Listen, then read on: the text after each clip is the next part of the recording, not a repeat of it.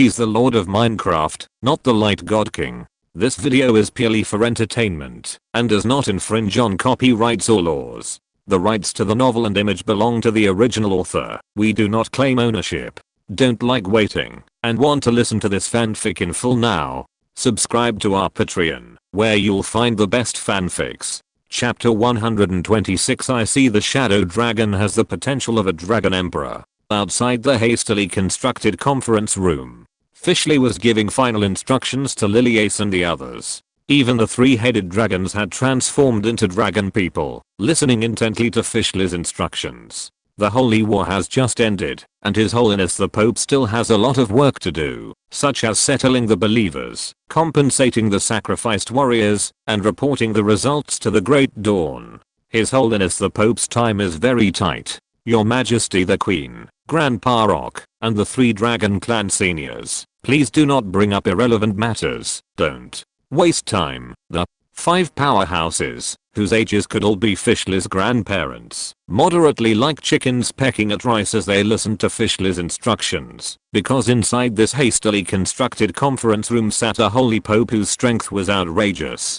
Just half a day ago, he had created a feat that no one in the Roderick continent dared to imagine of the King of Arrogance, and severed one of his arms. And now, the 7 holy relics of the Roderick continent were begging him to be crowned as king. Just thinking about Ian sitting behind the wall, waiting for their audience, Liliace and the others couldn't help but feel their mouths dry with nervousness. Even without considering Ian above this conference room, there was also a terrifying shadow dragon whose presence made their souls tighten. Judging by its aura, it was probably not weaker than Beryl. Under the shadow dragon's scholar eyes, Liliace and the others didn't dare to make any other movements. This dragon had never attacked since the start of the war, but no one thought it was weak. When Ian exchanged blows with the King of Arrogance, only this dragon withstood the impact and fulfilled its amount. Thinking of this, Roskilde sighed. He had previously considered being a mount for the Dawn Pope. It turned out that being a mount also had strict requirements. With his abilities he probably wasn't qualified to carry the Pope constructed. It still had huge floor-to-ceiling windows to let in sunlight. But in Liliace and the others' eyes, the brightest thing in the room was Ian, who was sitting there steadily, his aura hidden. He just sat there quietly, but it was as if the sun had fallen in front of him. Liliace swore that this 10-meter journey was the most solemn, dignified, and tense journey she had ever taken in her life. It was even longer than the journey she took to ascend the elven throne. Until they were only 3 meters away from Ian, the 5 of them stopped simultaneously. Led by Liliace, the 5 of them knelt on one knee piously, placing their hands on their chests and bowing their heads. Greetings, His Holiness the Holy Pope. May your light forever bless all beings, and may the last dawn forever. You may rise.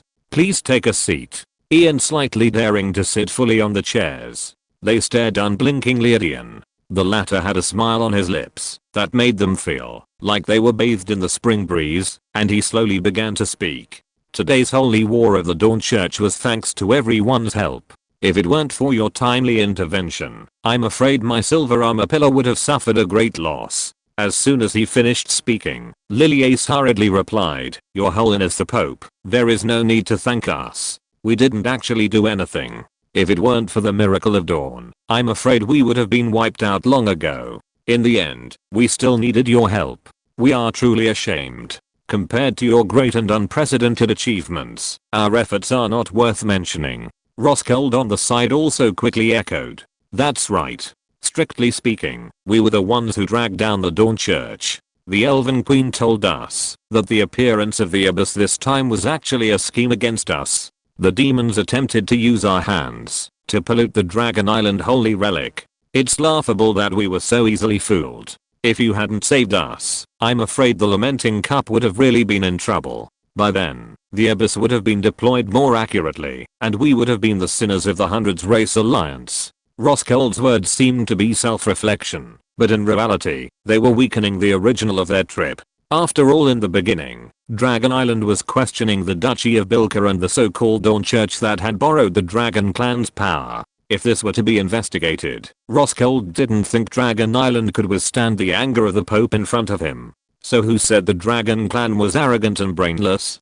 This dragon clan is too smart. Ian didn't care about this little matter and chuckled, considering it a thing of the past. The Holy War has just ended, and I still have many affairs to attend to. It is temporarily inconvenient for me to have a heart-to-heart talk with you. If you are not in a hurry to leave, I invite you to visit the origin land after the trial. At that time, we can discuss the situation of the holy relic in detail, which I am also quite curious about. For now, let's talk about serious business. Liliace and the others repeatedly, waiting for Ian's next words. Ian first looked at Liliace and Rock. You also know the root cause of this battle. The heretics of the Duchy of Bilka colluded with the demons and became human traitors. I'm very disappointed about this. Ian emphasized his tone. This is a very heartbreaking thing. If our Dawn Church and 100 Races Alliance are fighting on the front lines in the future, but the base camp is filled with traitors, what should we do then? The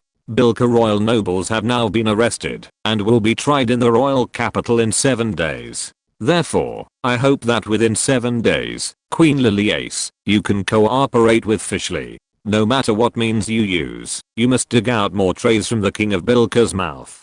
I approve of Fishley's anti-demon will, but after all, she is still young and does not do many things decisively enough, so Liliace suddenly understood. This was hinting that she and Rock should give the King of Bilka a harsh lesson. She immediately nodded and said, of course. This is a duty. Ian nodded slightly and chuckled. Fishley has also told me about your intentions. Dawn welcomes every child with a firm anti-demon will to embrace him. Let's discuss this matter in detail when we go to the origin land later. Roscoe's heart stirred, and he quietly glanced at Liliace, who had a happy expression on her face. Miracle of urgency.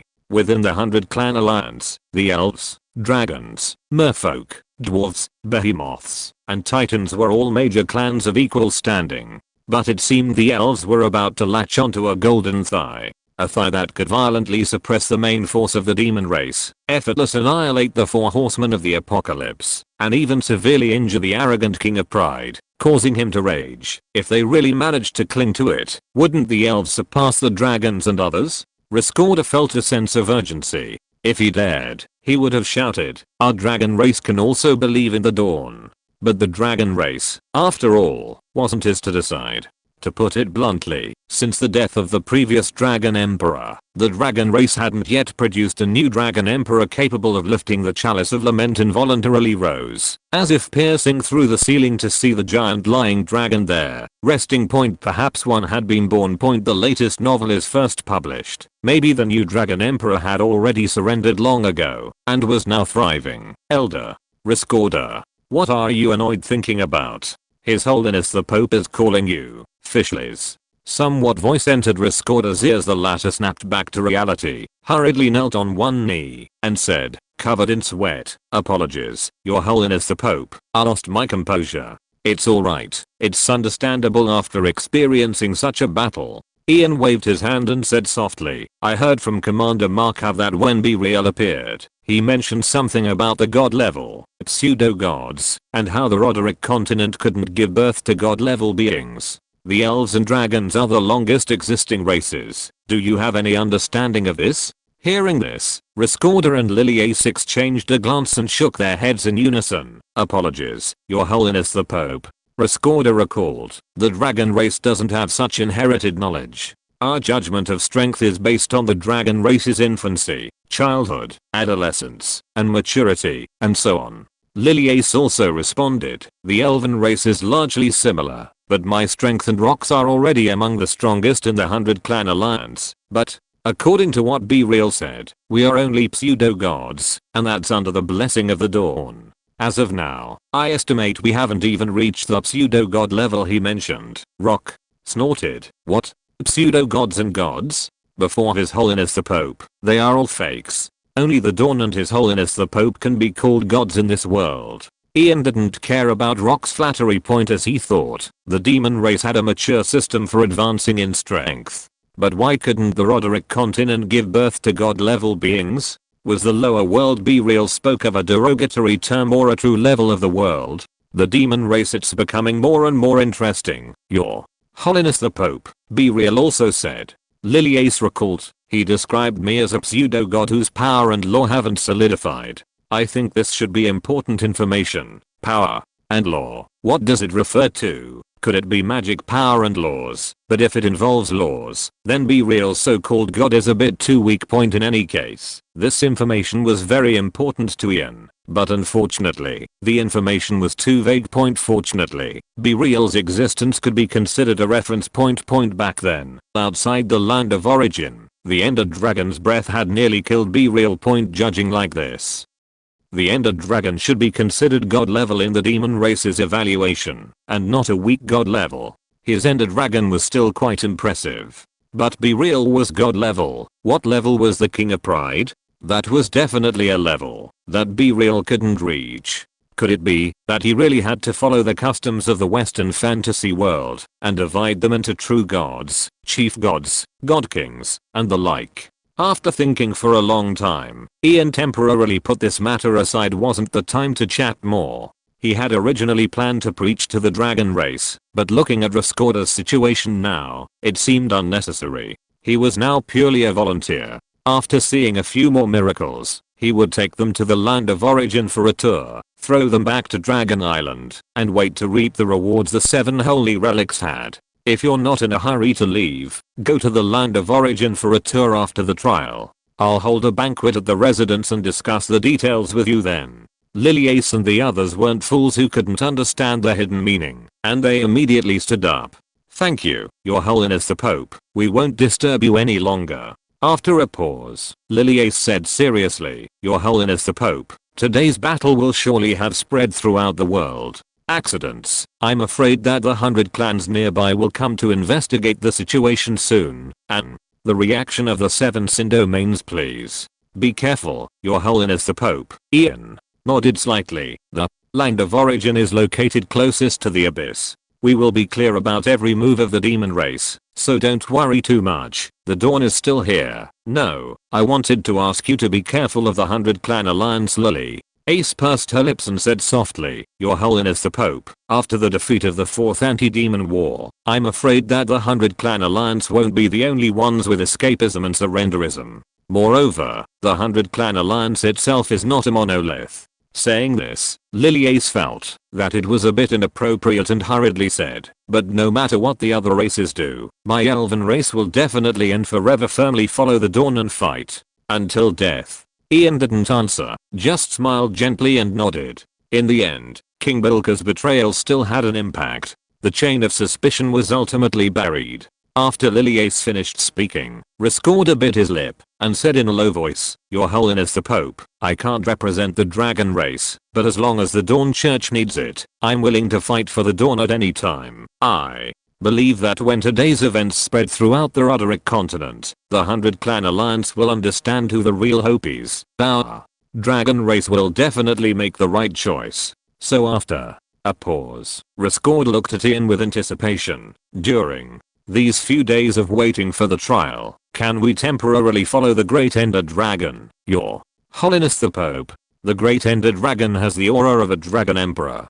Chapter 127 Demon King Meeting. Under the Scarlet Blood Moon Point, the domain of pride, filled with bones and rampant demonic energy, was shaking point, especially near the Chamber of Pride. Several of the 10,000 meter high bone mountains were collapsing under the violent demonic energy point, the demonic eagles flying in the sky, the 3-legged black wolves running on the ground, the 2-tailed scorpion snakes in the sulfur jungle. The mind flayers and bloodline mind flayers were deploying their forces. Even the black-winged fallen mind flayers, who stood at the apex of the mind flayers and originally belonged to Belial Point at this moment, they were all kneeling on the ground like ostriches, burying their heads in the dirt for the life point, because those who accidentally raised their heads had already become the bones that formed the earth point. The creatures of the domain of pride did not know the specific reason why their king was so angry, but they had some guesses. 300,000 elite mind flayers, the 4 horsemen of the apocalypse, and the Sons of Pride had never returned. After stepping out of the abyss, even their great king had returned empty-handed. After tearing through space point this time, the domain of pride had suffered a great loss. However, the creatures of the domain of pride dared not imagine that their great and supreme king had left behind an arm as the price. If they knew this, they would probably understand even more why the King of Pride had suddenly turned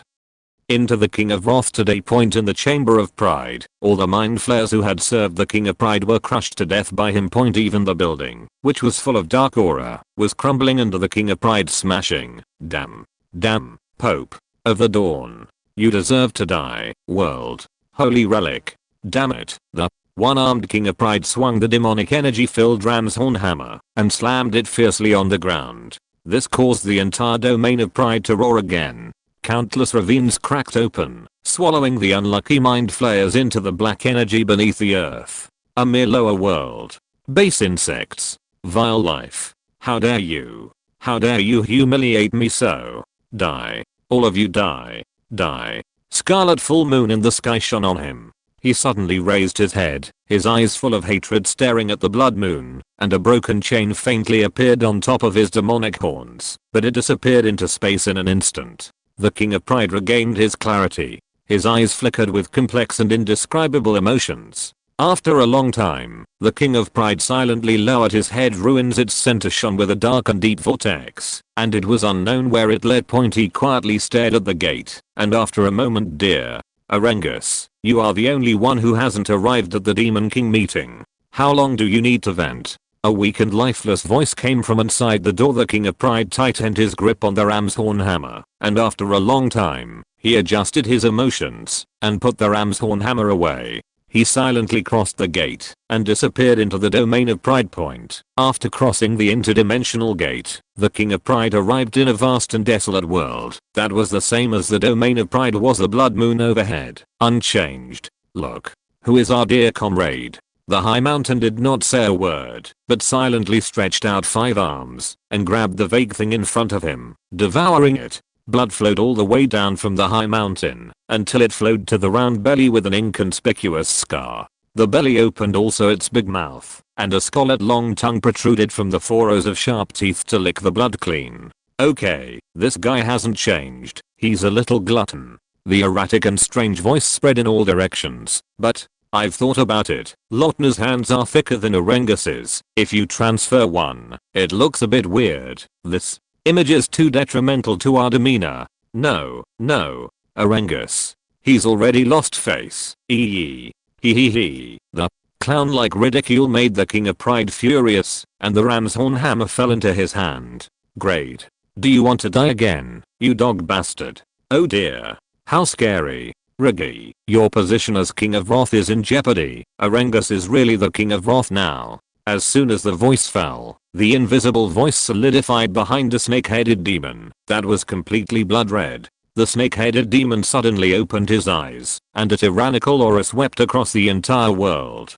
Die. The King of Wrath, who had been silent before, opened his mouth with all kinds of unbearable abuse, accompanied by a snake-shaped whip whipping away. The King of Pride also swung the ram's horn hammer and smashed it at the vague thing. After the grey mist collapsed for a moment, it condensed in the distance into a demon king with 7 demonic wings and an indistinguishable face. However, compared to other demon kings, this one had no entity at all, like a ghost. It's really lacking in entertainment spirit. The King of Greed shook his head with a look of regret, and then leaned close to a beautiful woman beside him who was barely dressed. Lusty, darling, you know I still like playing with you the most. Of course, dear Grade. The King of Lust blinked her enchanting eyes, licked her red lips, and slowly reached out her hand to grab the King of Greed. If you want, we can go have fun to our heart's content. As soon as the voice fell, the woman who was just beautiful instantly turned into a hideous and terrifying faceless pale monster. Dozens of terrifying tentacles extended from her chest and grabbed at the King of Greed. The King of Greed turned into mist and scurried to the side of the King of Gluttony, and the tentacles swept the King of Gluttony's food all over the ground. Aura. Food. My food. Table. Reinhard, how much longer are you going to sleep? The little boy slowly raised his head, rubbing his sleepy eyes. Then, in a listless tone, he faintly said, my dear friends, the meeting has begun. In the next moment, 7 rays of light descended from the blood moon, enveloping everyone. As if the stars had shifted and the constellations moved, all the demon kings who had been fighting fiercely just moments ago immediately took their seats. The massive king of gluttony and king of pride also shrunk to the size of ordinary people, though they still looked ferocious and ugly. Demon King, the newest novel is first published at. The little boy, slumped on the table, paused and sleepily looked at the old man beside him. Which time is it again? Forget it, it's not important. The old man shut his mouth, a morbidly twisted jealousy flashing across his gloomy face. But the boy didn't care. Dear Oreganos, regarding this war's defeat, do you have anything you want to say in your defense? Properly, especially how that hand disappeared. You must explain it in detail. Completely. Dawn. Oh. So you wasted a Demon King contract, and the confidently boastful Oreganos utterly failed to create any effective results. Wow, what a truly spectacular battle. You mongrel. You.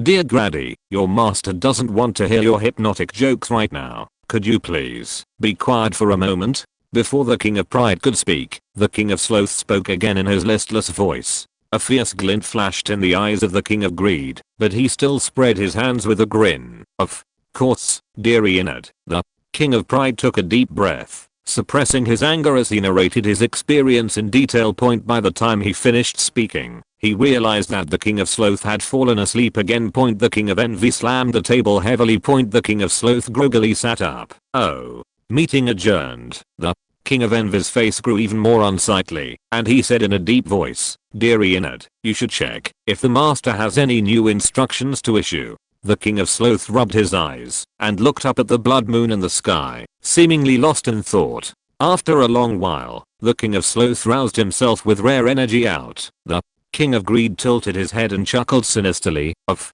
course, the master's orders, but now that the ancient tree of life has recovered, we can no longer open abyss passages in the areas of the 100 race alliance as accurately as before. Oh dear. I put a lot of effort into performing to corrupt the ancient tree of life. Someone was terrible. Not only failed to corrupt the chalice of lamentation, but also lost the 4 horsemen of the apocalypse, the son of pride, and his own right arm. The King of Greed shook his head with feigned regret. Now, because of the great victory of the Church of the Dawn, the 100 race alliance's will to resist has soared, and even the world's will is more resilient. It's difficult. Dear Enid, it's difficult. What do you have to be arrogant about? Furthermore, if you had been careful enough in the first place, how could the ancient tree of life have had a chance to recover? The King of Greed sneered. At least I didn't lose my right arm, did I? Seeing that the 2 demon kings were about to fight again, the King of Sloth shook his head to keep himself awake. Alright, Oreganos, in any case, this time it was your carelessness. The King of Pride's face darkened, and just as he was about to explode, the King of Sloth spoke again. But the master doesn't blame you. Hearing these words, the King of Pride felt a chill in his heart, lowered his head, and said through gritted teeth, Thank you, master. The King of Sloth stretched lazily. My dear friends, the master is already somewhat dissatisfied. It's just a lower world, yet so much time has been wasted. The primordial abyss is very hungry. Everyone needs to work harder. Although I don't like you all, I've gotten used to everyone over the years. I don't want to hear the news at some future meeting that a certain friend, along with their home territory, has become food for the primordial abyss. Now, the King of Greed also fell silent, no longer provoking trouble. Over the years, they had seen everything. After all, they weren't born as the 7 demon kings. Everyone needs to pay attention to the matter of the Church of the Dawn. Although dear Oreganos was injured due to carelessness, it's clear that the so-called Dawn and the Pope are not easy to deal with. The King of Sloth became less and less energetic as he spoke, resting his chin on the table. The testing and deployment against the Church of the Dawn should be considered the most important task at present. Besides that, dear Oreganos, you should rest and reorganize the 4 horsemen of the apocalypse during this time. The dragon clan is already wary, and the chalice of lamentation probably can't be corrupted in the short term. Next, let dear Envy prepare for the corruption of the halo of the moon. Pay attention to the actions of the Church of the Dawn, and try to avoid direct collisions before the corruption is complete. After A pause. The King of Sloth closed his eyes, as if talking in his sleep, regarding the 100 race alliances will to resist. It's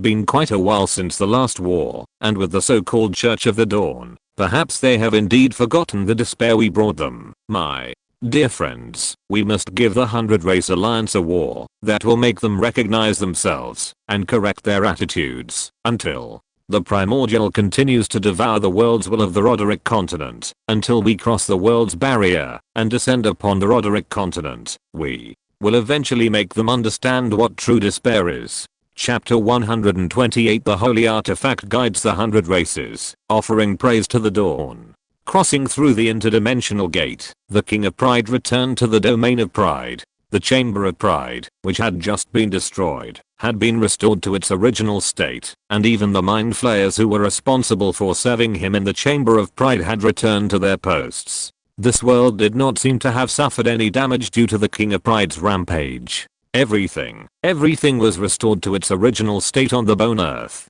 Everything seemed as unchanging as the blood-hanging moon in the sky. But this scene, in the eyes of the King of Pride, was particularly ironic. An unnamed fire brewed in his heart for no reason, but in the end, he returned to the throne, as motionless as a statue came to his carefully arranged plan. The Church of the Dawn came out. Apocalypse and making up for his mistakes is what he needs to consider most. He didn't think that he could sit back and relax just because the King of Sloth said that the master was not angry.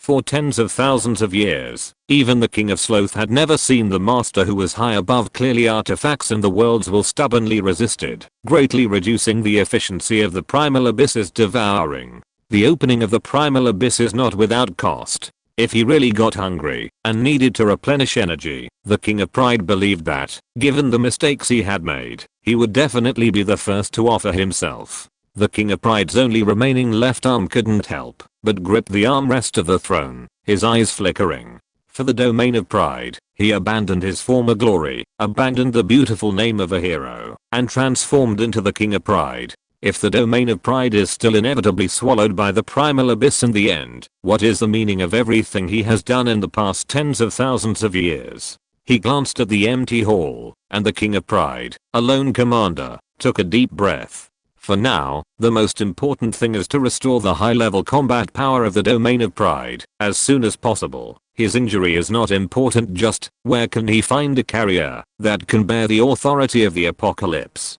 In the current situation, it is already difficult to enter the territory of the 100 Races Alliance, let alone capture a saint-level being, when he cannot take action. For a time, the King of Pride also had a headache. After thinking for a long time with his eyes closed, he finally stood up abruptly, walked quickly out of the Chamber of Pride, and looked up at the blood moon in the sky. Master, I request to go to the domain of envy. A moment, the blood moon blinked like a human eye. Granted. Along with the voice that only the King of Pride could hear, the interdimensional gate was born out of thin air on the earth again. Roderick.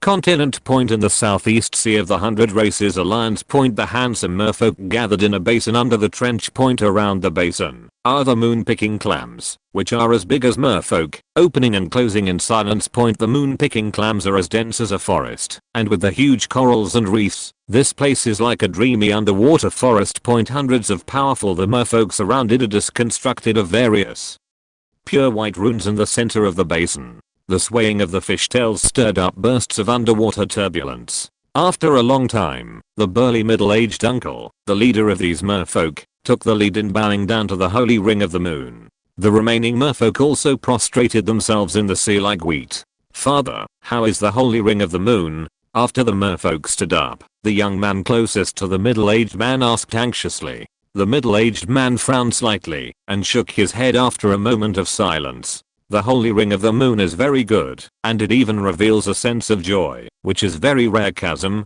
Another Memon asked impatiently. No. Being whispered turned into a buzzing wave of sound that swept across this silent place in an instant. The Merman patriarch took a deep breath, recalling the scene that the holy ring of the moon had just conveyed to him emerged inexplicitly in his mind. Named Dawn and the so-called Son of Pride have all fallen, plus the annihilation of the 300,000 demon army.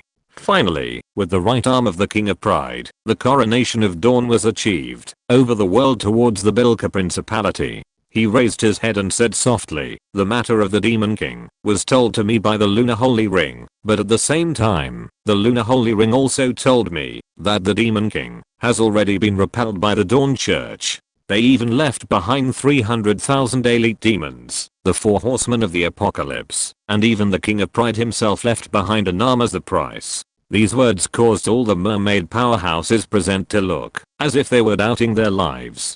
The Lunar Holy Ring is the sacred object of the mermaid race, and even more so, the sacred object of the Rodri continent. Over the years, the guidance of the Lunar Holy Ring has allowed the mermaid race to safely survive countless difficult times. Even now, although they do not possess any land in the territory of the 100 Clan Alliance, they have relied on the Lunar Holy Ring to become one of the mainstay great clans of the 100 Clan Alliance in the deep sea. The guidance of the Lunar Holy Ring to the mermaid race is no different from the divine revelation of the dawn to its believers. Logically speaking, they should definitely believe it, but this news is a bit too outrageous, isn't it? Having faced the demon race for many years, they know better than anyone how terrifying the demon race is and how powerful the Demon King is. But now, not only has the King of Pride suffered a great loss, but even the elite troops under his command have been wiped out. The Dawn Church. The latest novels are first published here. Who are these generals?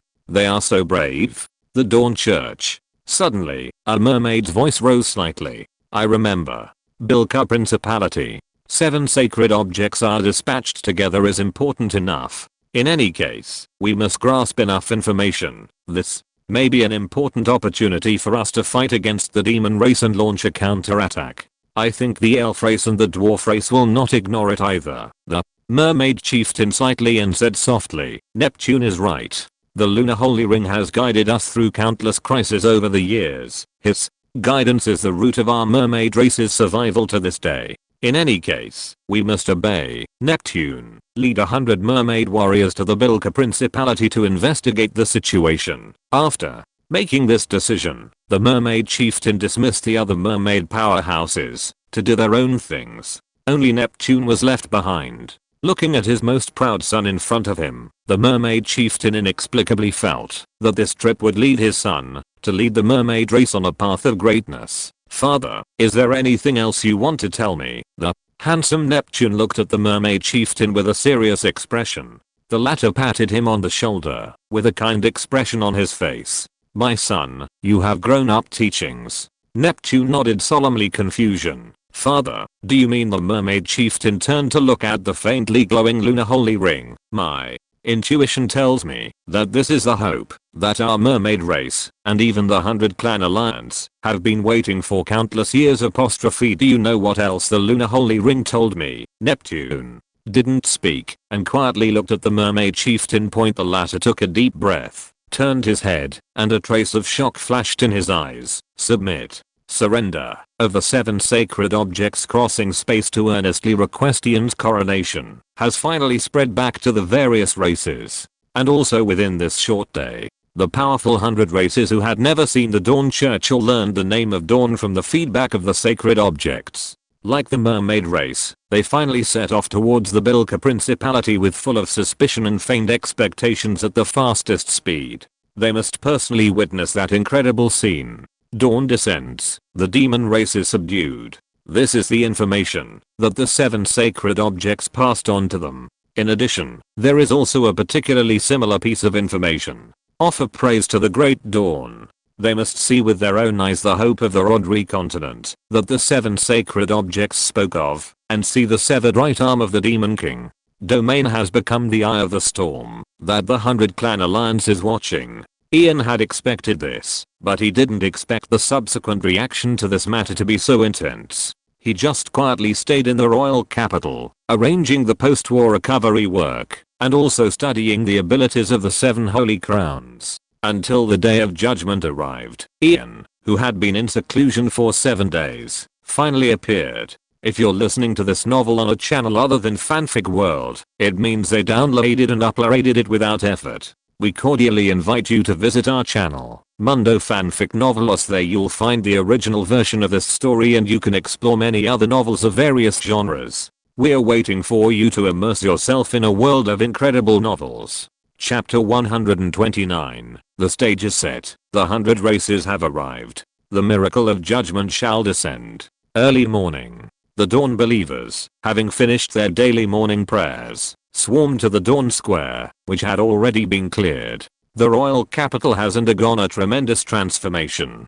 Thanks to the presence of Rezha and the others, coupled with the construction experience from the land of origin. 7 days, while not enough to make the royal capital as prosperous as the land of origin, was sufficient to restore it to its former state. The most population in the Dawn domain, even if its significance to the Dawn Church is not as great as the land of. As a result, later believers had no choice but to climb onto the rooftops to find better vantage points. In any case, today's grand event was not to be missed. On this day, upon the Dawn Square of Divine Advent City, beneath that sharp guillotine, the Dawn would deliver judgment upon heretics. From then on, it would declare that the Dawn domain had completely entered the Dawn era, and the Dawn believers had completely broken free from the oppression of the nobles. However, within the dense crowd, there were often many people dressed in strangely unique attire gathered together, whispering to each other. These were the 100 race guests that Ian was waiting for. Standing before the huge floor-to-ceiling window, Ian overlooked everything in Divine Advent City. Before long, he saw the Dawn Knights escorting hundreds of disheveled nobles onto the execution platform named Louis XVI. Especially when the final act, Old Bilka, was pushed up. In an instant, the shouts of abuse on the square became even louder, like a tidal wave. If it weren't for the Dawn Knights still being on the platform, some people would probably have already started throwing stones. King Bilka is in good condition, Ian suddenly said, and Liliace stepped forward and whispered, "Yes, Your Holiness, he has spent 7 unforgettable days."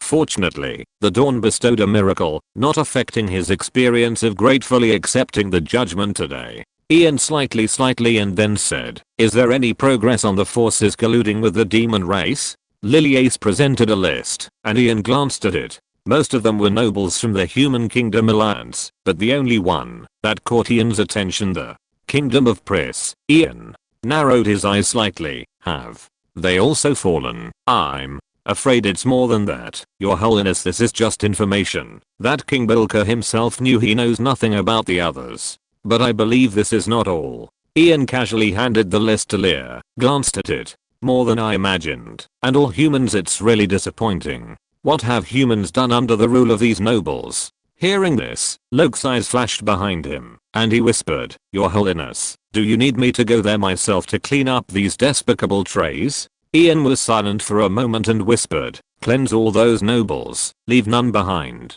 It's just right for the priests of the White Pillar to prepare to take over. The Kingdom of Pris will not be touched for the time being." It was easy to deal with the nobles. Today, Ian would announce King Bilka's crimes of colluding with demons, and there would always be some to accompany him to hell. Otherwise, it would be unreasonable. But the Kingdom of Pris was different. This was one of the most famous great powers in the Human Kingdom Alliance. With a population of hundreds of millions and hundreds of cities were also many strong individuals in the Kingdom of Pris. Dawn Church had just ended its holy war. It was not suitable to cross many duchies to attack the Kingdom of Pris. Holy war was launched. The Kingdom of Pris would be Ian's most legitimate excuse to attack the human race. Even the Kingdom of Pris, one of the pillar nations of the Human Kingdom Alliance, was filthy. Ian had the right to suspect the anti-demon will of the entire Human Kingdom Alliance. Coupled with the surging public opinion brought by the Dawn faith that had already taken root in more territories, the entire Human Kingdom Alliance into the Dawn's pocket in one breath. As for the excuse to start the war at that time, this piece of confession, which was useless now, would become conclusive evidence under the blessing of the surging Dawn public opinion at that time. This list was not useless, but it needed time to slowly gild it. Kingdom of Pris. I will notify the other guardians of the Elven clan to keep an eye on the Kingdom of Pris. Ian slightly, and his gaze turned to the crowded crowd below again, sweeping across the believers who were cursing King Bilka and the nobles on one side, and praying to the Great Dawn on the other. Ian accurately located the guests of the 100 Races Alliance. They were easy to find. After all, In today's Divine Advent City, only these strangers would not. How many guests from the 100 Races Alliance have arrived? Ian asked casually, and Leah stepped forward and whispered, except for the Behemoth clan, the Titan clan, and the Giant clan, almost all other large and small clans have arrived. Has also sent people to sneak in to gather information. Your Holiness, the Human Kingdom Alliance does not seem to have come with respect for the dawn. Ian remained non-committal and Prey whispered, it's normal point after all. We have shouted the slogan of fighting the nobles and dividing the land. This has already hit their lifeblood. Regia looked at Ian with a smile. However, many people from the Human Kingdom Alliance near the Dawn Domain have poured into the Dawn Domain and have even registered as believers in the Church Crown and Ian. When the streamer dissipated, Ian had already put on that pure white Mayan robe again. This was one of the uses of the 7 sacred crown and the 7 sacred Mayan robes that Ian had figured out in the past few days. Ian named it transformation. It could create clothing condensed from pure energy according to Ian's wishes. Therefore, this skill's alias was also called Hail and Home East. With Liliace's strength, she could not shake this barrier. Ian had tried it. The current limit could basically cover 50,000 troops in one go, although the defensive effect would be reduced a lot. But this skill was still quite meaningful. With the equipment blessing of the MC world, combined with the holy clothes draped on the army by transformation, the demon race will understand what a god-blessed heavenly army, that is immovable as a mountain truly is, possesses extremely strong power amplification effects. The effect on Lily Ellis, after being blessed, is even stronger than the effect of taking all chemical potions and Ian spell enhancements that day. However, Ian doesn't feel much, as his Steve physique cannot be amplified by the 7 Saint Crown. In addition, there are many other functions, such as purification, healing, summoning holy object projections for battle, and so on. But among so many functions, what Ian likes most is the external magic engine effect of the 7 Saint Crown. Calling it an engine is also somewhat inappropriate. To be precise, it should be called a controllable nuclear fusion infinite magic engine. The magic power originating from the 7 Saint Crown and the 7 Saint garments is endless, directly drawn from the world. In layman's terms, Ian has become the president of the Road Continent Bank. By stamping the 7 Saint Crown, he can easily mobilize the magic power of the world's origin through the 7 holy objects. This ability is enough to make all magicians envious with this function. Plus the 60% amplification provided by Ian's master level staff. The current Ian can already be said to be a magic god that Lily Ellis can't even catch up to. This is enough. The newest novels are all first published here. In the end, the Steve physique is Ian's lifeline, magic and the like. Ice just there for show. If he really fights with the Demon King, the 7 Saint Crown and the 7 Saint garments will only serve as decorations ultimately. He still has to rely on the Steve physique to break all laws with one force. If magic is really needed, Ian has other modules to choose from. Most importantly, from Lily Ellis bringing the will of the elven race to pledge allegiance, from Roscold shouting the Ender Dragon Great Venerable has the qualifications of a Dragon Emperor, from Ian severing the arm of the King of Arrogance. From the 100 Races Alliance sending strong individuals to observe the miracle of Judgment Day's descent. All of this has destined that, after today, the only ones who can make Ian personally take action are the 7 deadly demon kings. Otherwise, it would be a loss of face for His Holiness the Pope, which Ian will not allow, and Leia and Lily Ellis will never allow either. The Road Continent has sworn allegiance to the Dawn. The creatures of the 100 races of the Road Continent should also keep up with the pace of the Road Continent. Mixed in the crowd, Neptune and other merman warriors occasionally picked up water bottles and ate heartily. Although the merman race can also transform into legs, they really don't like this dry environment. Especially with the crowded crowd at the moment. For the merman race, this is the worst living environment. But Neptune stood on tiptoe and glanced at the powerful Dawn Knights stationed around. He looked up again at the Night Watcher warriors passing by in the sky. Finally, he focused his gaze on the iron golems that made a vibrating sound when they moved. Killing machine. The moment he saw the iron golem, the word appeared in Neptune's mind. A wonderful puppet made of pure fine iron. It is hard to imagine how terrifying it would be if this thing punched down. The most important thing is, there are countless of these things here. Human race. No. When did such a terrifying thing appear on the road continent? How did this ridiculously strong Dawn Church emerge silently in the land of the 100 Races Alliance? They really didn't receive any news. Could it be that, as the Dawn believer said, it descended from the holy heaven where the Dawn resides? This reason is ridiculous, but Neptune actually thinks it makes some sense. If it didn't descend from the heaven where the god of dawn resides, how could such a ridiculous force that beats the demon race into a scurrying mess suddenly appear to visit? And the corpses of the 4 horsemen of the apocalypse are still kneeling in repentance on the 4 corners of the guillotine. A familiar shout came to his ears. Neptune turned his head to look, but didn't see anyone below. There was a hint of annoyance in the voice, and Neptune quickly lowered his head. That was a group of little dwarves wearing silver armor, the tallest of which was probably only 1 meter 1 or 2. But their figures were particularly strong, surrounded by a layer of magical radiance, making people not notice their abnormality. Hesto? You're here too? Neptune was a little surprised, and the dwarf called Hesto rolled his eyes. Do you think only your crescent moon holy ring reacted that day? Our sky fire furnace also investigated reacted, and his majesty the king sent me to quickly, but I didn't expect. A trace of shock flashed across Hesto's face, and he turned his head to glance at the huge demon claws outside the city that were higher than the city wall. The king of arrogance really had an arm severed. The road continent is really going to explode now. Neptune nodded heavily. Strictly speaking, it's probably already exploded. I just saw goblins, fox people, cat people, bird people. There are many 100 races coming here today. However, it's always a good thing. No matter where the Dawn Church comes from, they really have the will to resist demons, and have achieved an unprecedented feat.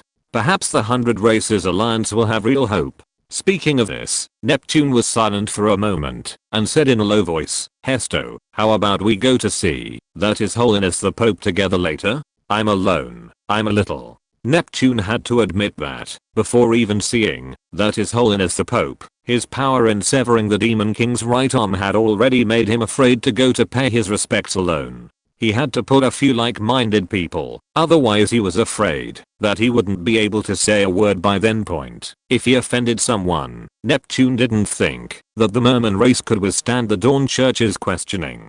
I wanted to. Hesto lowered his head with a bitter face, then his tone became enthusiastic, and he stood on tiptoe to look at the huge iron golem. Look at those iron golems, what a miracle that is. Steel can actually be transformed into warriors.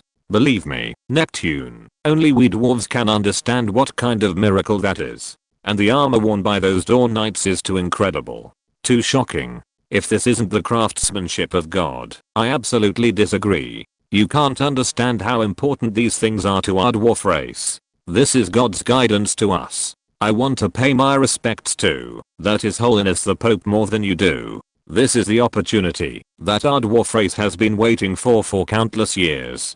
But, speaking, Hesto's face turned bitter, and he said dryly, when I came, I didn't bring any gifts. The Dawn Church ended the Holy War, became famous on the road continent, and also severed the Demon King's right arm. In this situation, if you want to see someone, you have to bring some congratulatory gifts to express your respect, right? Neptune looked at Hesto with a strange expression, and after a moment, he said in a low voice, you really came empty-handed?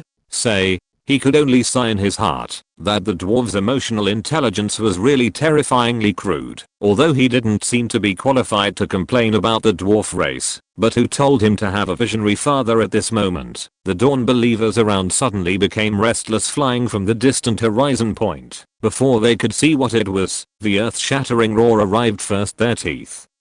They looked up in astonishment at the big guy flapping its wings. It's the Dragon Emperor. Chapter 130, the first performance of the Lynchi execution.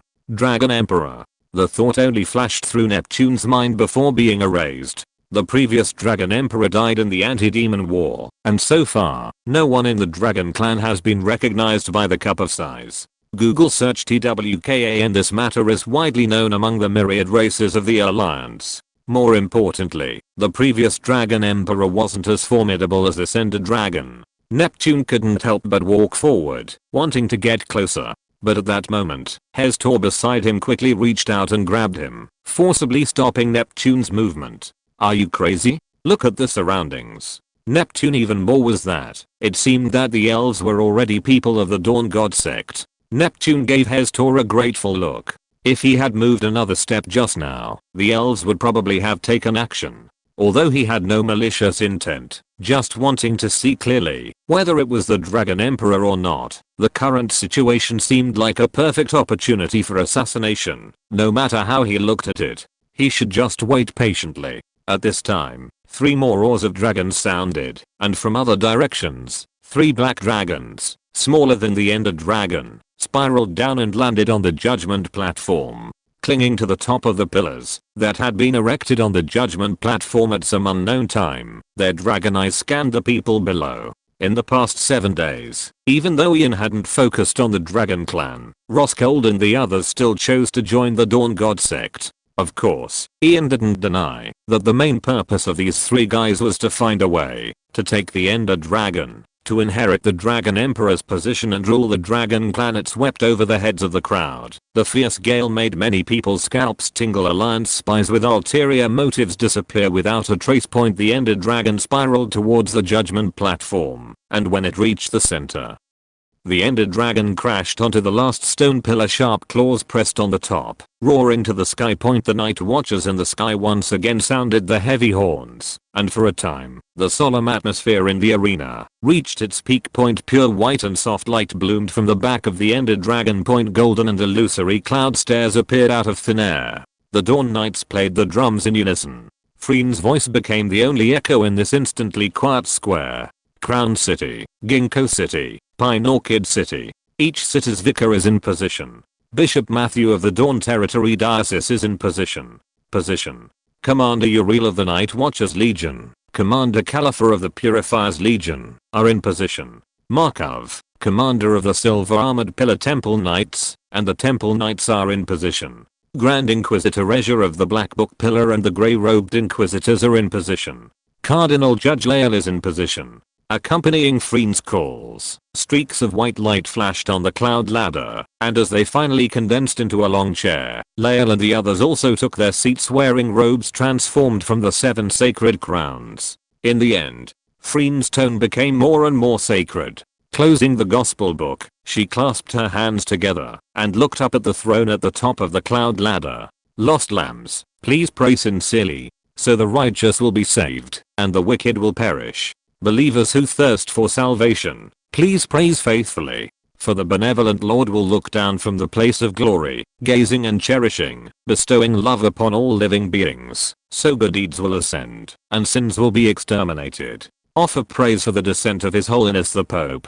Dawn Eternal. Accompanying the landing of Freen's prayer, Dawn City seemed to set off a huge wave. The boiling and fanatical prayer rose from the ground all the way to the sky. At the place where the eyes of the people converged, Ian's figure solidified like light on the throne, wearing the 7 sacred crowns, wearing the 7 sacred clothes, and holding the scepter of the sacred realm guardian. His benevolent gaze swept across the earth, and all who were watched felt a sense of security in their hearts. The people of the Myriad Races Alliance hiding in the crowd carefully looked at Ian, but at the moment they looked up, they almost simultaneously felt Ian's gaze focused on them. Immediately, the people of the Myriad Races did not dare to continue looking up, as expected of the existence that can defeat the Demon King. Neptune sighed with emotion in his heart, lowering his head to keep in sync with the others. After a long time, Ian slowly raised his hand, and Dawn City instantly quieted down. In this peaceful atmosphere, Ian finally spoke.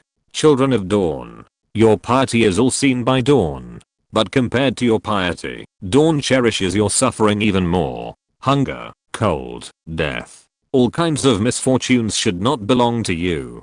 You should have been enjoying the protection of Dawn every day in plenty of food and clothing. And all of this has been stolen by despicable parasites. Ian went straight to the point, with a strong appeal in his tone. So Dawn said, let the holy war descend. Let those who deserve happiness have happiness, and let those who should be judged be judged. And now, after 18 days of holy war, at this time and place, you will finally have everything you should have. I announce. The day of judgment officially begins. As soon as the words fell, Rezha, who was sitting below Ian, stood up. The lightning on the thunderous scepter in her hand crackled. Under the witness of Dawn, all heretics who persecuted the children of Dawn in the past should be subjected to extreme punishment. Judgment platform immediately escorted the nobles' wails, curses, and insults were endless. But compared to those few voices, the cheers and celebrations of the Dawn believers were even louder. 10 noble heretics were pressed onto the execution platform. With Resha's order, the silver shining guillotine descended. Fresh blood splattered as the nobles' terrified, unblinking expressions accompanied their round heads as they rolled to the side standing.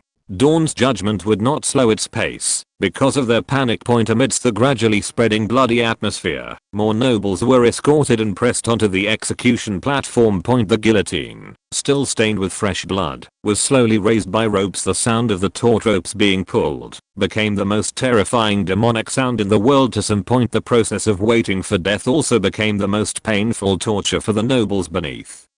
The guillotine point and what they were suffering now was merely a return gift for what they had inflicted on others in the past. The newest novels are first published here. As the splashing blood turned into a pool of blood on the judgment platform, the blood on the guillotine became increasingly dark and dry. The probability of cross-infection also became greater and greater. Of course, for those nobles, cross-infection might also be an unattainable future.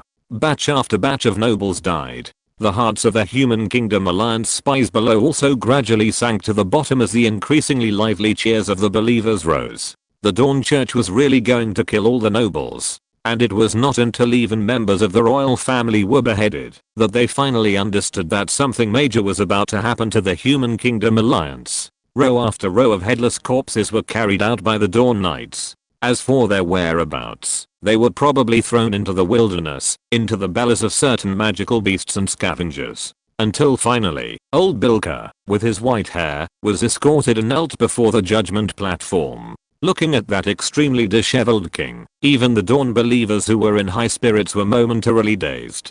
That was once the supreme king of the Bilka Principality. But today, that king who once decided the life and death of countless people with a single word, would be judged under the will of the Dawn All. It was also the first time they had been treated as people with dignity. Children of the Dawn, guests of the 100 Races, please pay attention to him. Pay attention to this sinner of the 100 Races Alliance. Leisha pointed down at old Bilka from a high position.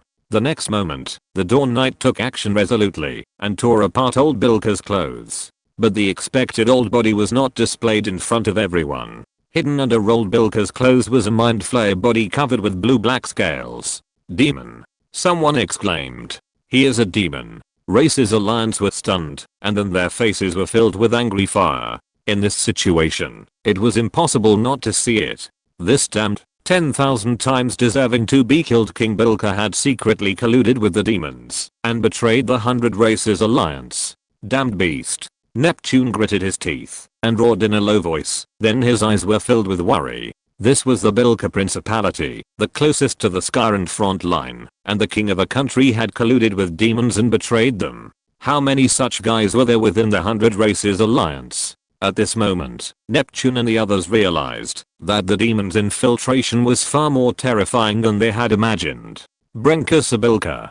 Leisha's tone was gloomy. The anti-demon hero of the past has become a traitor who secretly colludes with the demons today. He received the 4 horsemen of calamity, the son of pride, and an army of 300,000 demons. He received the 4 horsemen of calamity, the son of pride, and an army of 300,000 demons. Ambushed the dragon clan, plotted against the elf queen and the elf clan. He killed more than 1,000 loyal warriors of my Dawn Church. If the dawn had not descended a miracle, and the Pope had not exterminated the demons, and defeated the King of Pride, the Dragon Clan, the Elf Clan, and even the entire 100 Races Alliance would have fallen into the desperate situation of being ravaged by the demons. All the sources of grief come from Brenka Sabilka's betrayal.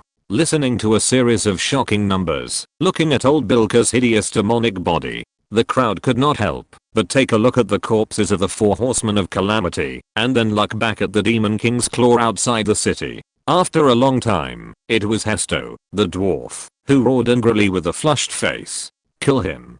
Kill this beast. This ignited the anger of the entire Divine Advent city. Even the Human Kingdom Alliance spies roared with righteous motives. Indignation point old Bilka's actions had already put the entire alliance on the fire. to be roasted. To be honest, if the Dawn Church had not defeated the demons, I'm afraid that the demons in the Aurora domain would have entered a land of no people, and at least a dozen principalities would have been wiped out, or even several ethnic groups would have been destroyed. At that time, it was not impossible for the demons on the Skyrend front line to cooperate and collapse the 100 Races Alliance in one fell swoop. At this moment, realize that they had been hovering on the edge of death a few days ago. Thinking of this, fear and unprecedented hatred swept through. Looking at old Bilka, they couldn't wait to rush up and bite him alive, one bite at a time. Leisha, everyone glanced at Ian and then said loudly, Brenkasa Bilka, your crimes are unforgivable. You almost destroyed the foundation of the 100 Races Alliance for your own selfish desires. By order of His Holiness the Pope, he is to be subjected to the punishment of being sliced into 1,000 pieces. After death, he will be thrown into hell and eternally repent for what he has done. Warn all traitors. Under the dawn, your betrayal cannot escape and will eventually be judged. Traitors are more damned than demons. As the words fell, the Dawn Knight, skilled in swordsmanship, slashed down with his blade, accompanied by old Bilka's wails and the splashing of flesh and blood. The terrifying punishment of Link-I was born on the continent of Rodri for the first time. Chapter 131. With faith in the dawn, even death can be overcome. Old Bilka was practically a blood-soaked figure, his lower body reduced to bare, white bones, yet he still lay on the ground, wailing and struggling. The onlookers, both believers and members of the 100 Races Alliance, finally understood the meaning of being sliced into 1,000 pieces. Each slice was like carving a piece of meat, yet an elven powerhouse kept him alive, preventing him from immediate death. This kind of punishment sent shivers down the spines of many, but considering what old Bilka had done, they felt it was entirely justified. Remember the domain name of the first website. Halo. Such extreme punishment was the best gift for a traitor. Old Bilka endured over 3,000 cuts, practically becoming a skeleton like an undead warrior. His demonic constitution and the elven enhancements were finally exhausted, and he died. Drag him away and leave his corpse in the wilderness. Lashea waved her hand expresslessly, and an elven mage stepped forward, waving his staff, taking the barely recognizable remains of old Bilka away. The trial is over. Lashea slammed the end of her staff heavily on the cloud ladder and announced loudly, from this day on, the Day of Judgment will be a fixed festival for the Dawn Divine Sect. Every year on this day, the pillar of the Black Book of the Dawn Divine Sect will publicly try heretics. Believers of the Dawn, remember, killing and judgment are not the goal, but a warning. The Dawn is merciful, but it should also have a heart that hates evil. I hope we'll stand firm, everyone, in their faith, and do what is right. The Dawn Divine Sect will never coexist with the demons. These words made Neptune and the others' blood boil. The 100 Races Alliance should have such an anti-demon stance. Clearly, the Rodri continent belonging to them in the first place, so why should they carry out the Fire Seed project and flee? It should be the demons who flee. After exchanging a glance with Hestor, Neptune's thoughts became even more firm. They were all chosen ones who were unwilling to accept the Fire Seed project. They had never seen hope before, and could only accept the orders to continue their race reluctantly. Ian and the others were still sitting high on the cloud ladder. It seemed there was something else. After all the corpses on the judgment platform were taken away, Lily Ellis took action. She summoned endless streams of water to wash away the bloodstains from the judgment platform. After a long time, the Dawn Knights reappeared. But this time, they were more solemn than before, and there was even a hint of sorrow in the atmosphere. 4 knights carried a huge coffin onto the judgment platform and stood beside it. After placing it down, looking at the name and the Dawn flag engraved on the coffin, the people of God's Advent City understood. These were the warriors of the Silver Armor Pillar who had sacrificed themselves in the Holy War. Was a faint sob in the field for a while, especially the people who came from the Origin Land to observe. Those who fell here were basically their relatives and friends, the army that had offered their faith to the Dawn Divine Sect the earliest. Even old Matthew stared blankly at one of the coffins of his chest, his face full of peace. Faintly, one could see a bloodstain on his neck. That was the knight he had guided when he first became a priest in the Origin Land. Jerome. At that time, they were still called the Papal Army. Perhaps it was because they were so similar. Matthew had no children, and Jerome had no family, so Matthew treated Jerome as his own child. Jerome never disappointed him. Jerome come step by step with respect for the dawn. From being malnourished and emaciated, to joining the papal army, and practicing hard to kill enemies, and become a reliable soldier, a captain leading 100 men. Matthew always said that Jerome would have a brighter future. Rodri continent.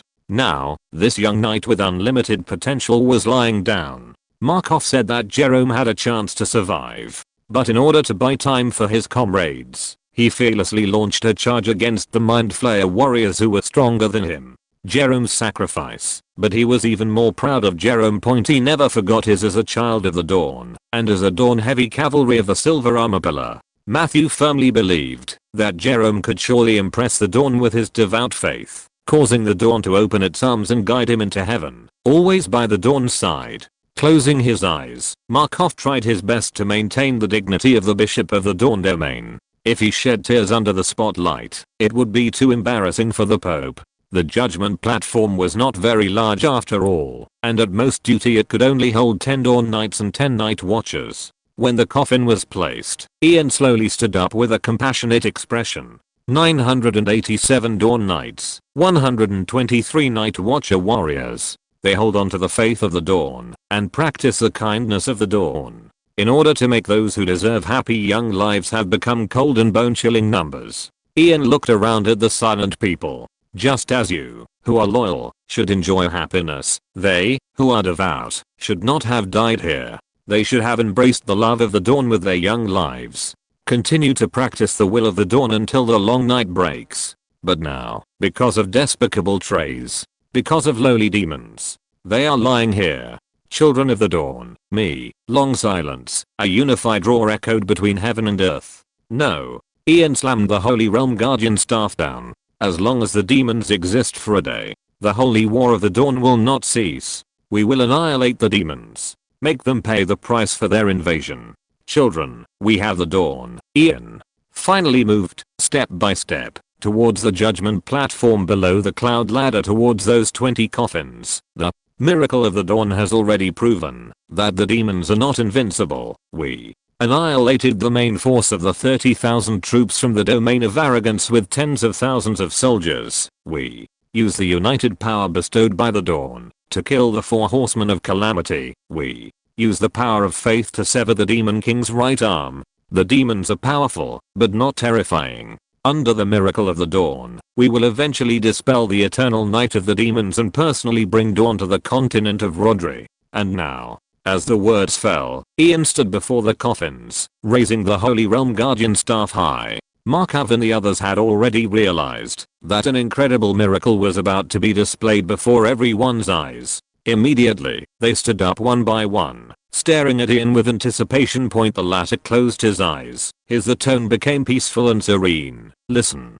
to the dawn's praise for the noble. When the lamb dies for righteousness, it will become an immortal shepherd. Under the love of the dawn, his most loyal children will turn death into a choice. Thus, he said, heroes are immortal. The Holy Realm Guardian staff began to flicker, emitting a milky white, gentle, and holy light. The light enveloped Ian, gradually expanding.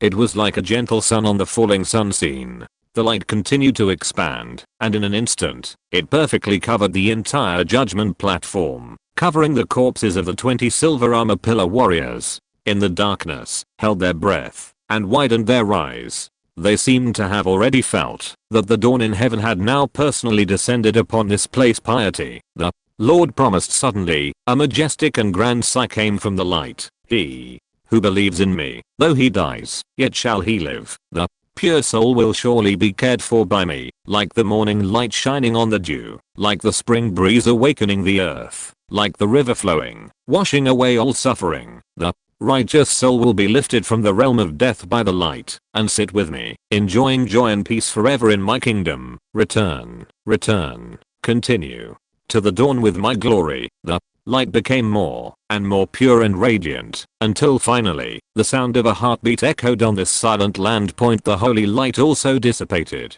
Leela and the others were stunned, their eyes staring straight at the location everyone where the breathing sound came from. Lilius, Loke, Roscold, who were used to seeing big storms along with countless citizens below, and the guests of the Hundred Races Alliance. Their bodies swayed and fell to the ground. The existence in the coffin jumped up. It was Jero, who had been confirmed to be dead and unable to die. Even his head was stitched on. He touched his intact neck with a confused look, and then looked around. And from the surrounding coffins, more dead silver armor pillar warriors also stood up.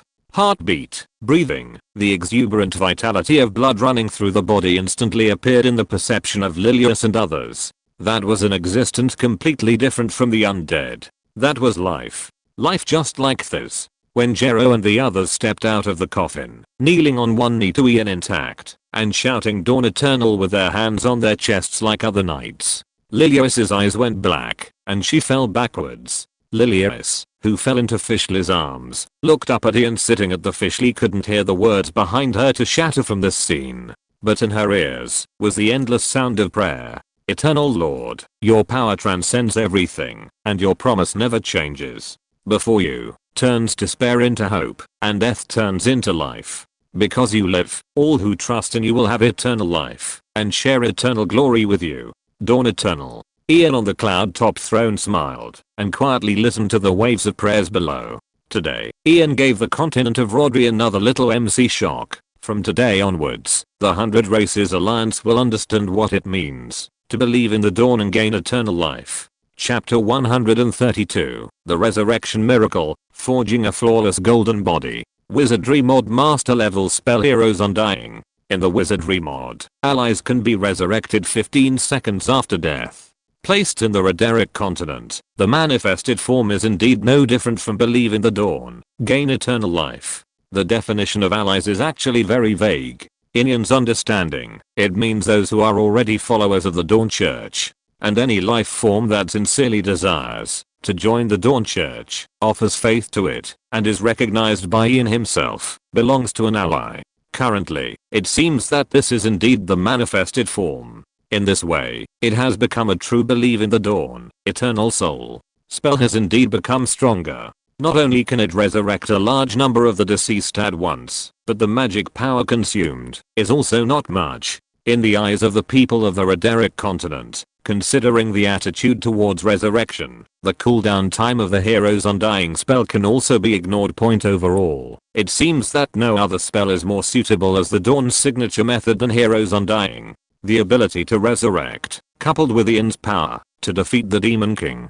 The existence of the Dawn is beyond doubt, and the supreme divinity of the Dawn Church is undeniable. As it stands now, if anyone were to say that the dawn does not exist, questioning the greatness of the dawn to visit, who knows, before the believers even make a move, the members of the Hundred Races Alliance might excitedly tear the doubter's mouth apart. Resurrection appears, without any additional evangelistic methods. Who sees it will immediately become the dawn's most loyal believer. Ian glanced at the faces of the guests from the Hundred Races Alliance, and the expressions of excitement and shock on their faces made Ian even more certain of this conclusion. Speaking of which, it's also a coincidence that the identification rate of the Hero's Undying spell is shockingly low. But coincidentally, 2 days before the final battle in the royal capital, Ian happened to find the Hero's Undying spellbook. Ian has never mentioned this matter to Leisure and the others, and probably never will in the future. The method of resurrection is truly shocking. The details of this matter are not a good thing to spread out. Bone meal cultivation and endless water sources will never be as representative as the method of resurrection. Point honestly, with Heroes Undying in one hand and Steve's iron fist in the other, the god's compassion and thunderous wrath are perfectly embodied in Ian. Ian is even starting to feel that he is not the Pope, but the dawn itself. With the miracle of resurrection descending before their eyes, Ian everyone that needed some time to accept the reality of this matter, he did not interrupt the emotions of the crowd, quietly allowing this shock understood to continue to ferment. As for Jerome and the others below, after subconsciously paying respects to Ian, they finally reacted. They looked at themselves in disbelief, and also observed the others. Jerome clearly remembered that he had died. Headless body falling was quite clear. That was death, no doubt about it. But what is going on now? Has the soul ascended to heaven? But Markov and the others are still here. Jerome and the others, who couldn't figure out what was going on, felt inexplicably uneasy. In that moment of daze, Loke's face suddenly appeared in front of Jerome. The calm and elegant elven tree of life great guardian's face was flushed, and chill his eyes were fixed on him, making Jerome always feels that the other party was looking at some treasure. A strange surged into his heart, and Jerome subconsciously took a step back. Loke realized his eagerness, suppressed his excited emotions, and slowed down his voice. "Knight Jerome, I'm Loke of the elven race, you should remember me, right?" Jerome calmed down and nodded quickly after seeing Loke clearly. "I remember you. The elves Miss Fishley invited to help us fight against the demons. The rare memory is fine." Loke's joy was as turbulent as a roaring wave, almost overwhelming him. Taking a deep breath, Loke said seriously, "Do you know what happened, right? You were resurrected by the miracle bestowed by His Holiness the Pope." Jerome was stunned and looked up at Ian Point. Although he had long believed in the omnipotence of the Dawn and the Pope in endless prayers, but when resurrection truly happened to him, Jerome couldn't help but feel like he was in a dream. "Can I check you out, Loke?" Couldn't wait to express his true desire. Jerome did not object. After all, Loke was also a comrade in arms who had fought side by side before. So the moment Jerome nodded, Loke couldn't wait to hold Jerome's shoulder. The natural magic that had been suppressed for a long time poured out, turning into a gentle stream flowing into Jerome's body. The extremely vigorous exploration technique turned Loke's eyes green. Even the hair was covered by a layer of natural brilliance, the meridian's heart, limbs, even the neck, that had been severed. Loke carefully checked everything. Afterward, he approached the other Dawn Knights, repeating the process. Finally, Loke stood blankly in place, muttering words that others couldn't understand or hear clearly. Matthew couldn't help but walk down quickly to look at Loke. "Mr. Loke, is there something wrong with Jero and the others?" Answer, still standing in place, muttering blankly. Matthew couldn't help but walk down quickly to look at Loke, patted Loke's shoulder. "Mr. Loke." This time, Loke finally came back to his senses. Emotional reactions that humans should have demeanor of a diocesan bishop still steadfastly choose to charge for the Dawn at the critical moment of life and death. "Your loyalty is seen by the great Lord, so the Lord has raised you from the dead." Matthew pressed his hand heavily on Jero's shoulder, stared into his eyes, and said seriously, "Jero, the demons still exist, and the betrayers are still bewitching lost lambs to resist the embrace of the Lord. The holy war has not stopped. You who have walked out of death are the most steadfast warriors. The Lord has granted you a second life. Do you understand what you should do?" As soon as these words came out, the slight confusion about resurrection that Jero had previously felt vanished instantly. Satisfaction. On the other side, the muddle-headed Loke walked back to Liliarace and the others. This great guardian, who had always been upright and never retreated a step in the face of the four horsemen of the apocalypse. Now he seemed like a paper doll, swaying in place, looking like he would fall over with a gust of wind. Fishley had a bit of a headache. Liliarace had already collapsed in her arms and couldn't stand up. If Loke also fell, other things were trivial, but if Her Majesty the Queen felt that the elves were unreliable and couldn't maintain their dignity in the face of miracles and had criticisms of the elves, that would be troublesome. She hurriedly had Henderson support Loke. As he got closer, Henderson finally understood what Loke was saying. "Resurrection. Master. Elves." Henderson looked at Fishley blankly. Before he could say anything, the eldest great guardian of the elves suddenly turned red-eyed and immediately began to shed tears. Henderson flustered. Fortunately, the surrounding people were still immersed in the feat of resurrection and hadn't come back to their senses. Fishley was extremely worried. "Grandpa Loke, pay attention to the occasion. Let him cry for a while." Liliarace finally recovered a bit and stood up with Fishley's support. She took a deep breath and sighed deeply. Loke has experienced too much despair brought by the demons. He's just too happy. As she spoke, Liliarace also clenched her fists excitedly, looking up at Ian in the sky. "From today onwards, the 100 Clans Alliance will officially find hope, under the leadership of the Great Dawn. Sound the horn to counterattack the demons. I have already seen it. The long night of the road continent is coming to an end, and the day of the dawn is just around the corner." As soon as the words fell, Loke instantly shook off Henderson and rushed to Liliarace's side. His eyes were bloodshot. After experiencing that short moment, Loke looked as if he had stayed up for several days, with bloodshot eyes. Your Majesty the Queen. We can't wait any longer. The entire elven race must immediately offer their faith to the Great Dawn without reservation. Otherwise, we will all be sinners of the elven race for all time.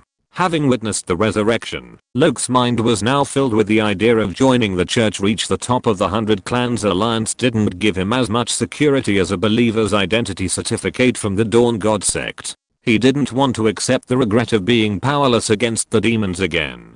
Only by joining the Dawn God sect, becoming a loyal believer of the Dawn, can the elves eternally enjoy glory offered to His Holiness the Pope, right? Yes, Your Majesty the Queen. Then, the light in Liliarace's eyes became more and more bright and moving. She took a deep breath and said in a low voice, "What do you think about the entire elven race relocating to the land of origin?"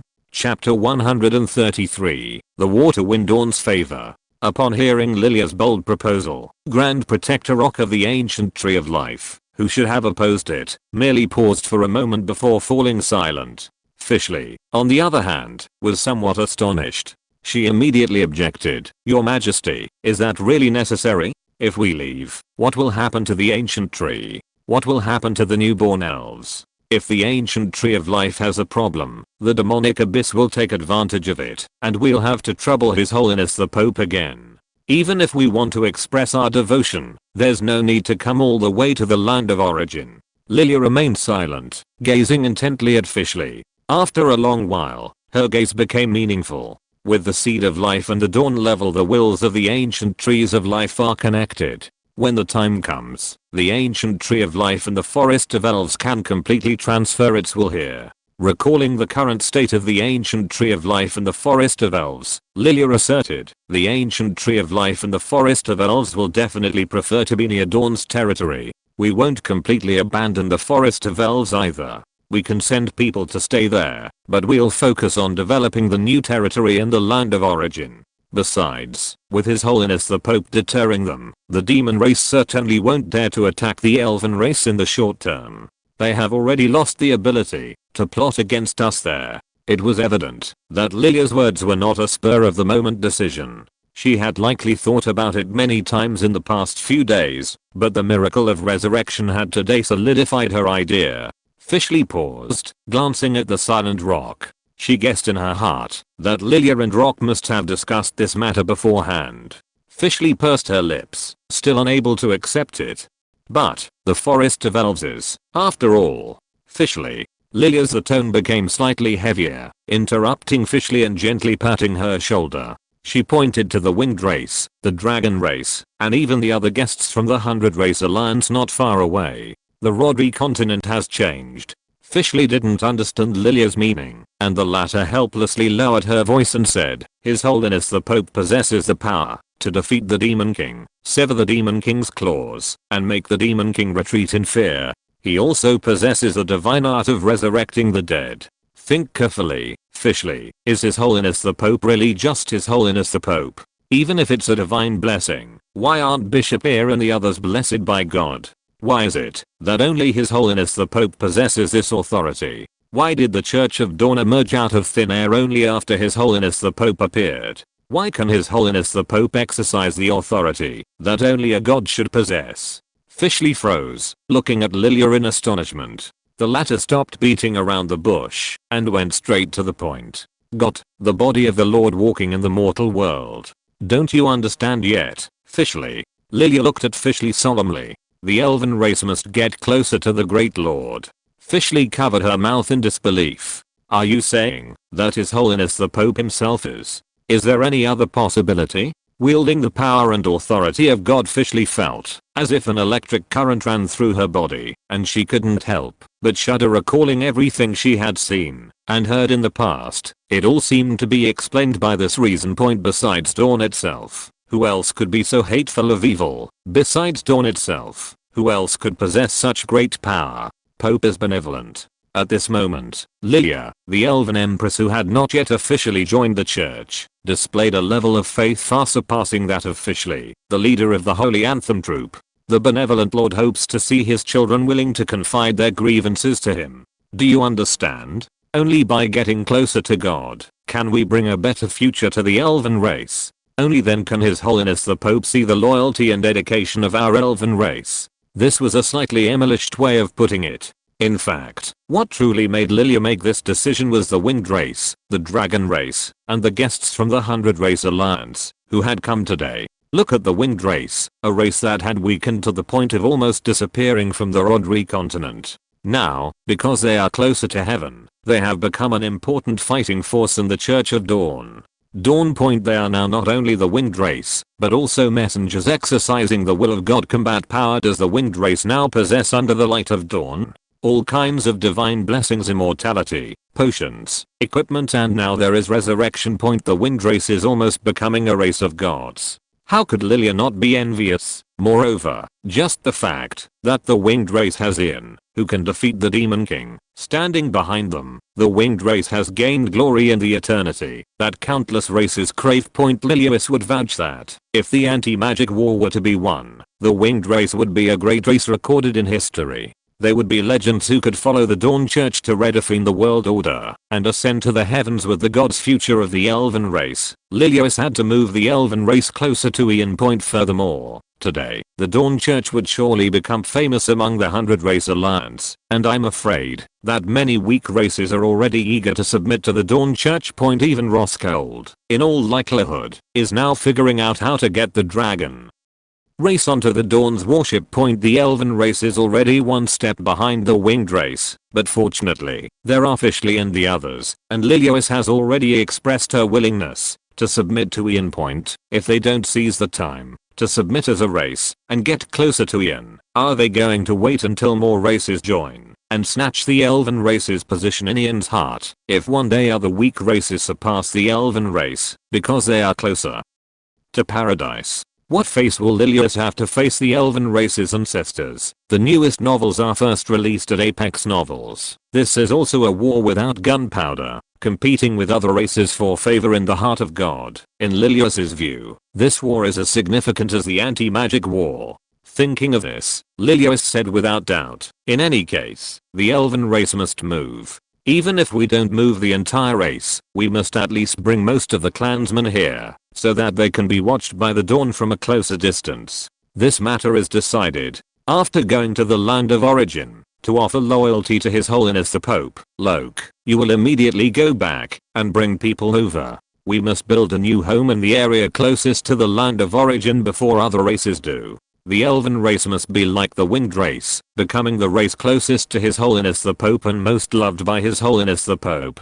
Loke moderately without hesitation. Yes. Therefore, Fishley didn't say anything more. Although she couldn't completely see the stakes involved, she was, after all, the next generation succeeded by Lilius. This matter is of great benefit to the elven race, so let's move. Point being close to the Dawn also means being close to the chasm point, but Fishley firmly believes that the land of origin is even safer than Dragon Island, which is isolated overseas and untouchable by the demons. Besides the elven race, who directly made the decision to move once and for all, there was no shortage of smart people in other races as well. Point like Roskilde, who was currently complacent. Point he was glad that he came out in person this time and joined the Dawn, becoming a loyal Dawn dragon. With the miracle of Indian strength, Roskilde now dares to challenge other demon kings. Becoming a Dawn believer is the proudest thing Roskilde has ever done. However, Roskilde Resurrection still has a sense of the big picture after all.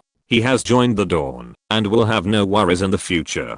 But the dragon race, Roskilde's huge dragon eyes flickered constantly, and finally, they settled on the Ender Dragon. 4. The future of the dragon race. The Ender Dragon must be crowned emperor. The dragons on Dragon Island who are still vying for the position of Dragon Emperor probably don't know yet. Roskilde, who came out for a trip, is already taking a different approach, planning to directly bring back a mature Dragon Emperor.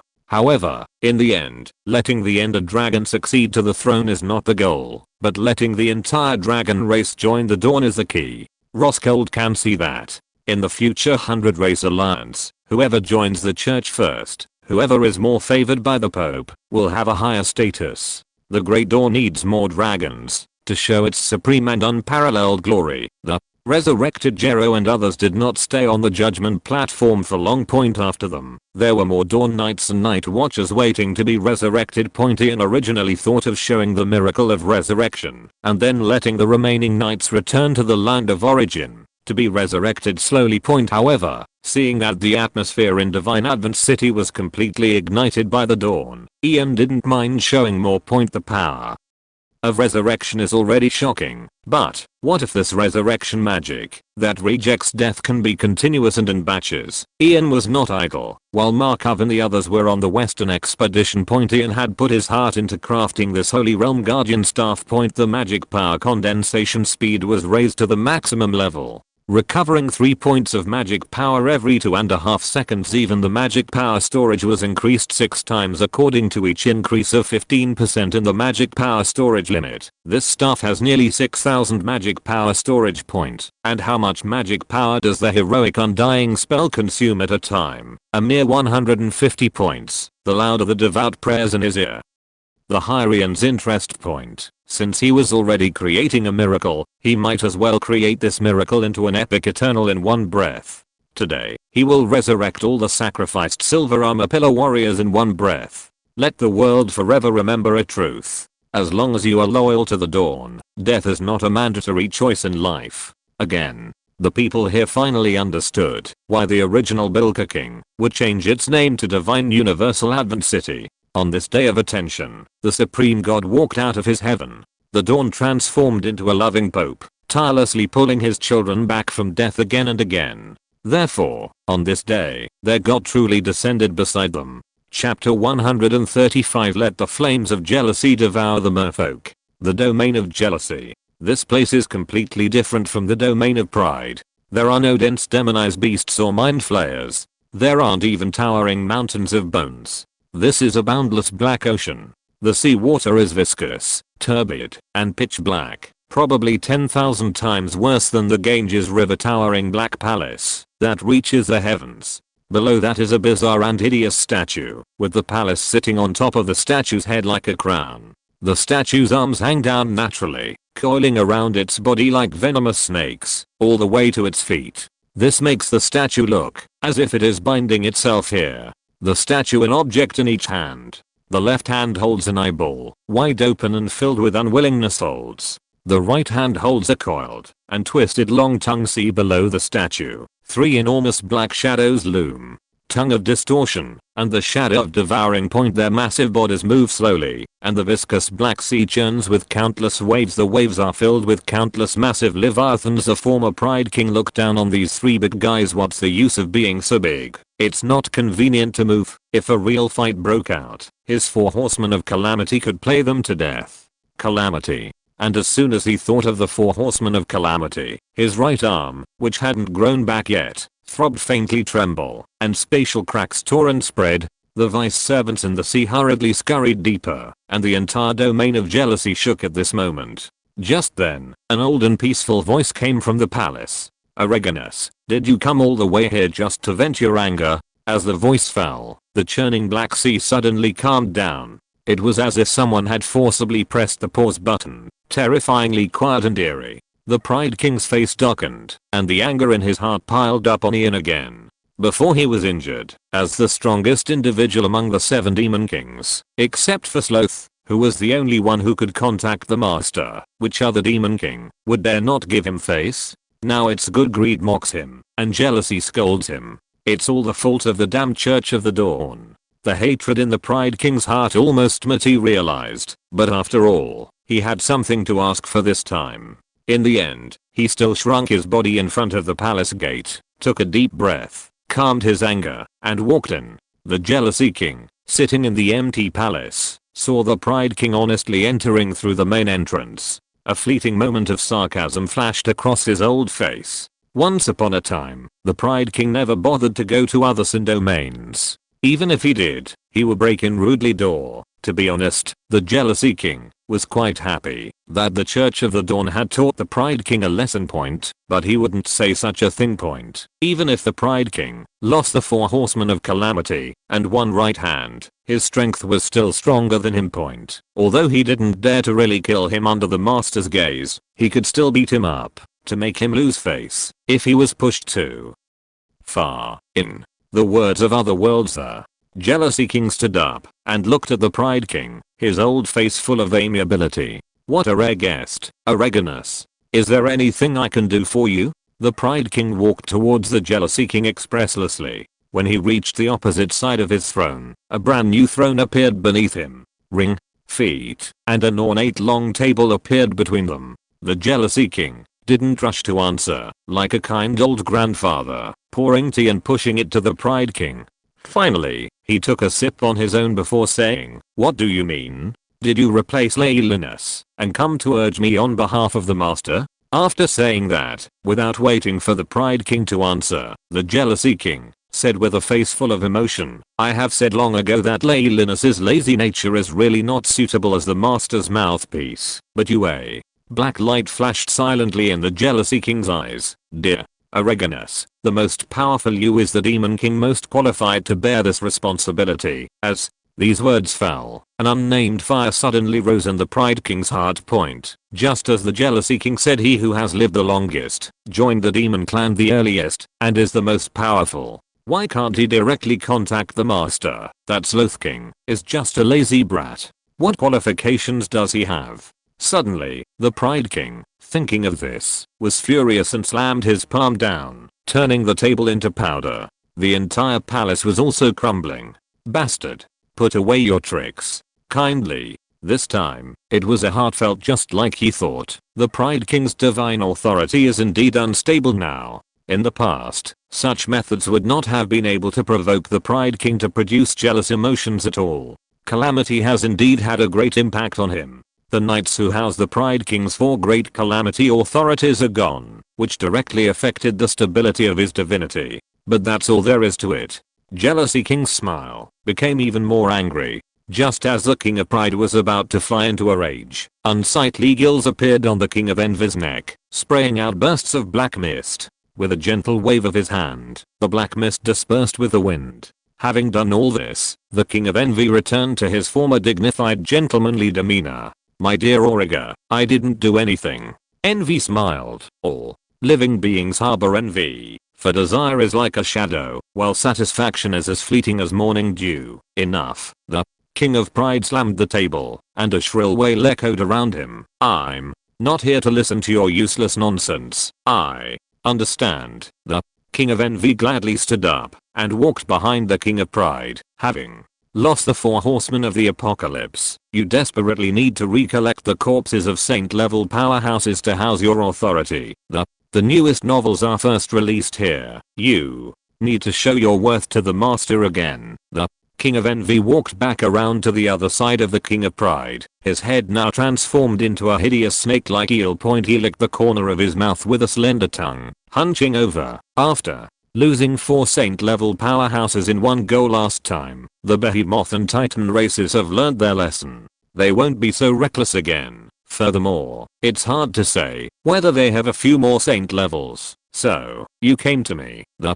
King of Pride's expression was uncertain, and his fists clenched tightly. "You want me to help you bring back the corpses of saint levels while setting up the gleaming moon holy ring?" The King of Envy let out a harsh, hoarse laugh. "But, my dear Auriga, you don't have the attitude of someone asking for a favor. You shouldn't be so arrogant right now." The King of Pride closed his eyes, forcefully suppressing the urge to smash the old eel in front of him to death with a hammer. After taking a deep few breaths to calm himself, he said in a deep voice, "After the fall of the Roderick continent, I'll give you one of my world crystals." "My dear Auriga." The King of Envy smiled sinisterly. "You've forgotten the first virtue of us demons." Raising his index finger, the King of Envy said hoarsely, "Never keep a promise." The King of Envy returned to his seat, transforming back into a kind old gentleman. "I need to see tangible benefits." The King of Pride understood that he was going to be fleeced this time.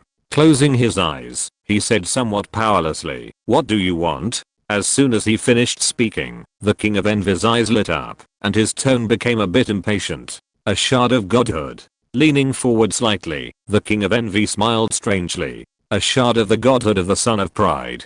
Seeing that the King of Pride was about to say something, the King of Envy said lightly, "Don't try to fool me by saying that the Son of Pride has already vanished into thin air. I don't believe you would trust him so much that you wouldn't leave any backup plans. A shard of a fallen authority's godhood in exchange for the corpses of 2 saint level merfolk is a very good deal." The King of Pride's expression was uncertain, as if he had eaten Leviathan's fesses after a long while. He said in a cold voice, "After the world barrier of the Roderick continent is reinforced, even pseudo-gods will not be able to go to the Roderick continent. The primordial abyss is currently hungry. The cost of casting into the abyss is even higher than the cost of having a god level being descend. You and the Sin of Envy servant cannot personally go to the Roderick continent. What assurance do you have that you can kill the saint levels in the depths of the sea and bring them to me?" Success. The benevolent smile on the King of Envy's old face became even brighter and more radiant. "My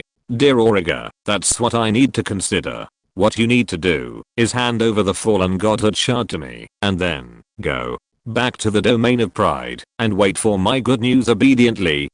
The King of Pride smiled contemptuously. "The first virtue of demons, never keep a promise. My dear Envy, we need a deal where money and goods are exchanged simultaneously. As your employer, I have the right to know and judge the means and success rate of you completing the transaction." The King of Envy quietly looked at the King of Pride, and after a long while, smiled kindly. "My dear Auriga, you really are a difficult employer to deal with." After speaking, he poured the black tea in his cup into the air. The tea transformed into a dark and glossy mirror in the air. Gradually, a handsome golden-haired youth appeared in the mirror, wielding a spear and fighting various powerful magical beasts in the depths of the trench, a face full of appreciation, but then said with extreme regret, "Ambitious, brave, persevering, just like I was back then. Such a child is every parent's favorite good boy, right?" The King of Envy shook his head and lamented, "Unfortunately, he has a more outstanding brother who overshadows all the brilliance of him and the other younger generation. In front of his powerful brother, all his efforts can only be exchanged for a sentence. You should learn more from your brother. As parents, they can't help but show favoritism and make comparisons, right?" The King of Pride narrowed his eyes slightly. "The second son of the merfolk clan chief. Oh, what do you want to do?" Of the stubborn youth. After he pierced the body of a giant magical beast with his spear, he indulged in it, as if examining a work of art. After a long while, the King of Envy said softly, "The weak covet the glory of the strong, and the strong fear the rise of the weak. The killing of life originates from the nature of envy. Envy is the rust of the soul, which not only corrodes others, but also devours oneself. And what we have to do." The King of Envy paused and suddenly revealed a benevolent smile. He reached out and tapped Ohm's heart in the picture from afar. "Give him a fulcrum so that the lever in his heart can pry up the jealousy buried deep in his soul." If you're listening to this novel on a channel other than Fanfic World, it means they downloaded and uploaded it without effort. We cordially invite you to visit our channel, Mundo Fanfic Novelos. There you'll find the original version of this story, and you can explore many other novels of various genres. We're waiting for you to immerse yourself in a world of incredible novels. Chapter 136. Seducing the Ender Dragon is the Dragon Clan's most important task. The entire Dawn domain was already as stable as Mount Tay. Unlike the dynastic changes in other countries, there would always be many remnants of the previous dynasty. Based on the holy war initiated by Faith, there was no so-called purge of rebels after the curtain fell. Especially the disobedient nobles, who had all been sacrificed to the Louis XVI guillotine. The current Dawn domain is even more stable than those kingdoms that have been maintained for many years. Therefore, Ian directly asked Markov and the others to take the Dawn Knights back slowly, and along the way, some Dawn Knights were left in each passing city to be responsible for city defense. As for Ian and the others, they took the Ender Dragon and other dragons back to the starting ground in advance. From God's Advent City to the starting ground, according to the pace of the 100 Clan Alliance, it would take about a week. Faster ones would also take 3 or 4 days. Just taking advantage of these few days, Ian could also solve the affairs of the Elf Clan and the Dragon Clan first, freeing up time to concentrate on receiving the upcoming visit of the 100 Clans. With the speed of the Ender Dragon and the Dragon Clan, it was no problem to travel back and forth between God's Advent City and the starting ground on the same day.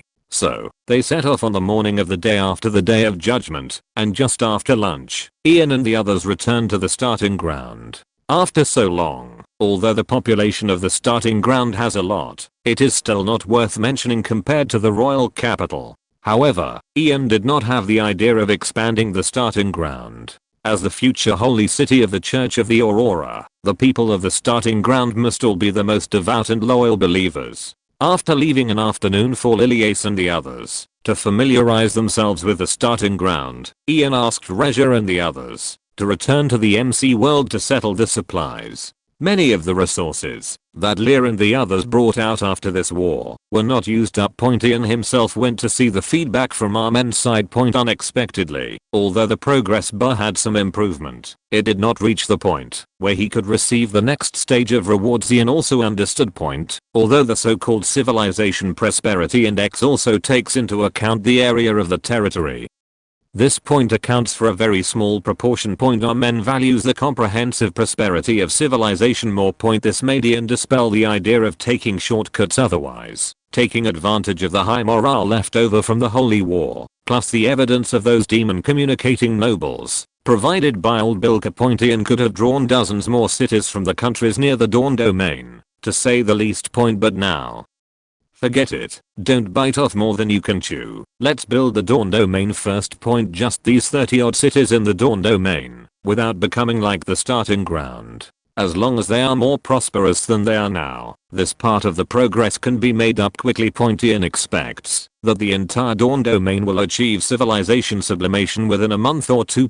After all, there will soon be more people who can build with the miracles of the Aurora. All the Dawn Knights who participated in this operation are qualified to enter the MC world, plus Uriel and all of their winged clan. When things are over here, Ian will take 5,000 or 6,000 people into the MC world to develop in one go. At that time, he will break through the Twilight Forest and carry out large-scale construction and development in the MC world resources of MC to build the Dawn domain. Perhaps it won't even take a month. The new module is about to arrive. Go to customize clothes often, and they don't have to wash clothes anymore. Although Regia was a little disappointed about this prepare dinner, Ian casually ordered and then said, "Where are the dragon clan and the elf clan?" Regia, who was looking at Ian's new clothes with loving eyes, came back to her senses and said softly, "The three of the dragon clan kept following the Ender Dragon at the beginning, but after the Ender Dragon was annoyed and left, they went to the battlefield outside the city and the city wall to stare blankly."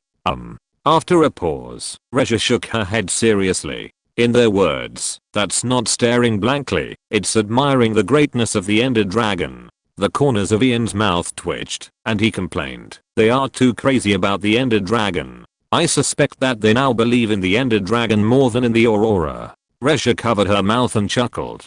"Believing in the Ender Dragon is also believing in young Master Ian, isn't it? But they are indeed a little too crazy." Saying that, Regia quietly glanced at Freya, who was not far away, sucking on the end of her pen and thinking blankly, and whispered, "Young Master Ian, in the past few days, that female dragon's heirs brought by Roscarald has been pestering the Ender Dragon, and sometimes she acts like an infomaniac towards the Ender Dragon. When I passed by a few days ago, I also heard Roscarald issue a task to that female dragon." Ian raised his eyebrows and asked curiously, "What task?" "To let theirs seduce the Ender Dragon and leave the first offspring of the Ender Dragon to the Black Dragon clan." Ian smiled dumbly. It seems that there is also a not weak competition within the Dragon clan. According to the Dragon clan's aesthetic, that big is handsome and strong is beautiful. It is no wonder that the female dragon likes the Ender Dragon. Now, the Ender Dragon, which has a wingspan of nearly 30 meters, is worth 2.5 Roscarald standing there. In Zez's eyes, I'm afraid she has never seen such a top-notch handsome guy like the Ender Dragon in her life, that of the past Dragon Emperors, and is rated as a god level by the Demon Clan. Plus the Ender Dragon is the mount of a god. Ender Dragon? That is the perfect lover in the hearts of all female dragons. Not to mention the Black Dragon clan's desire to make themselves the most loyal subordinates of this destined Dragon Emperor. Just take Zexy herself. An arranged courtship, with the object being a handsome and promising young man with great strength, power, and looks. If she could have a one night stand, she could directly be promoted to Black Dragon Clan Elder, and even have a chance to become the Dragon Queen in the future. Zexy probably thought she died and gone to heaven. Young Master Ian, you have to say something about Ross scolding them, Leah said with some annoyance. In public, they are always encouraging Zexy to get close to the Ender Dragon and show her love. Zexy, that big lump, acting cute and throwing herself around, it's really an eyesore. And as she spoke, Leah lowered her head and touched her belly, muttering, I haven't even conceived a new dawn for you yet. Ian tapped Leah's head and said helplessly, although the Ender Dragon is already very powerful, he is actually not yet an adult, and even after he matures, whether he can produce offspring is another matter. Don't mind them. Roskilde and the others genuinely want to support the Ender Dragon in leading the Dragon Clan, which is good for us, but make our Ender Dragon a misogynist. Leah happily and said again. After wandering around the city, Lilith took Fishley and the others to the monster forest south of the city. They clearing out monsters. Ian nodded with satisfaction, expressing his satisfaction with the elves' proactive work. That's just a side effect. Leah pursed her lips and said helplessly. Lilith had Fishley borrow a lot of bone meal from the church. They went to plant trees. Ian was silent, looking out the window at the bustling land of Beginning Point after a long time. He said slowly, that's good. Has found their own hobbies. That's all good. One started playing the beauty card. One started working on greening. That's good. The Dragon Clan and the Elven Clan have both found their place. Let them come back for the dinner party. Everyone waved his hand and walked upstairs. Dragon Clan and the Elven Clan point when the other 100 races come over. It will probably be even more lively point at this moment. Ian still really wanted to know what tricks this group of 100 races could play under the shroud of the MC world. By the time Roskilde and Lilith arrived, the dishes for the dinner party were already prepared. Ian walked down from upstairs and sat in the main seat, waving his hand to signal them to sit down. Today's banquet doesn't need to be too formal. Everyone can just relax. Hearing this, Roskilde and the others nodded quickly. Zexy looked around for a long time, then looked at Ian with a disappointed and aggrieved expression. Your Holiness, the Ender Dragon, has he not come yet? Ian didn't think Zexy's expression was very moving. Zexy can be called the #1 beauty of the Black Dragon Clan, and her dragonoid form can be imagined. One arm is thicker than Leah's waist. Sometimes, thinking about it, if the Ender Dragon had the same aesthetic as Ian, it would be quite despairing for the dragon. The Ender Dragon can't transform into a dragonoid form yet. His food is taken care of by others. Ian casually explained. Roskilde said in surprise, the Ender Dragon hasn't transformed yet? Of course. Ian paused, glancing at Zexy meaningfully. After all, the Ender Dragon is not yet an adult. Not an adult? Roskilde looked at Ian with a dumbfounded expression. The Ender Dragon's strength far exceeds the Dragon Emperors of the past, and his size is comparable to the largest Dragon Emperor in history. Yet, he's not even an adult yet? He's so strong, even before he's an adult. When he grows up, won't he be comparable to the Demon King? Perhaps. Ian was a little helpless, noticing that Roskilde didn't understand his meaning. Ian slightly increased his tone. Should be avoided as much as possible. You understand what I mean, right? Understood, Your Holiness. Roskilde nodded with a serious face, not allowing anyone with ulterior motives to influence the Ender Dragon's growth. Zexy will also take good care of the Ender Dragon's diet and daily life. Completely didn't understand. Ian sighed, observing Zexy's increasingly bright, even somewhat infatuated gaze. Ian's heart sank. This is bad. This mother dragon probably wants to play a dating simulator. Ian had a headache and quickly changed the subject. Lilith, you went around this afternoon. How did it feel? Lilith immediately nodded heavily. The land of beginning, close to the will of the Great Dawn, is indeed a treasure land. We went around the monster forest this afternoon and borrowed some miracles to plant trees. Your Holiness, I found that this is a completely perfect land, so. Lilith paused, looking at Ian with anticipation near the land of beginning. Is that okay? Chapter 137 for the Black Dragon Clan. Go and have babies with the Ender Dragon Great Venerable. Moving. Ian was taken aback. Looking curiously at Lilius, Ian was very much in favor of the elven race relocating here. The closer they were, the easier it was to mobilize the elves and to gather faith. In the future, the elves could respond to Ian's orders at any time, just like the winged race. Most importantly, the source of troops for the Sacred Choir and the Purifier Corps would be more direct and convenient. However, I support the elves moving here, but what about the Tree of Life? Hearing this, Lilius was overjoyed and quickly said, "We have the Seed of Life." Then, Lilius told Ian about the relationship between the Seed of Life and the Tree of Life itself. Lilius already had a thorough plan for the relocation. On the original Tree of Life side, it would be enough to leave enough guardians to watch over it. And here, after the Seed of Life was matured with bone meal, the consciousness of the Tree of Life could be freely switched between Life Tree number 1 and Life Tree number 2. In essence, the existence of the Tree of Life was just a carrier of the law of life, and there was no such thing as a main body or a clone. Judging from the Tree of Life's attitude of tattooing the Dawn flag on itself, it was probably even more eager to be closer to paradise. After listening, Ian slightly and smiled. "Then move here. The starting ground is close to the abyss and close to the demon race, but I think, unless the 7 demon lords come out together, the demon race would not dare to offend the starting ground. This place is actually safer than other places, and the growth of so many newborns in the elven race is better here. Faith, of course, must be instilled from childhood." Of course, Lilius herself meant the same thing. After Ian finished speaking, she hurriedly chimed in, "This time, I represent the elven race to join the Dawn, to listen to my lord's great oracle." Hearing this, Ian smiled. "I understand. The Dawn will not reject devoutly attached children. I can promise you the elven race's allegiance on behalf of the Dawn. The management of the elven race will still be your own responsibility, but later, when Markov and the others return, and the guests from the 100 Clan Alliance arrive at the meeting to reward merits, I will also arrange suitable positions for you." Ian had actually already thought of suitable positions for Lilius and Rock Point as one of the top powerhouses in the Rhodes continent. Lilius was very suitable to fill a gap in the position of Cardinal. And Rock, the 12 white robe archbishops of the White Pillar, might also be good. However, their appointments could not be decided with a snap of the fingers. The higher-ups of the Dawn Church must be absolutely loyal to Ian's own people. Lilius and Rock still needed a probationary period like Uriel and the others fermented. The 100 Clan Alliance would once again focus their attention on the starting ground. "Them as you please."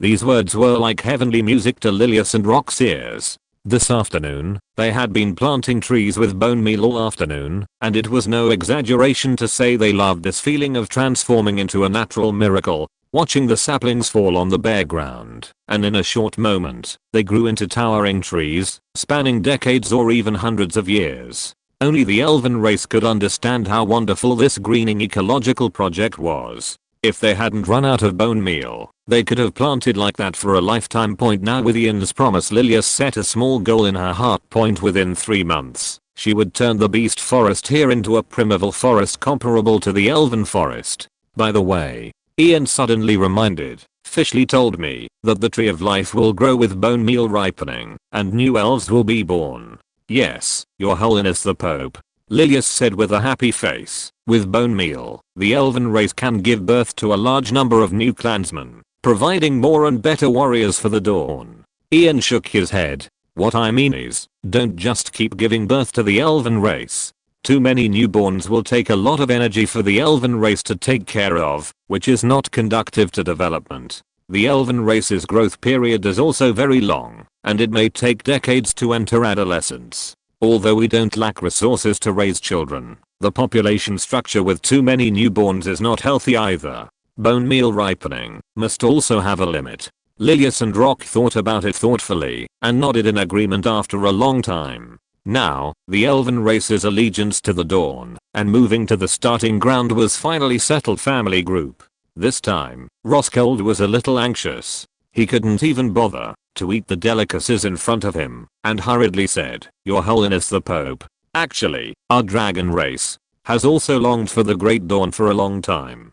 Before Ian could say anything, Rock interrupted Roskilde. The latter's face stiffened, but then he showed the dragon race's excellent thick-skin talent. "It's only a matter of time. Rock curled his lips. Although the elven race was indeed one step ahead of the dragon race now, their status had not yet been consolidated. Even though he had a good personal relationship with Roscold, Rock still had to think about the elven race point before the elven race completely became one of the most trusted races in the Dawn's heart. He didn't want anyone to compete with the elven race for favor here. Roscold, you are only the third elder of the Black Dragon clan after all. Our elven race even had Her Majesty the Queen come in person at the first time. If the dragon race wants to sincerely submit to the Dawn, even if there is no dragon emperor at the moment, all the patriarchs and elders of the 5 major dragon races should be present, right? It is a bit disrespectful to His Holiness the Pope for you to discuss this matter with His Holiness the Pope as the third elder of the Black Dragon clan. Roscold glared angrily at Rock. The latter apologized in his heart, but still looked righteous. Ian didn't care about Rock's little thoughts, and was even quite pleased that he was so on the road. The internal strife staged by the people below, in order to compete for favor, was also a good play to verify faith. At least for now, Rock met the standards in Ian's heart. Roscold was silent for a moment, and immediately changed his tone. Your Holiness the Pope, you defeated the Demon Lord, brought divine revelation, and even the Ender Dragon Great Venerable is willing to dedicate himself to the Dawn. Our dragon race naturally wants to follow the Ender Dragon Great Venerable, and follow the Dawn. It's just that I still need to report this matter to the Patriarch and report to the other dragon races. I will set off to return to Dragon Island later, and I will definitely bring the other dragon races back to offer their loyalty to the Dawn soon. The matter of the dragon race soon offering faith was much more troublesome than the elven race. After all, the cup of lamentation hadn't gone wrong. Plus, the dragon race was inherently proud. The dragon race would most likely not believe that Ian had defeated the Demon Lord. Roscold returned to Dragon Island to call for people, but the 5 major dragon clans probably wouldn't pay too much attention. But they would still come. At least, the Black Dragon clan chief would most likely come. The Ender Dragon go to Dragon Island to be crowned as emperor. Ian didn't plan to let the Ender Dragon follow Roscold back point. That would be too embarrassing for the Ender Dragon point. The Dragon clan must understand that they are the ones who desire the Ender Dragon's coronation. They are the ones who yearn for the Dawn's attention point. Therefore, the Black Dragon clan chief personally comes to beg the Ender Dragon to move to Dragon Island and be crowned as emperor. This process is in line with the status of the Ender Dragon as a symbol of the Church of the Dawn. Ian nodded with a smile and said softly, "Go, be careful on the road, take the undead totem with you, and bring back some alchemy potions. Be careful of the demon clan's revenge." Roscold looked at Ian with emotion and silently repeatedly, "Yes, Your Holiness, thank you for your concern." This meal was still very rewarding for Ian. The elf clan officially swore allegiance, and were even moving over. The dragon clan's faith conquest had also entered the right track. The newest novels are first published here, if there are no accidents. After a while, the Church of the Dawn, having conquered the elf clan and the dragon clan, will definitely give the entire Rodri continent a little Dawn shock. When that time comes, the cleansing of the Pulis Kingdom and the human clan can begin. To fight foreign enemies, one must first secure the home point. If the traitors within the human clan are not completely eliminated, Ian will be worried about being attacked from behind even when dealing with the demon clan. Therefore, traitors deserve to die the most. They deserve to die even more than the demon clan. After the banquet ended, Ian asked Fishley to take Lily and Ace to the origin land to find a place to stay for a while. As for Rock, he would set off to return to the elf clan tomorrow. In the end, the arm can't twist the thigh. Compared to the life ancient tree great guardian, the elf queen is still one head taller. Therefore, the beautiful task of staying and planting trees with miracles was naturally left to Lily. Ace Ian left Uriel and the others behind. Before the Holy War expedition, Ian had already verified their loyalty and also promised to take them to the Dawn Heaven to witness the truth. As the Pope, one must naturally keep one's word. Roscold then pulled Jersey and Nailin aside for a final exhortation. "Jersey, Nailin, I will set off to return to Dragon Island immediately." Roscold's Words were full of reluctance. After all, on the Church of the Dawn side, he could not only come into contact with various miracles every day, but also listen to the Dragon Emperor's voice with the Ender Dragon point returning to Dragon Island. Most likely, he would fall into the Dragon Emperor's struggle again point. Just thinking about it was annoying. Elder Roscord, don't worry, Malin said with a serious face. Jersey and I will definitely follow the Dawn and serve the Great Ender Dragon. Idiot. Do you even know what you should be doing?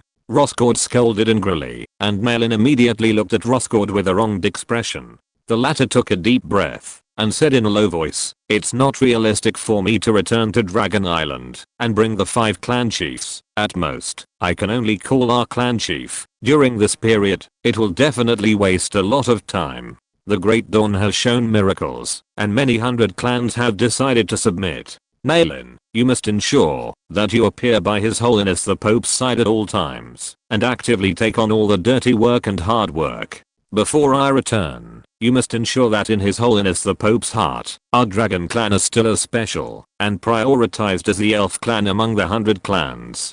Malin suddenly understood. Competing for favor, right? This is war. It is a war to maintain our weight in His Holiness the Pope's heart. Roscord scolded angrily. "We have already fallen behind the Wing clan, behind the Elf clan. We must not let other 100 clans continue to step on our heads. The Dragon clan must be the Dawn, the most loyal and powerful subordinate of His Holiness the Pope. Do you understand? In the future, in the epic of His Holiness the Pope defeating other demon kings, our Dragon clan must leave our names in the position closest to His Holiness the Pope." Malin finally understood Roscord's meaning and nodded heavily. "Understood. I will definitely actively undertake all the work of the Church of the Dawn and ensure that His Holiness the Pope feels that we are the most devout." Roscord calmed down a little and looked at Jersey again. After a long silence, he said seriously, "Jersey, your task is more important. I order you, at all costs, to seduce, attract the Great Ender Dragon." A look of excitement appeared on Jersey's face, and she nodded repeatedly. Roscord added, "It is a certainty that the Great Ender Dragon will become the Dragon Emperor.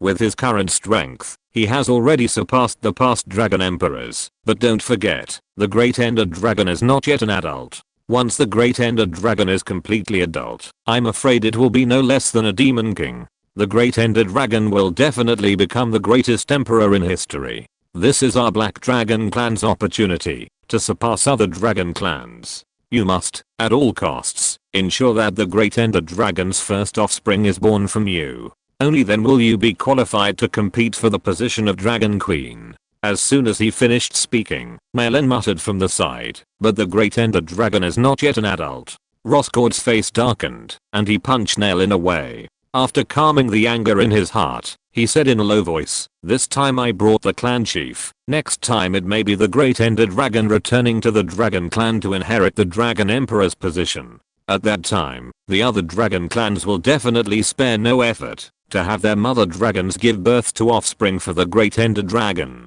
We were the first to encounter the Great Ender Dragon. The Black Dragon clan must not give up this priority. Whether or not you can become the Dragon Queen and make the Black Dragon clan the one Dragon clan depends on you. I only have one request." After a pause, Roscord said in a low voice, "Even if the Great Ender Dragon is not yet an adult and cannot give birth to offspring, you must occupy a place in the Great Ender Dragon's heart. Before the Great Ender Dragon becomes an adult, you must never allow the mother dragons of other dragon clans to approach the Great Ender Dragon and flirt. Can you do it?" Jersey did not answer. The majestic figure of the Ender Dragon flashed in her mind. The strong physique, the wings that cover the sky and the sun, the sturdy dragon might. The more Jersey thought about it, the more excited she became. The Ender Dragon, who is not yet an adult, is so handsome that her legs are weak if he becomes an adult. Suddenly, Jersey's eyes turned fierce, and at the moment she clenched her fists, sonic booms raged by one step.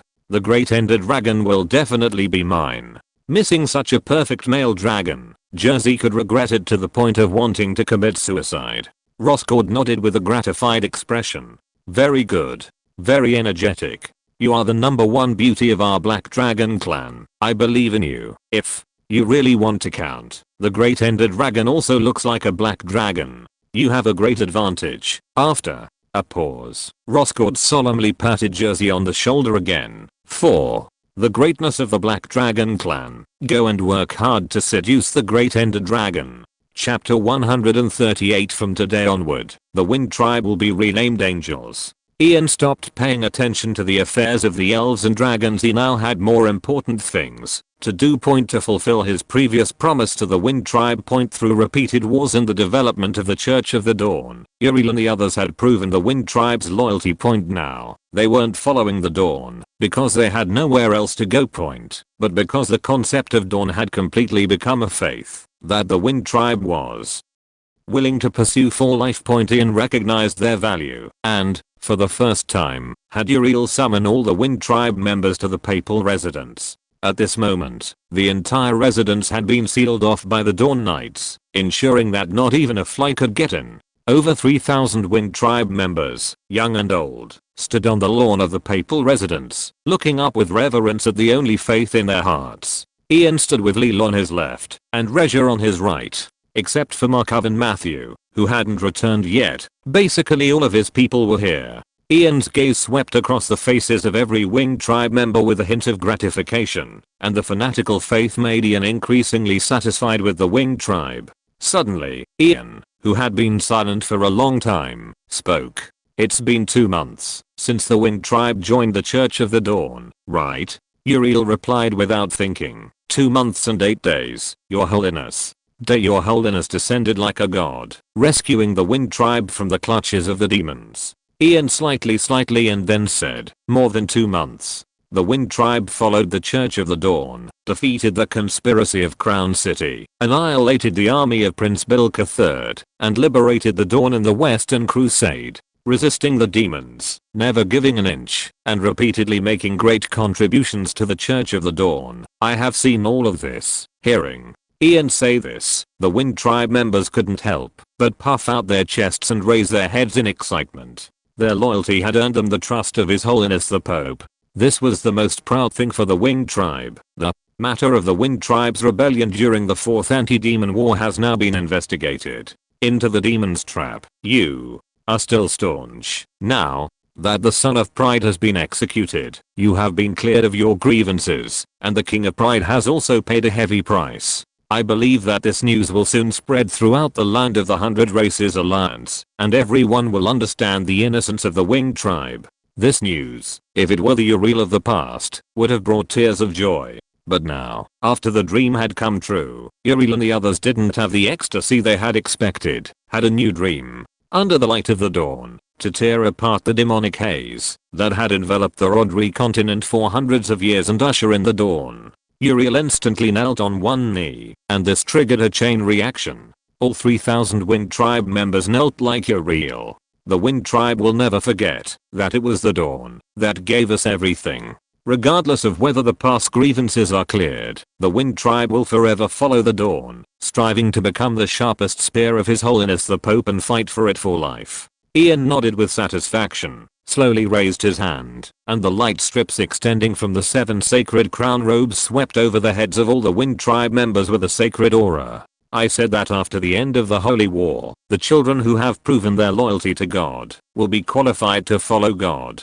Now it seems that you have already obtained the ticket to heaven, and I no longer need to continue to examine you. This glory should have a share of yours. With that, Ian turned and walked into the house. Come with me, I will show you the true foundation of my Church of the Dawn, and take you to the true Dawn Heaven. At this moment, the Wind Tribe members were stunned. It was like the Pride King's warhammer, hitting their minds hard. That kind of emotion was impossible to understand, and impossible to describe.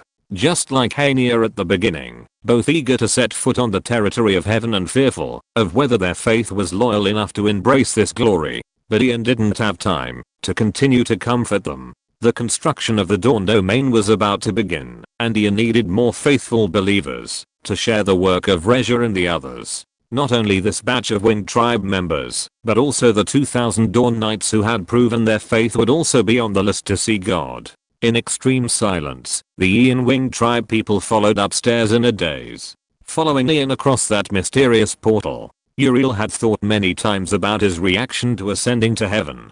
to offer sincere praise to the true Dawnian at the first time, or to praise the sacred beauty of heaven. But when he truly set foot on this territory called heaven, looking up at the bright moon, and overlooking the plain sky, breathing the air from a perfect world without demons, the first thing Uriel left in the MC world was his scalding tears, auspicious clouds full of hope, and the air would be filled with a sacred fragrance. The prayers of the Holy Spirit for the dawn would echo in his ears. But all the imagination was not as good as witnessing it with his own eyes. Yes, Uriel shouted silently in his heart. How could His Holiness Dawnian, who loves all his people like a loving father, like to build his kingdom so high, and without the atmosphere of the world? Everything reminds Uriel that this is not the Rodri continent. But doesn't that squareness reflect His Holiness Ian's emphasis on order? Like the other winged tribe members, Uriel knelt carefully on the ground, pressed his lips to the earth, and felt the fragrance of the lawn with his heart. This day came too early, winged tribe. This traitor who was once rejected by the 100 races met their true soft-hearted god. Unfortunate past is over because of their lord, the supreme dawn, His Majesty Ian. To bestow happiness upon them. Ian remained silent until he noticed that the last of the winged folk had successfully stepped into the MC world. Only then did a gratified smile appear at this moment. The MC world's portal captured the last of the winged folk's loyalty. The winged folk had completely taken on the shape of the Church of Dawn. In fact, the real test was only one thing: to walk through the MC world's portal. If even one member of the winged folk had failed to pass through, Ian would have banished Uriel and the others. Fortunately, the winged folk were indeed grateful and reciprocated kindness, and they truly believed in the dawn. After a long silence, Ian finally spoke. Uriel, I am here. Uriel raised his head to look at Ian, his blurred tears acting as a filter. In his eyes, Ian radiated the cool yet gentle light of the moon. Uriel understood that the dawn did not only mean the sun. All the gentle light of hope in the world was a manifestation of him. In this silent place, as all the winged folk held their breath, listening to their first divine decree upon entering the kingdom of heaven, Ian finally spoke. The distant horizon, and the earth revived with new vitality. Only then did Ian slowly say, from today onwards, you shall be the messengers of the celestial god, representing the will of the dawn, spreading his utmost benevolence and kindness to all things in the mortal world, in the hearts of everyone, all races and spirits. From today onwards, you shall be the angelic race, guests on Judgment Day, spread throughout the territories of the 100 Race Alliance, which made them scoff at it. Defeating the Demon King only meant that the King of Pride was not as good as before. Reviving the deceased was even more of a false illusion. As for the Church of Dawn having a god, they didn't believe a single word of it. Bother to send a gift to celebrate the Church of Dawn's great victory in the Holy War. After all, the insignificant wound on the King of Gluttony's stomach was also created by them. Even now, the behemoth race was still indulging in this glory. Completely forgetting that this so-called behemoth race achievement was an opportunity created for them by the combined efforts of the 100 races powerhouses, with countless powerhouses sacrificing themselves, like the Human Kingdom Alliance, immersed in fear and resentment. They did not feel proud that the Dawn Knights, who had created epic achievements under the banner of the Church of Dawn, were humans. They would forever remember the Church of Dawn's banner. Beat the nobles, divide the land. This was their lifeline. To the nobles of the Human Kingdom Alliance, the Church of Dawn was even more damned than the demon race missionary work in their territories. Use force to expel them, then they would be the next Bilka Principality. The Church of Dawn had even beaten the main force of Pride to the point of near death. So where did they get the guts to attack? Kingdom Alliance were almost bold with worry. As for the resurrection matter, they didn't believe it, or rather, they didn't dare to believe it. The Church of Dawn had already defeated the Demon King, and was already powerful. If there really was a resurrection divine art, then it could only prove that gods really existed. This was the result that the Human Kingdom Alliance least wanted to see. For now, they could only try to cover it up as much as possible. But even so, many powerhouses who were wholeheartedly against the demons and nobles with a conscience still couldn't help but rush to the domain of Daybreak. Even the citizens of the principalities surrounding the domain of Daybreak were transferring there in large numbers. The Human Kingdom Alliance's response was still only one thing: out of sight, out of mind. The behemoth race lived in its own world, and the Human Kingdom Alliance lived in a world of fantasy. These two major races could also be considered oddballs. That could not be denied. Since the end of the Holy War of the Church of Dawn, they had already forged an undefeated golden body, horsemen of the apocalypse, and sever the arm of the King of Pride. Moreover, it was a perfect annihilation battle fought with the Church of Dawn's numerical disadvantage. Just because of this glorious achievement, coupled with the Church of Dawn's style of teaching regardless of background, as long as they had a firm will to resist the demons and harbored faith in the Dawn, the Church of Dawn would not mind descending divine might to protect them. Thus, in just 7 days, many weak 100 races moved at the wind other races that were not good at fighting, compared to the behemoth race, who looked down on them and disdained to protect them. The Church of Dawn was undoubtedly the dear father they had been waiting for countless years. Some who were far away also directly sent people to come and negotiate first, and as long as they agreed to join the church. Even the merfolk and dwarves, who were large races, did not have any intention of joining for the time being, but that did not prevent them from making preparations. Just like the merfolk's Neptune and the dwarf's Hestor, one was the hope of the merfolk, and the other was the artisan star of the dwarves. Both of them had received orders from their clans, instructing them to reside permanently in the land of origin from now on. This could be considered as taking out one last insurance policy for the race. In case the two races encountered misfortune, they could just happen to re-establish their families under the protection of the Dawn. Large races were not stupid. They understood the principle that eggs should not be put in one basket. Perhaps they never felt that the 100 race alliance was reliable. In any case, Neptune and Hestor, who had hurriedly returned to their races after Judgment Day and then set off again to come to the land of origin. Chapter 139, Dwarves, gaining insight into the truth of craftsmanship in the land of origin. The land of origin today is even more prosperous and thriving than it was 7 days ago. Although the land of origin is closest to the front lines of the abyss, and logically speaking, should be easy prey for the demons. However, the various races who understand the Dawnbreak Church do not feel that it is dangerous here. If anything, this is the safest place in the entire Rodri continent. Simply because in that majestic city resides the world-renowned Pope. Simply because on the memorial square outside the main gate of the land of origin, the right arm of the King of Pride and the 4 horsemen of disaster are hung as trophies. Honestly, every time someone passes by here, no matter who it is, they feel an overwhelming sense of security. Demons? Let them try coming to the land of origin if they dare. His Holiness, the Supreme, Benevolent, and Great Pope, is inside. These words are not only spoken by believers, but also by those members of the 100 Races Alliance who have not yet joined the church. Currently, the population of the land of origin is nearly 4 million, of which more than 3,700,000 are members of the 100 races who have not joined the church. In just 7 days, the 100 races who have moved here have turned the land of origin into a truly large city. Would be an incredibly terrible burden on the land of origin. But fortunately, Ian, who had anticipated this, had Uriel and the others start constructing the land of origin as a trial. What kind of monstrous city can 3,000 people build in 7 days using the resources of the MC world? This is hard to imagine. For Leisure and the others, who are used to seeing these things, it is an indescribable miracle. A city wall that is 100 meters high, 20 meters thick, and 30 kilometers long.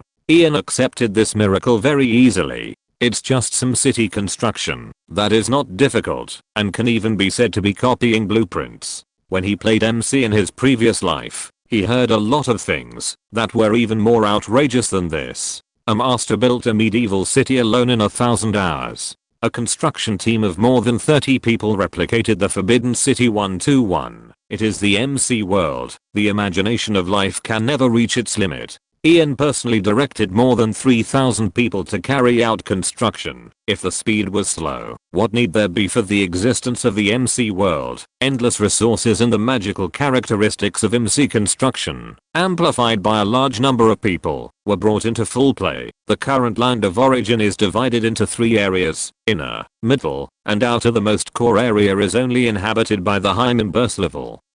of the Dawnbreak Church, and is the central layer. Ian's mansion is the core of this area. The middle layer is the area where believers with legitimate Dawnbreak Church status live and pray. The Church of the Land of Origin is located here.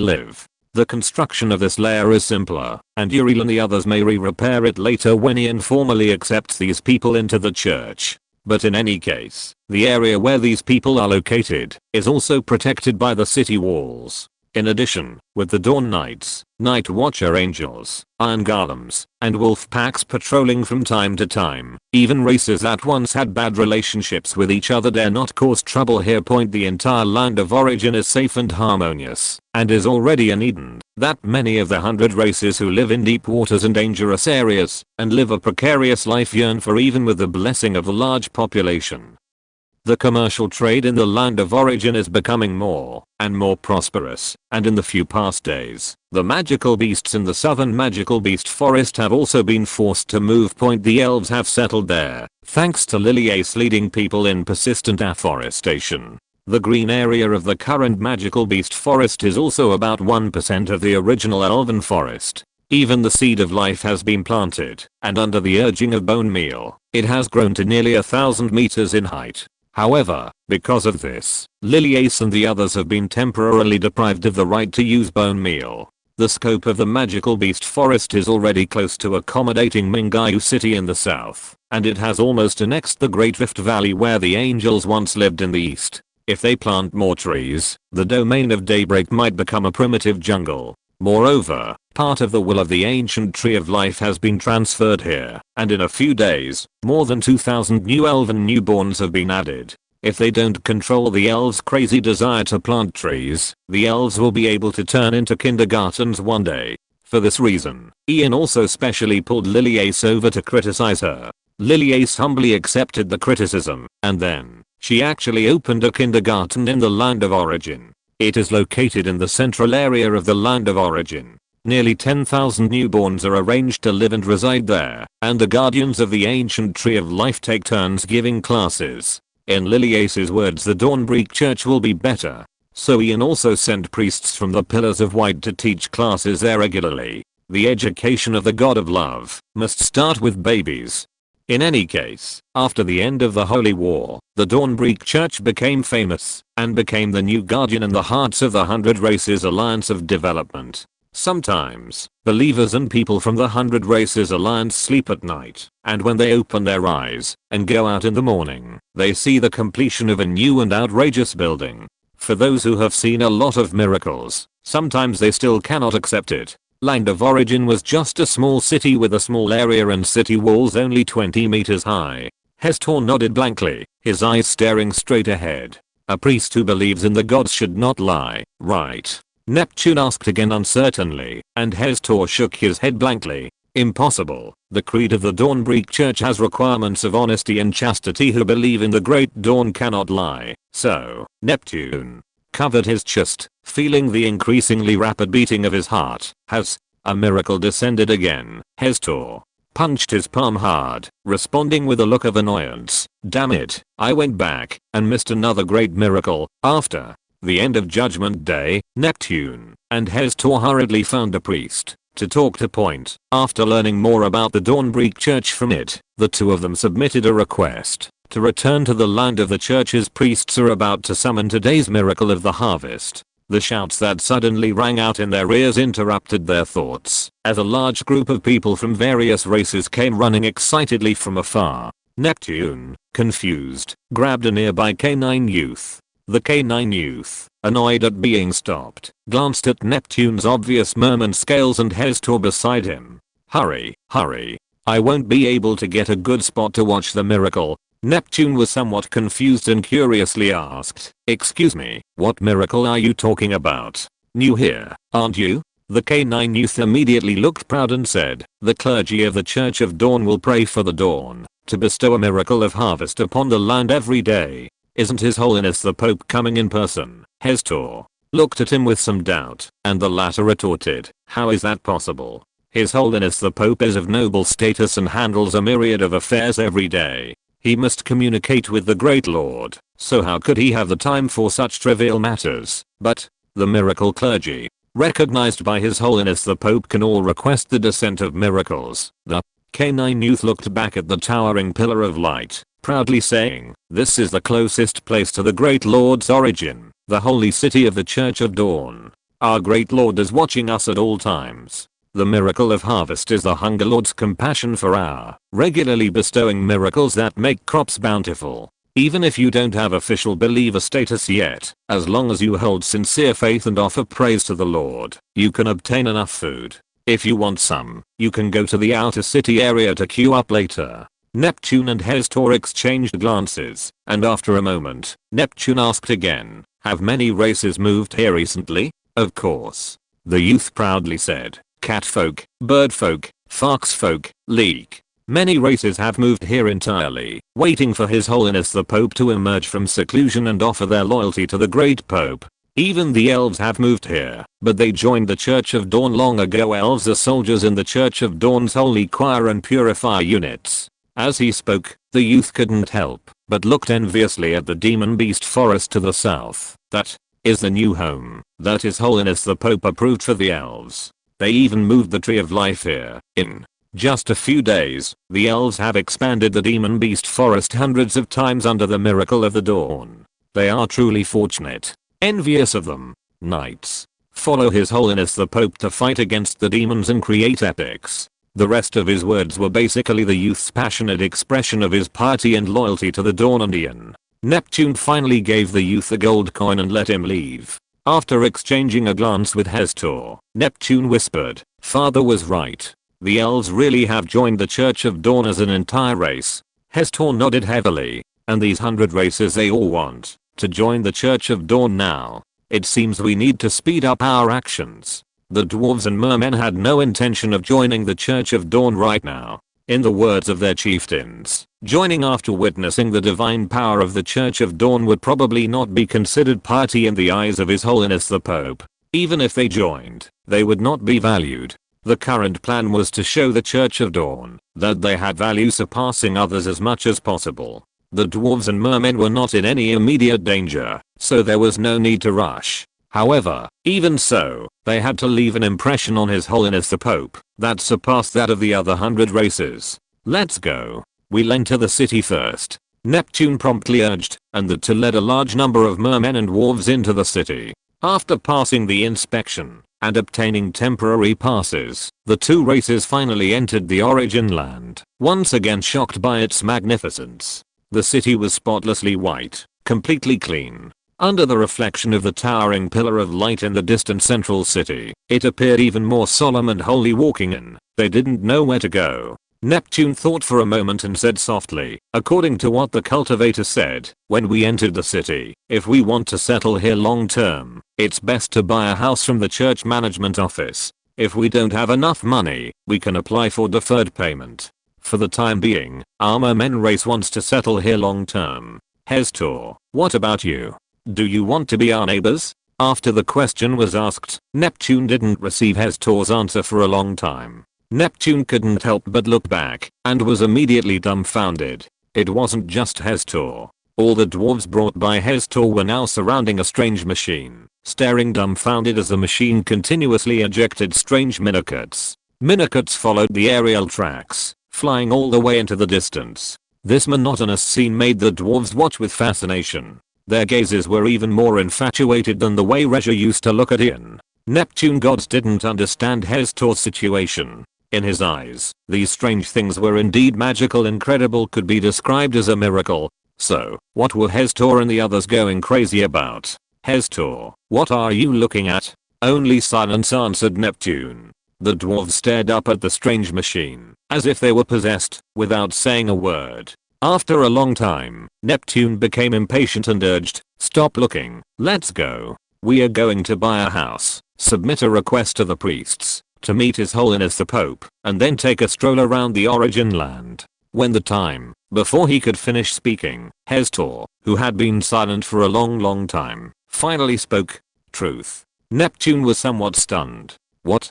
Hestor took a deep breath, turned his head, and in just a short moment, his rough face was covered with an excited blush. His eyes were even filled with fanatical blood. "Truth. This is the truth. This is the crafting truth that our dwarves have yearned for countless years. Chapter 140, Dwarves, only redstone technology can save the road continent. In this instant, Hesto, the dwarven master craftsman whom Neptune considered to be rough around the edges but meticulous, revealed an expression that could only be described as insane. He gesticulated wildly, his eyes never leaving the Redstone rail transit hub for a moment. Have you ever thought about it, Neptune? Building in front of us operate without relying on any power, dragon power of the dragons, the natural power of the elves. Have you felt any trace of it? It seemed that Hesto didn't intend to let Neptune answer, and continued, no, nothing. This thing, I can feel it. It is operating naturally according to some kind of rule of its own. Rules? Yes. That's right. It's rules. This is what we dwarves have been pursuing all our lives. The rules inherent in all things in the world. Utilizing rules. That is the truth of craftsmanship. Hesto, as if in a frenzy, lay down on the spot, took out a huge piece of paper, and began to scribble. Soon, a rather rough prototype of the framework diagram of this Redstone rail transit hub was taking shape. Not only Hesto, but all the other dwarves also crawled together, supplementing Hesto's actions with a barrage of suggestions. No, this part must be emphasized. Listen to me, Hesto. The strange minecart will have a moment of acceleration when passing through a specific area. It will light up red. Mark it in red. There is no red pigment around him immediately. In addition, being located at the entrance of the city gate, this action caused some congestion on the road for a time. Neptune became even more embarrassed when he saw a team of Dawn Knights approaching. He roared in a low voice, "Pay attention to the environment, Hesto." As soon as he finished speaking, the Dawn Knights surrounded them. However, Hesto and the others remained unmoved comparison. What's going on? Hearing that the Dawn Knight's tone was not very good, Neptune hurriedly explained, "Sir Knight Commander, I'm Neptune of the Merfolk, and they are dwarves. We are here on orders to present gifts at the end of the holy war of the Church of the Dawn." Gifts? The Dawn Knight frowned even more. Neptune said with an embarrassed expression, "I'm sorry, they didn't intentionally pry into the secrets of the origin land. It's just that the dwarves, they are inherently somewhat unable to resist these crafted objects." With that said, Neptune grabbed Hesto and pulled him up, and the other merfolk next to him also pulled the other dwarves aside. The Dawn Knight captain arranged for people to restore order and beckoned them to go to the other side to communicate. At this time, Hesto also seemed to have regained his clarity and hurriedly bowed to the Dawn Knight in front of him. "I'm sorry, I saw the truth that our dwarves have been dreaming of, and I was a little gaff for a while." Neptune pushed Hesto with an embarrassed expression. "Hesto, without permission, don't casually depict the buildings of the origin land. Destroy it. No. Exist. Neptune, you don't understand what this means at all." Hesto glared, his face flushed with anger. For countless years, the dwarves have always believed that gold and iron can operate without relying on any extraordinary power. Price, I must keep it. As long as the dwarves have it, we can all trade for this truth. Hesto raised the drawing in his hand with a fanatical expression. As long as we master the rules of the self-operation of gold and iron, the road continent will surely usher in an epic evolution. Hesto's mumbling remarks made the Dawn Knights even more confused. In the end, Neptune simply explained the specific situation. After a long time, the Dawn Knights suddenly understood. So they are so crazy not because they are bewitched by the demons, but because they saw the Redstone rail transit hub? As he spoke, the Dawn Knight also looked at Hesto with a strange expression. The meaning of that look was clear even to Neptune. The famous master craftsman clan of the road continent, are they just country bumpkins who have never seen the world? Hesto also saw this kind of look clearly the name of that truth. The Dawn Knight nodded. This is the technology bestowed by His Holiness the Pope, used for transportation and resource operation in the origin land.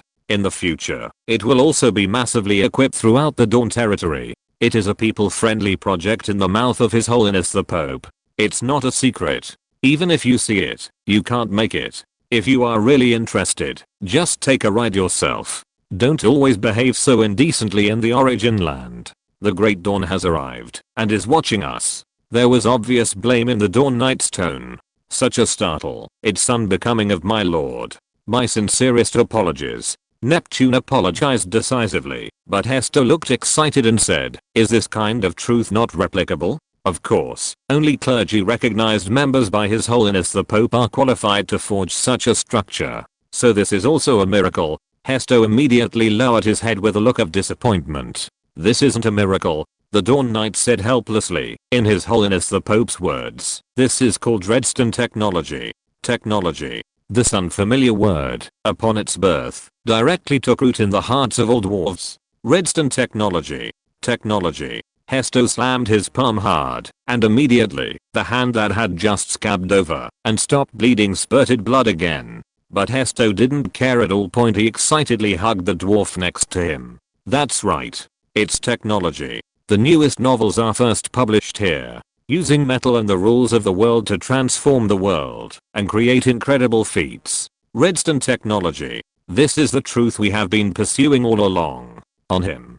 The Dawn Knight slightly glanced at Hesto again and then led the team away. Neptune deeply out to Neptune with an unprecedented firm tone. Neptune looked over and Hesto's tone was unprecedentedly firm. "I want to join the sect. Betting everything.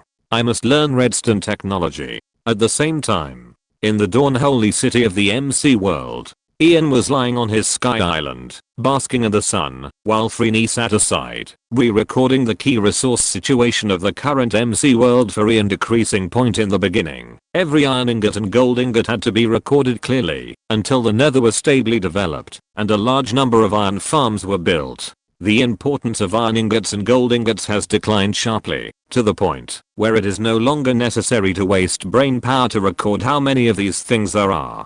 Similar to iron ingots, there are also ender pearls, milk, food, monster resources, and so on. What Freeney has to do is to clear the data records of these unimportant resources and free up her brain to record those more valuable resources, such as the Totem of Undying. Hanei stood behind Ian. Her wings, which had become more sacred after being named the Angel Clan, fluttered slightly, bringing Ian a gentle breeze. Hundreds of angels below were holding various resources to expand the Dawn Holy City. Lee and Uriel led 100 of the most elite angel warriors into the Twilight Forest. On Ian's orders, they were to find and mark all the boss points that could be marked, as well as some valuable ecological areas of 4 or 5 totems of undying, and Ian didn't let them fight bosses. There won't be any problems. When the map of the Twilight Forest can be explored and understood, Ian can take them to farm bosses. Of course, with the number of angels entering the MC world now, it is enough to flatten the Twilight Forest.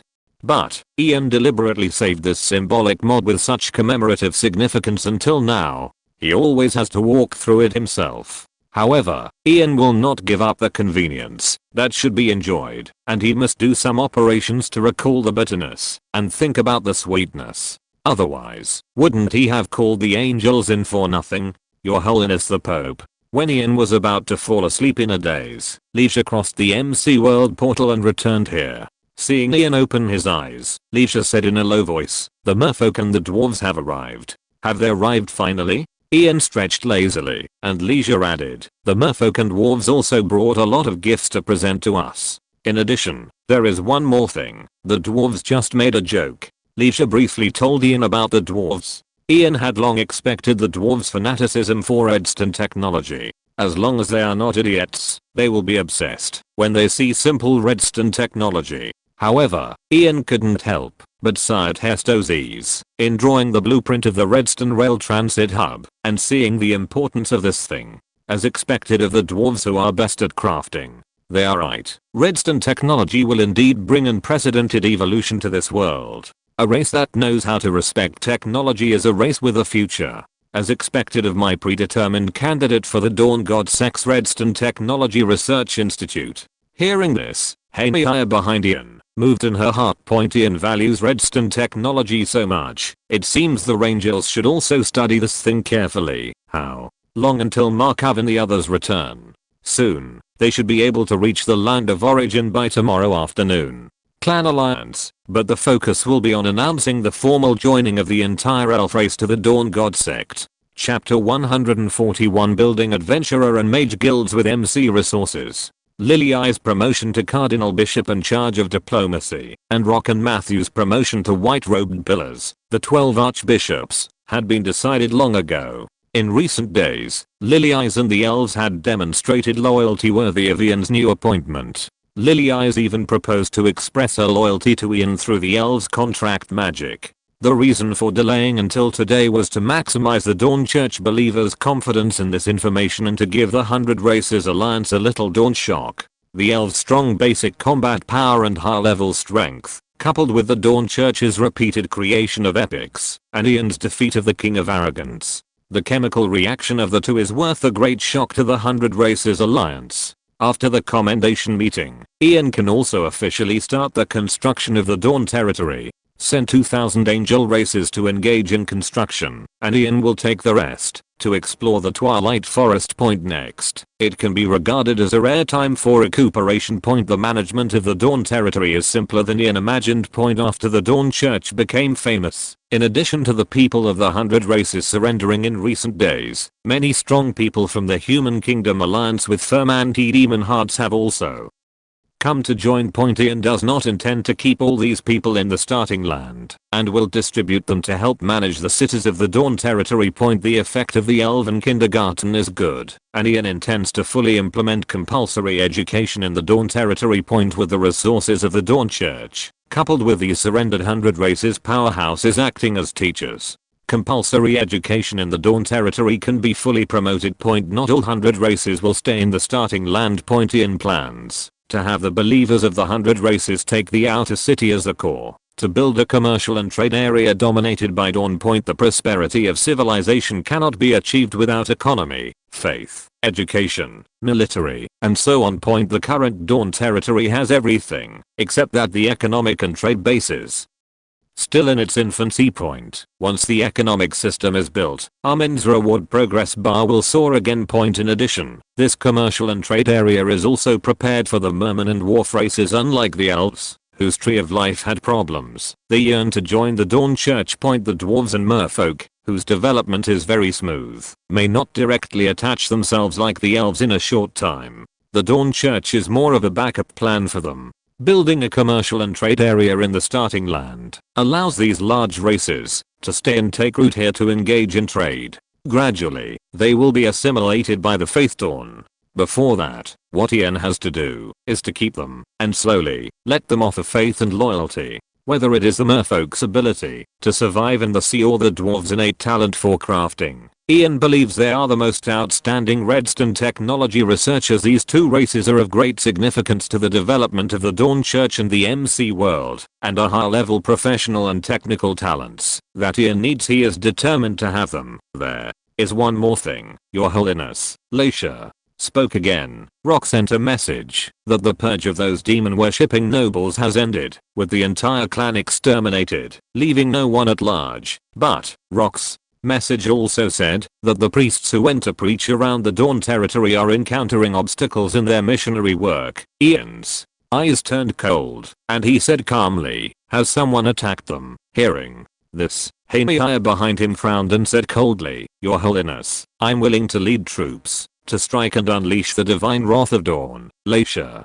glanced at Hananiah and shook her head. "No, the Human Kingdom Alliance is not that stupid either. Our Dawn Church is now riding the wave of defeating the Demon King. Whether it is reputation or strength, they dare not openly confront us. Not only are the white-robed pillar priests who preach not being targeted, but they are also being served with good food and drinks." Hananiah was stunned, but Ian pondered for a moment, then suddenly understood and sneered. "The problem lies here, right?" "That's right," Laisha said helplessly. "Those nobles invite the priests to hold banquets every day, to welcome them to preach. In addition, the nobles often invite the priests to preach in their clan lands. Even if they give public lectures, the common people simply cannot get a seat. Although the milk and bread offensive has been effective, the nobles always seal off the streets under the pretext of protecting the priests and maintaining order for preaching. So far, although the priests' missionary work has made some progress, it is basically negligible." Ian leaned back in his chair and closed his eyes leisurely. "I understand, they dare not be obvious, so they are being sneaky. There are many smart people in the Human Kingdom Alliance, and they are swapping concepts with us. Compared to the current situation, Ian would rather those nobles were all brainless and directly sent people to deal with the priests. But now, it is indeed difficult to handle. Those nobles are not playing exploitation but tactics. The Dawn Church wants to preach. We welcome it very much. We treat your priests with good food and drinks, and hold 2 banquets every morning, noon, and evening to celebrate the arrival of the Dawn Church. You don't want to attend the banquet, you just want to preach. No problem. We ourselves worship Dawn, and it's okay to invite you to give lectures, right? You give public lectures, and we send people to support you. No problem, right? Domineering and tyrannical, bullying the weak. What firm anti-demon, protecting the common people, are all lies. They are all a bunch of hooligans, bandits, shameless scum. This kind of public opinion tactic of excessive praise is the most troublesome. Currently, the Dawn God sect is rising rapidly. Although with the current strength of the Dawn God sect, they are not afraid of this kind of excessive praise. Praise doesn't want to do anything that is too eager for success and tarnish the reputation of the Dawn God sect. Especially not with the stain left by this group of shameless scum. I'm quite curious who came up with this idea. Ian played with the undead totem in his hand, his tone leisurely. The priests went to preach in 4 countries and 47. But why cities is it that so many countries and so many cities nobles have the same idea at the same time? They all chose this method of resistance. The humans who have been scheming against each other for so many years, united at this moment. To say that there isn't some mastermind offering advice behind the scenes, I don't quite believe it. Lacey said softly. Roke has also investigated for a while, but hasn't found anything. The only thing related is that after the Day of Judgment, the communication magic of the Human Kingdom Alliance was used more frequently. Ian waved his hand. It's not important. I'm just asking casually to the edge of the Sky Island, looking down at the earth. The priests will continue their normal work. Don't they like to play the sugar-coated cannonball trick? Tell the priests, no matter what sugar coating they send, eat it all. I believe that the priests of the Dawn God sect have steadfast faith and will not be corrupted. Lacey dipped in agreement and then said, but continuing like this isn't a solution. The common people's side is still. This time, we'll change our missionary target. Ian casually took out a bottle of splash-type healing potion and threw it down. The angel race warrior who was honing his skills against the monster immediately recovered from his injuries and then killed it again with fierce momentum. After the Holy War, the power of my Dawn God sect's Dawn Knights has already become known throughout the world. But, Ian chuckled softly, his eyes deep. The nobles can delay the common people from contacting the Dawn, but can they delay the strong from contacting the Dawn? When Liliace and the others join the sect, bring the elf races strong of all levels into the Dawn Heaven. I want to completely separate the realms above the Elite Knight until the god level that Burlia spoke of that day. Lacey recorded Ian's plan in her notebook. After a moment, she asked again, and then. Ian pressed his palm down and slowly clenched his fist. Supplement the transcendent framework system that the Rodri continent should have, let all the strong receive the new identities bestowed upon them by the Dawn, and bring them into the Dawn's bag. The Rodri continent is very primitive. It's so primitive that it doesn't even have a realm system. Therefore, there are no adventurers guilds or mages guilds that must exist in Western fantasy novels is to supplement this link in the name of the Dawn. Liliace and Roke are the strongest experts in the 100 Clan Alliance, second only to the god level that Burlia have spoke. The strongest realm of the 100 Clan Alliance is here. Fishley and other elf druid mages, plus the life tree guardian, will definitely complete the realm system above the elite knight and archmage. In this way, all the realm standards of the Rodri continent are complete. Elf races allegiance spreading throughout the Rodri continent, promoting this complete realm system. I'm afraid that except for the behemoth race, all other races will recognize it. Guild and the Mages Guild is there. Taking the trade system built in the starting land and the Dawn domain as a link, supplemented by some unimportant but non-replicable resources from the MC world as rewards. For example, weaker alchemical potions, worse enchanted weapons, milk that can remove curses, moving gold, embed a faith promotion program and the contribution system point. Finally, hang up some extremely powerful rewards, such as the undead totem, etc. point as a pie in the sky that can be seen, but not eaten. Point Ian doesn't believe that this set of combination punches can't make those strong people dizzy and scream to join the two major guilds, as long as you join the guild. Then it is another concept of Dawn believers after all. The Adventurers Guild and the Mages Guild are launched by the Dawn God Sect, and the Dawn God Sect has the final right of interpretation. Point isn't the mastermind of the Human Kingdom Alliance like to play dirty tricks. Ian wants to see if he has the guts to offend all the human powerhouses in one go. Point under the powerful treasure rewards of MC. Even the knights and mages raised by the nobles will betray. Point what's more, there are far more powerful lone rangers within the Human Kingdom Alliance than this part of the salaried people. Point of course, this is just a negligible benefit. Point once the two major guilds are officially established, they will be linked to the compulsory education of the Dawn God Sect. Point in the words of my hometown, all the strong in the world will be in my grasp. Chapter 142, The Dawn God Cult's Explosive War Potential. The next day, in the afternoon, when Markov and Harlan finally led the main force of the Dawn Knights back to the starting ground, the Dawn God Cult's Holy War Commendation Conference, in its true sense, began. Of course, that's how it was promoted to the outside world, but any intelligent person could see through it.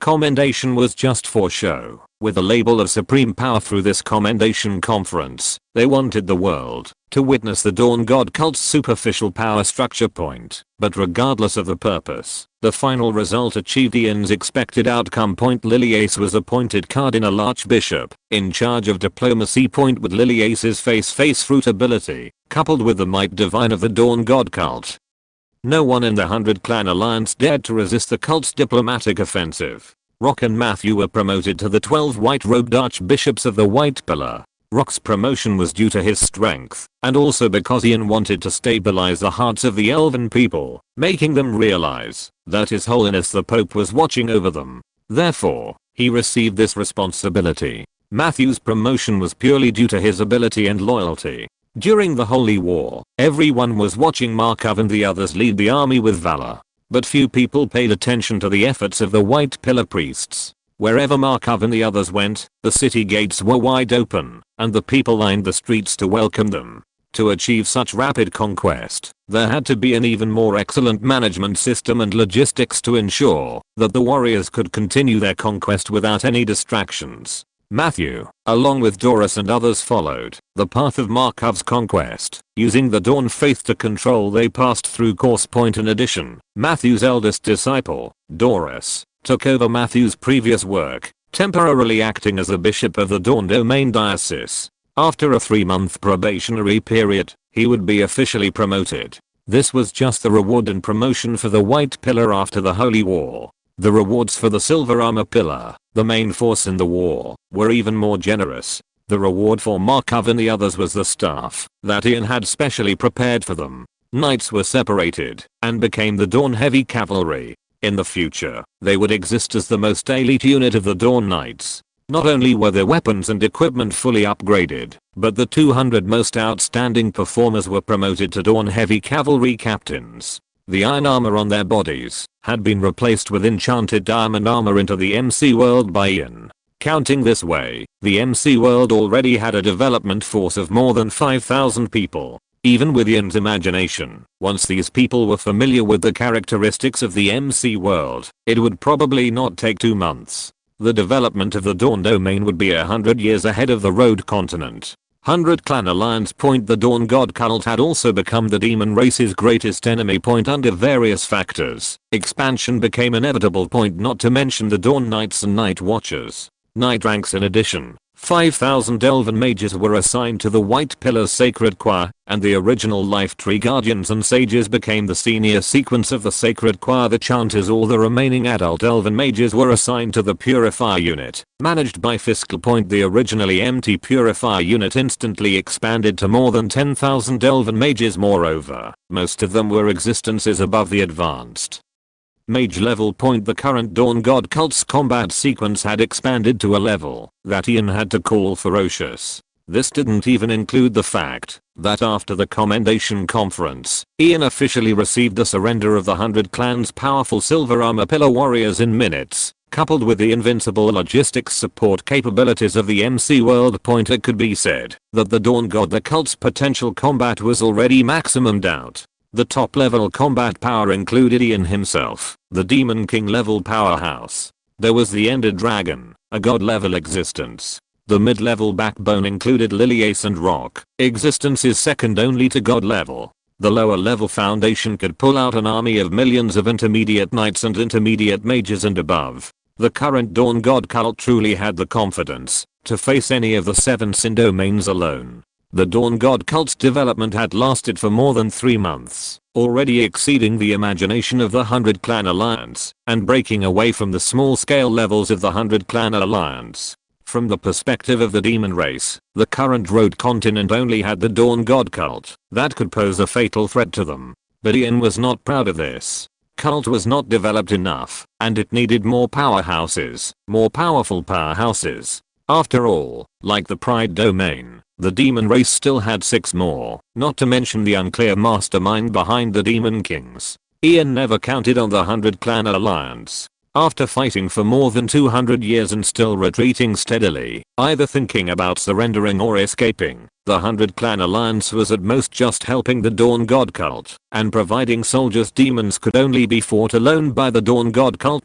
Ian needed even greater strength, enough to allow the Aurora Church to stand alone against all the demon clans. This commendation ceremony and the subsequent acceptance of the 100 Clan's submission lasted until evening. After seeing off the clan chiefs and having Matthew arrange their subsequent accommodations, Ian invited Lily, Ace, Rock, and the others to a dinner. Lily, Ace, Rock, and other powerful elves also signed soul contracts as they wished, making a soul oath to Ian and the ancient tree of life, promising to follow Ian and the Aurora Church for life. It has to be said that the benefits of a deep foundation have been demonstrated once again. Angel Clan, who had no contracts to sign, spent 3 months swearing allegiance countless times with their lives. Only then did they gain Ian's approval and enter the MC world. The newest novels are first published at ZUI Jensen, while the Elven Clan, with the Ancient Tree of Life and the Elven Soul Contract as guarantees, just signed their names and made an oath, where the Angel Clan was now halfway to being one of their own. Therefore, there has always been a sad, thick wall between the large and small clans of the 100 Clan Alliance. After dealing with these matters, Ian finally had Regia inform the merfolk and dwarf envoys to come. Following Regia step by step into the most sacred place of the origin, the papal residence, Neptune was still recalling the numerous etiquette and terms his father had taught him for meeting the Pope. Was thinking about what to say after presenting the gift, so that His Holiness the Pope, who had defeated the Demon King and was unrivaled in fame, would agree to let them leave a second territory in the origin without formal surrendering, preserving their race's spark under the protection of Aurora. After all, he had heard that even those races who offered their faith were not all qualified to stay in the origin. But when he actually stood less than 5 meters away from Ian, face to face with His Holiness the Pope, Neptune's chaotic thoughts were all emptied. The Pope he had seen before was in a supreme posture of divine might and endless. But now, Neptune honor felt the compassion of a father from Ian, as benevolent and wise as his most admired father in this life. A strange sense of closeness welled up in his heart. He understood somewhat why those people of the 100 Clans who had seen Ian just now looked so adoring when they mentioned Ian benevolent and kind holy father. Is not an exaggeration. But it was just in this moment of stunned silence, thump. The sound of a heavy object falling to the ground pulled Neptune back to his senses world. All intelligent beings should love you, for you have caused the truth of craftsmanship to be born, making metal and iron walk, and letting wood and stone speak. Great Lord of Truth, Hesto of the Dwarf Clan greets you. We beseech you to show mercy, allow us to join the great Aurora Church, and embrace technology. Neptune looked at Hesto with a complicated expression, a million curse words brewing in his heart. His father always said that the dwarves were stubborn, but now he saw that they were really stubborn. Hesto's kneeling was simply putting him on the spot. Should he kneel or not? Join the church or not? With a long sigh in his heart, Neptune was ultimately not averse to kneeling before a great being who had defeated the Demon King.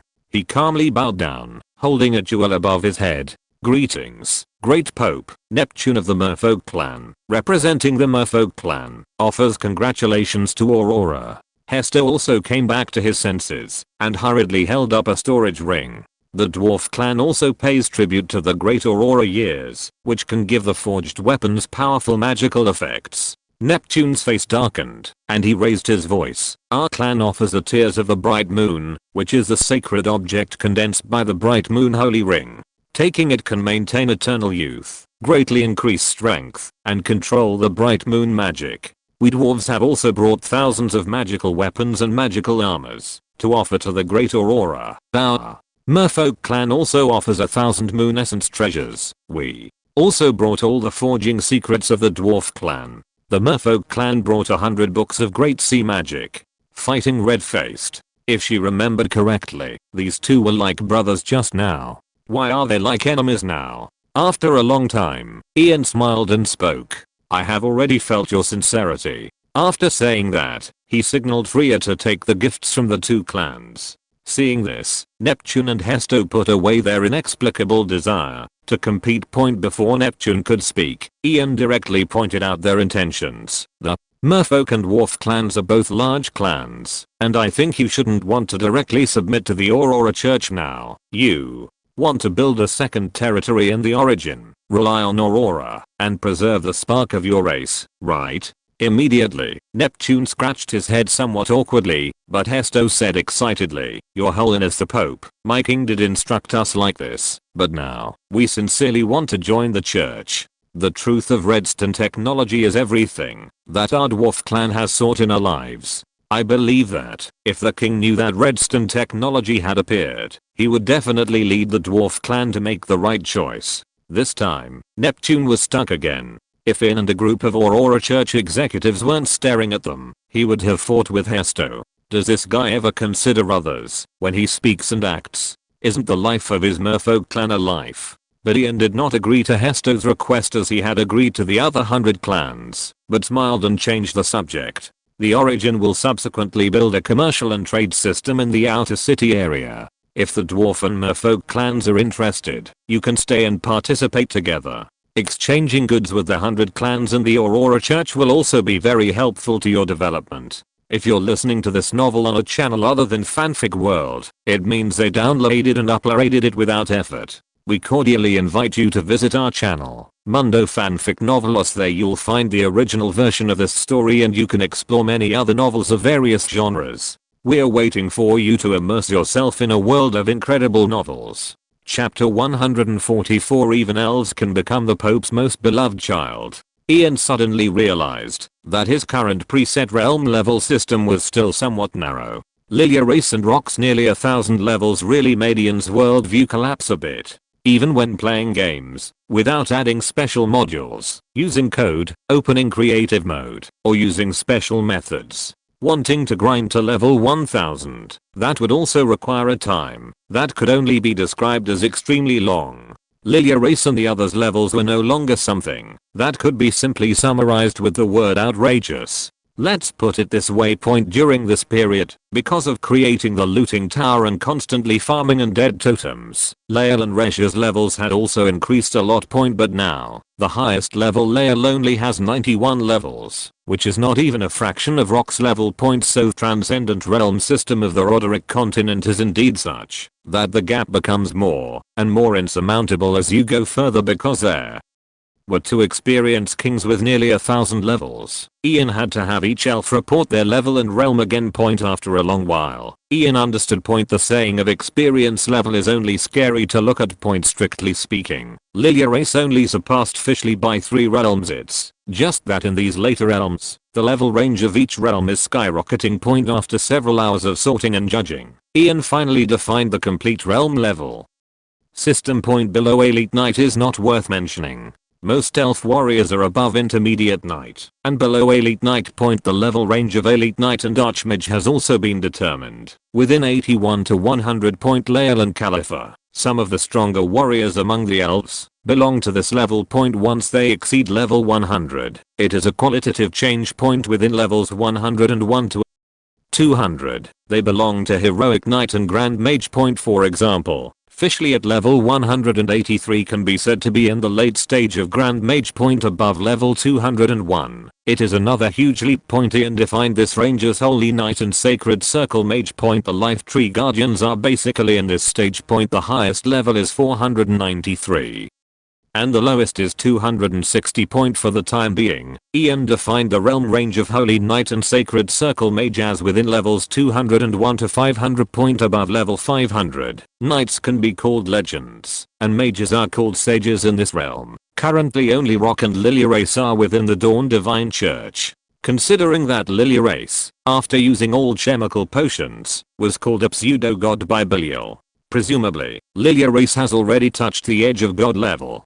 Based on this, Ian tentatively defined the limit of legend and sage at level 1000. Above level 1000 is the god level mentioned by the demons. As for the level range of god level, Ian currently has no way to define it. The data of existing powerhouses in the Dawn Divine Church, or even the entire 100 Races Alliance, does not support Ian to continue analyzing the god level realm. The only two that can be determined to be above god level are Ian and the Ender Dragon. But they are both special. Ian is currently less than 100 levels. His strength is entirely based on the Steve physique, which is like a conceptual god of the Ender Dragon, that a single dragon breath almost killed Belial, a god level being. They are both special system, but Ian himself, he estimated that, even if he reached level 10,000, he probably wouldn't feel the increase in strength brought by the experience system. Currently, the realm system from the apprentice level to the sage and legend level is enough for the 100 Races Alliance to use. After all, there is no god level within the 100 Races Alliance. Defining and promoting the realm is enough for this part to be used for a long time. Ian is clear that the demons must have a detailed division above the god level internally. However, the demons naturally cannot provide this data. It's fine to wait for Lilia race and the others to slowly grow up. Ending this work also finally solved a major problem in Ian's mind. Land of Origin have already submitted, and the plans for the construction of the Land of Origin's commercial hub and the great construction of the Domain of Daybreak have also been issued. The demons, who have suffered a great loss, probably won't launch a comeback and go all out before figuring out the details of the Dawn Divine Church. The next period of time is a rare time for recuperation. Ian finally has time to take the new force of the MC world to develop MC properly. However, not now. It's getting late. Ian spoke to pull Lilia race and the others, who were immersed in the realm system, back to reality. Everyone will rest in the Dawn Paradise today, and tomorrow we will start the development of the Dawn Paradise. Yes, Your Holiness Pope. Lilia race and the others replied with full energy. Compared to being able to stay overnight in the MC world, the so-called eternal fame of the elves after the realm system is determined, is nothing more than that. Freen, give Lilia race and the others a copy of your notes. Let them first understand the Dawn Paradise. There are still many empty houses in the Dawn Holy City. You can move in at will. Ian instructed, and took Rezha towards the only house on the Sky Island. Before long, Lael and the others also left, leaving only Lilia race and the elves and Freen here. Rock and the others were still curious about every plant and tree here, but Lilia race looked thoughtfully at Rezha, who went back with Ian.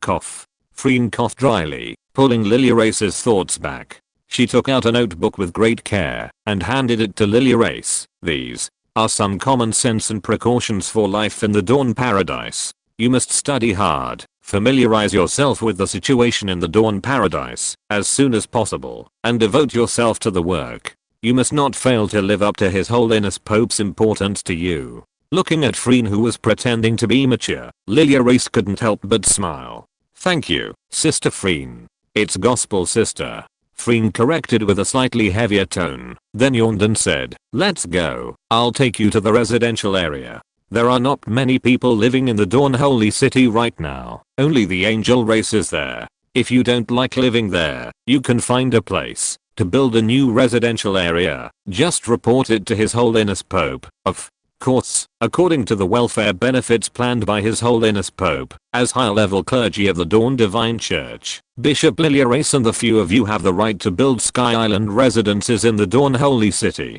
The newest and fastest novel is first published at. Freen said seriously with a stern face like a little adult. Thank His Holiness Pope.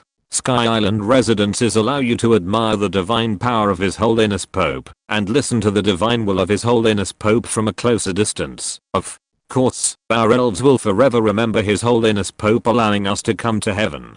Lilia Race replied with a smile, then pondered for a moment and whispered, Sister Freen, does Grand Inquisitor Rezha also live in His Holiness Pope's mansion? It's gospel, sister. Freen stubbornly emphasized. After all, Ian said that the gospel sister, who is responsible for recording the history of the Dawn Divine Church and all the words and deeds of the Pope, the importance of the priesthood is comparable to that of the Cardinal Bishop and the Grand Inquisitor. Grand Inquisitor Rezha has naturally always lived with His Holiness Pope. Is there any problem with that? Lilia Race smiled more happily and slightly. No problem, thank you. Lilia Race was quite satisfied with this result and scolding. When in close contact, Lilia Race could only feel the divinity of compassion for all living beings from Ian. It seemed that all of Ian's actions were for the sake of resisting demons and spreading the divine power of the dawn. But now Lilia Race could be sure, the great Lord, the merciful Father, also has humanity left a step further and become the Pope's most beloved children, just like the angel race. Without bragging, she, Lilia Race, is also the #1 beauty of the elves. If that doesn't work officially, Freen looked at Lilia Race, who suddenly ignited with a puzzled expression. The little gospel sister suddenly realized that this woman in front of her had a strange fighting spirit. The world of adults is so complicated. Muttering in her heart, Freen took the elves away from Sky Island. After a simple cleanup, Ian leaned on the bed and looked through the notebook. Only about half of the many tasks listed on it had been completed. Next, the most important highlighted task is to officially build the 2 major guilds. This is related to the subsequent spread of faith in the Dawn Divine Church and the integration of powerhouses. The degree of importance even exceeds the great construction of the Domain of Daybreak.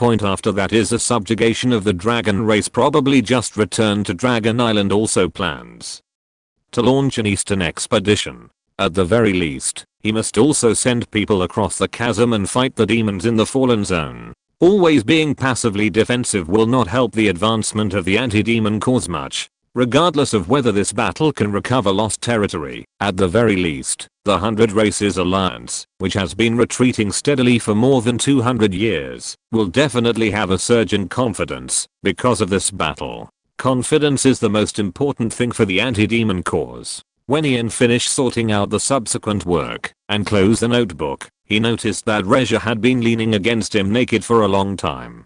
He rubbed Rezha's head like petting a cat. But this time, Rezha rarely acted like an infomaniac like before, rushing up and urging Ian to create the Dawn bloodline. Instead, she buried her head in Ian's arms with a sense of gain and loss, and after a long while, she called out in a muffled voice, "Young Master Ian." Ian naturally noticed that Rezha's emotions were not right and put his arm around her gently and said, "What's wrong?" Rezha pursed her lips. Rezha, who used to talk to Ian about everything on the bed, didn't even utter a word for a long time. Ian didn't urge her, just quietly waiting for Rezha to open her mouth. After a long time, Rezha raised her head and stared at Ian. Young Master Ian is becoming more and more like a god. Chapter 145, MC Water. Merfolk, a place of joy, forgetting home. When exactly it started, Leisure didn't notice. Perhaps it was after the Dawn God sect's organizational structure was adjusted, or perhaps it was after Hania entered the MC world. Leisure noticed that Ian, who used to joke and scold with them, now only talked about building his career, spreading the faith, and subduing the various races. For example, Ian never used to say the words Dawn Heaven Kingdom, he always stubbornly said MC World. But now, he no longer emphasizes it. After Sunderland City was conquered, Ian wasn't as happy as she had imagined. He didn't even go back to see it once. The words Forbes family haven't appeared in Ian's mouth for a long time. Even from Leisure's perspective, it seems that their title for Ian, His Holiness the Pope, has gradually replaced Young Master Ian. Leisure understood that her Young Master Ian had changed after all thing. The Dawn God sect has come to where it is today, basically built by Ian alone. From being confined to the origin land, to now possessing the Dawn domain, with the elves and other races bowing in submission. The Dawn God sect has also become a force that all races look up to, or thorn in the side and a splinter in the flesh of the demons. The Dawn God sect's path smoother in the future. Leisure also understood that Ian was already very tired from thinking about the development of the Dawn God sect every day, and she shouldn't have these little emotions. It's just, as Haynir and Lily Elves and others joined, as Ian was praised by countless people and rose higher and higher. As Ian gradually became deified, Leisure felt more and more distant from Ian, the most fatal. This emotion had been accumulating until the elves moved in today, and it finally erupted completely. The more Leisure thought about it, the more chaotic she felt, and the tighter she hugged Ian. Until Ian's voice sounded in her ear. If I were a god, then Leisure would definitely be my goddess. This sentence instantly melted all the little emotions in Leisure's heart. Ian smiled and gently tapped Leisure's nose. As the Dawn God sect develops faster and faster, and rises higher and higher, inevitably, we will all be pushed to unknown heights against our will. But no matter what, you and Lael are the most important people to me. This has been the case since we came to the origin land, and it will always be the case in the future. He leaned in and kissed Leisure, and Ian joked, just like I once said, no matter what level I reach in the future, my real people will always be you in the hearts of the people of the Dawn God sect. Point. If one day I really become a god, then Leisure will definitely be my goddess, and Lael and the others will be the closest subordinate gods to me. Ian still had a long speech to comfort Leisure, but it was already blocked by the excited Leisure. That infatuated Leisure seemed to have returned, clinging to Ian like an octopus after a long time. Leisure finally raised her head, panting, and said with a serious face, "It's enough as long as I can always be by young Master Ian's side." After saying that, Leisure lifted the quilt in one fell swoop and said excitedly, "Let's start, young Master Ian. Today, we must also work hard to continue the bloodline of Dawn." The next moment, a familiar palm was pressed on Leisure's face again. Ian hugged Leisure tightly, controlling her restless hands. "Don't worry, I have something I need you to do, and only you can do it." Leisure became even happier when she heard this, and nodded repeatedly. Ian said softly, "I need you to create a mage guild in the origin land, and with the origin land as a core. Spread it to the Dawn domain. In the end, make the Mage Guild an organization that spans the entire Rodri continent, a force that all mages in the 100 Races Alliance must join. You will serve as the first president of the Mage Guild." Leisure was stunned. After hesitating for a long time, she looked at Ian with some embarrassment. "Young Master Ian, I'm currently only a senior mage. Is it appropriate for me to serve as the first president of the Mage Guild?" "It doesn't matter. The identity of the Grand Inquisitor is enough for you to suppress the guild."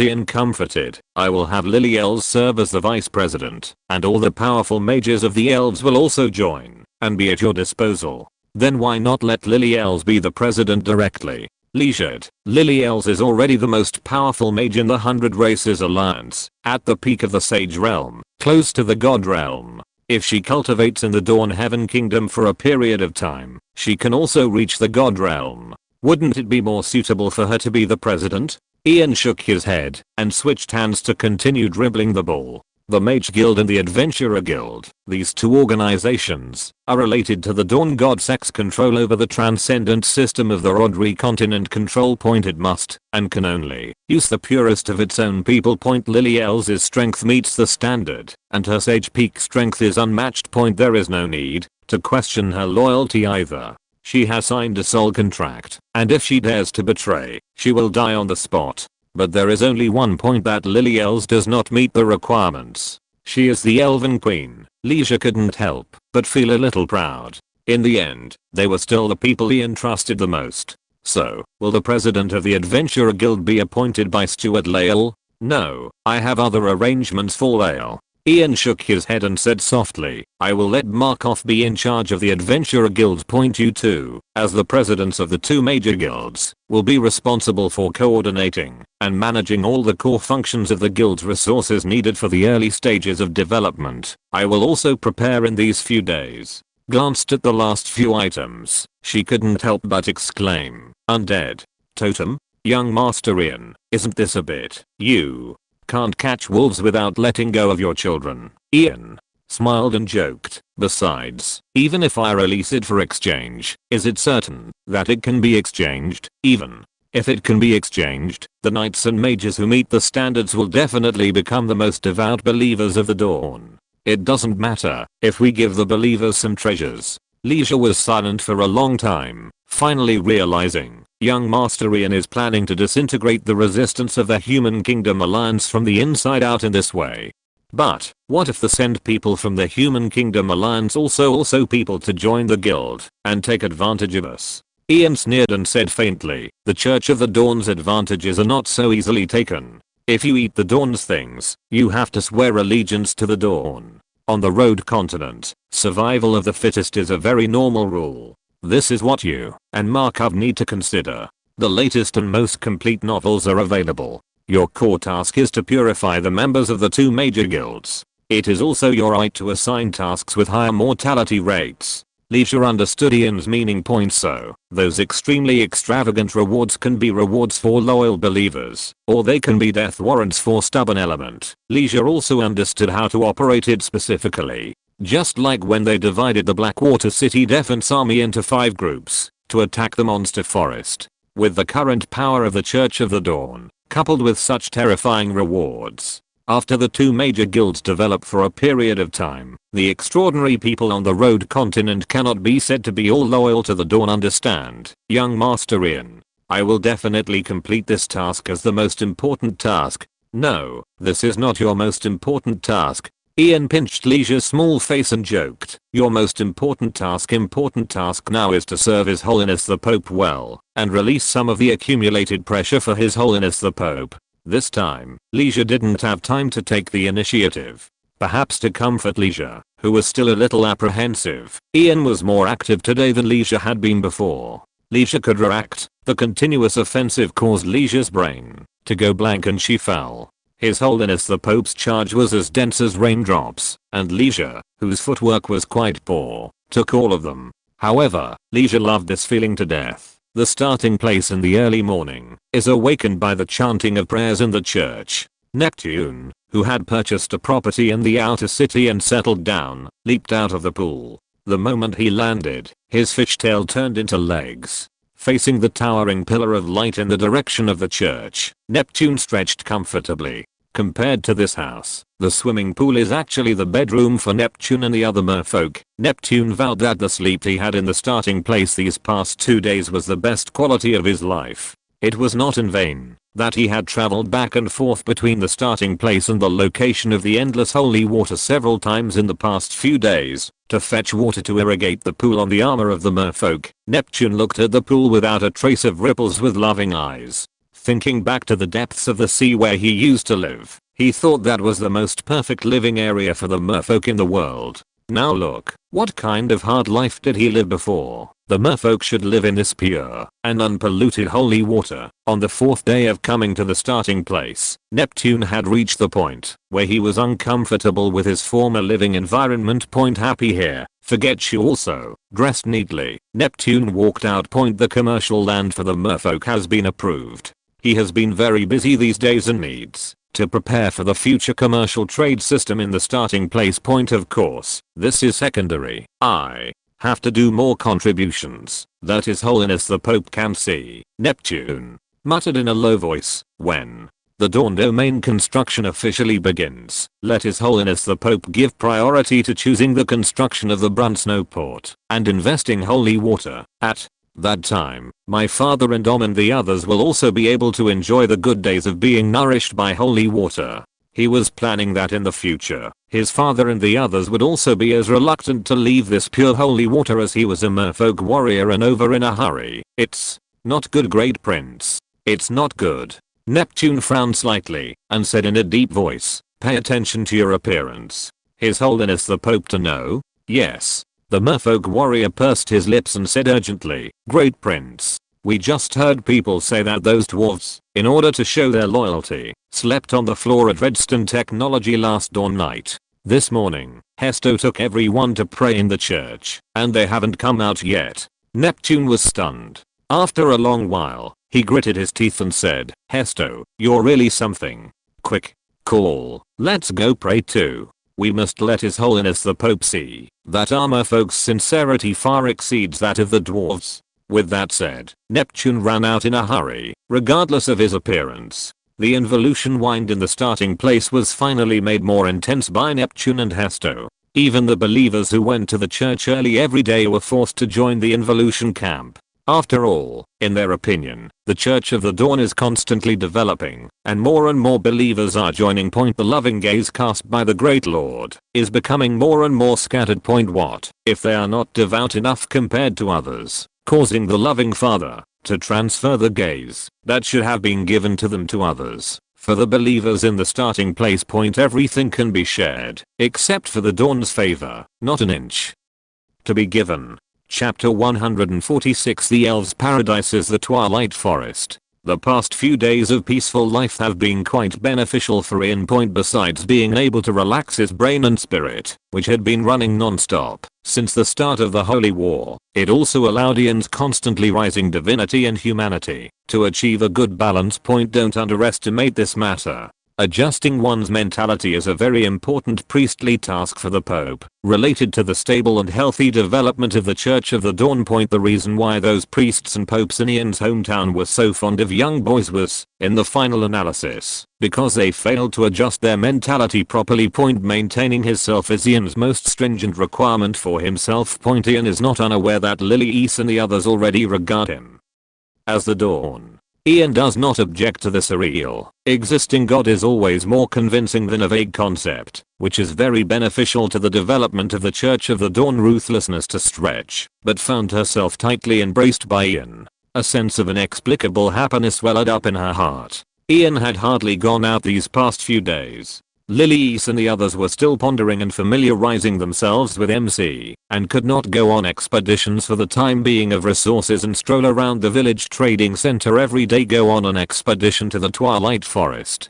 Thinking of this, Raksha sighed with some regret and reluctantly reached out and poked Ian's face. "Young Master Ian, it's time to get up. Everyone should be ready." Ian didn't even open his eyes and grunted deeply, then made no other movements. It seemed he was planning to sleep in one last time. Seeing this, Raksha finally decided to indulge Ian's rare rest time a little longer. "Young Master Ian, I'll get up and cook first. Can you sleep a little longer?" Ian still didn't answer. Raksha reluctantly pried open Ian's hand and turned over to get out of bed. But before she could put on her clothes, Ian pulled her back again. "I'm not sleeping." Ian opened his eyes and looked at Raksha with a smile. "The day's plan lies in the morning. It's time to move our muscles and prepare for exploration." Thus, Raksha, who hadn't reacted yet, soon had her clever brain muddled again. In the end, this breakfast was replaced by an early morning bloodline continuation lesson. After waiting for more than an hour, Lily and the others, who were already prepared, finally arrived on Ian's Sky Island. At this time, Ian had already returned to being the holy and benevolent Pope. Raksha stood respectfully behind Ian, seemingly unchanged. But under Lily's careful analysis, it could still be seen that Raksha was now more refreshed than before, of maturity that came from being nourished.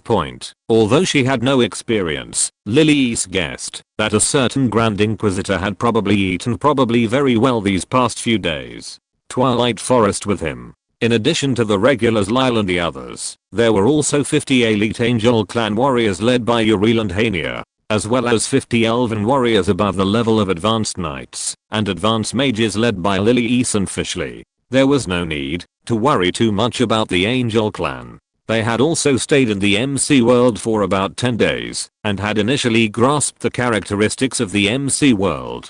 It was the elves. "How is the learning going?" Ian asked casually. Lily retracted her wandering thoughts and replied, "Your Holiness Pope, please rest assured. Although the characteristics of the Dawn Heaven are very magical, and it is difficult to master this kind of exploration work that is different from common sense, but the elves have a naturally strong learning ability. Even if they can't do independent and autonomous work, helping out shouldn't be a problem." Hearing this, Ian slightly, and didn't doubt Lily's boasting. The elves' imitation and learning ability is indeed the strongest on the Rodri continent. Even if they can't understand it, rote memorization is still not a problem. He glanced at Lyle, who immediately indicated that all combat preparations had been completed, and that the resources to be taken, and the people staying here, to transmit messages had also been arranged. So the preparations were all in place, and the Holy Realm Guardian staff, which had created countless miracles, reappeared in Ian's hand.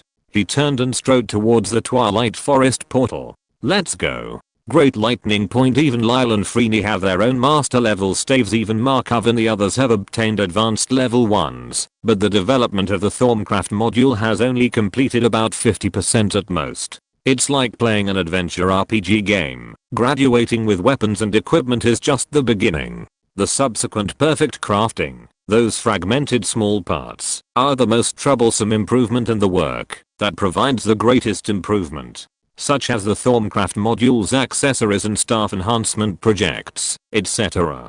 If you delve into this deeply, there will be no end to it. And the Twilight Forest module can supplement just a wave of accessories and spell scrolls. Ian still cares a lot about spell scrolls. There's nothing complicated to say, they are just magic scrolls from traditional Western fantasy worlds. The only special thing is that these scrolls can also be mass-produced later. Even ordinary people without magic power can release them. Church of the Dawn are both magic and martial arts practitioners. This is another good thing, to improve the potential for war. However, Ian is still researching the process of making scrolls, and for the moment, he can only get some ready-made scrolls from the Twilight Forest. This time exploring the Twilight Forest, Ian didn't plan to go straight to the Castle of the End. It's still the same problem, it takes too much time to travel, have time to penetrate the Twilight Forest in one go. Important lich is killed, and the lich's staff is obtained. The rest is not urgent.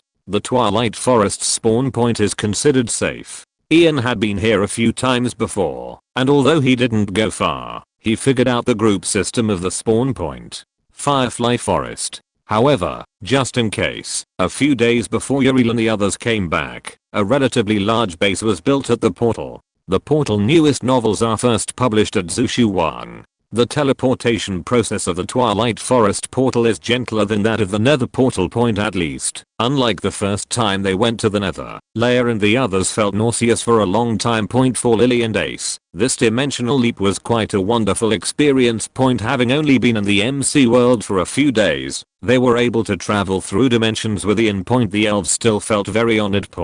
But when they saw the warm forest outside the base, all their fantasies turned into amazement at this moment. As children of nature, the elves have seen no less than 1,000 forests. The elven forest and the current second home are among the few beautiful forest landscapes on the Rodri continent. Even so, compared to the jungle in front of them, it is still insignificant. Towering, unknown trees are densely distributed, almost shoulder to shoulder. This kind of completely into shade, natural primeval forest scenery. Looking up, the dense leaves almost block all the light. But this jungle doesn't appear dim at all. Scattered green light spots are gathered together, some flying in the sky, some directly rooted on both sides of the path, making this jungle more secluded and peaceful. No matter how many times I see it, this place is still unrealistically beautiful. Leisha sighed, looking around the environment with loving eyes. Ian smiled. Compared to other Twilight Forest groups, the resource development value of the Firefly Forest is very low.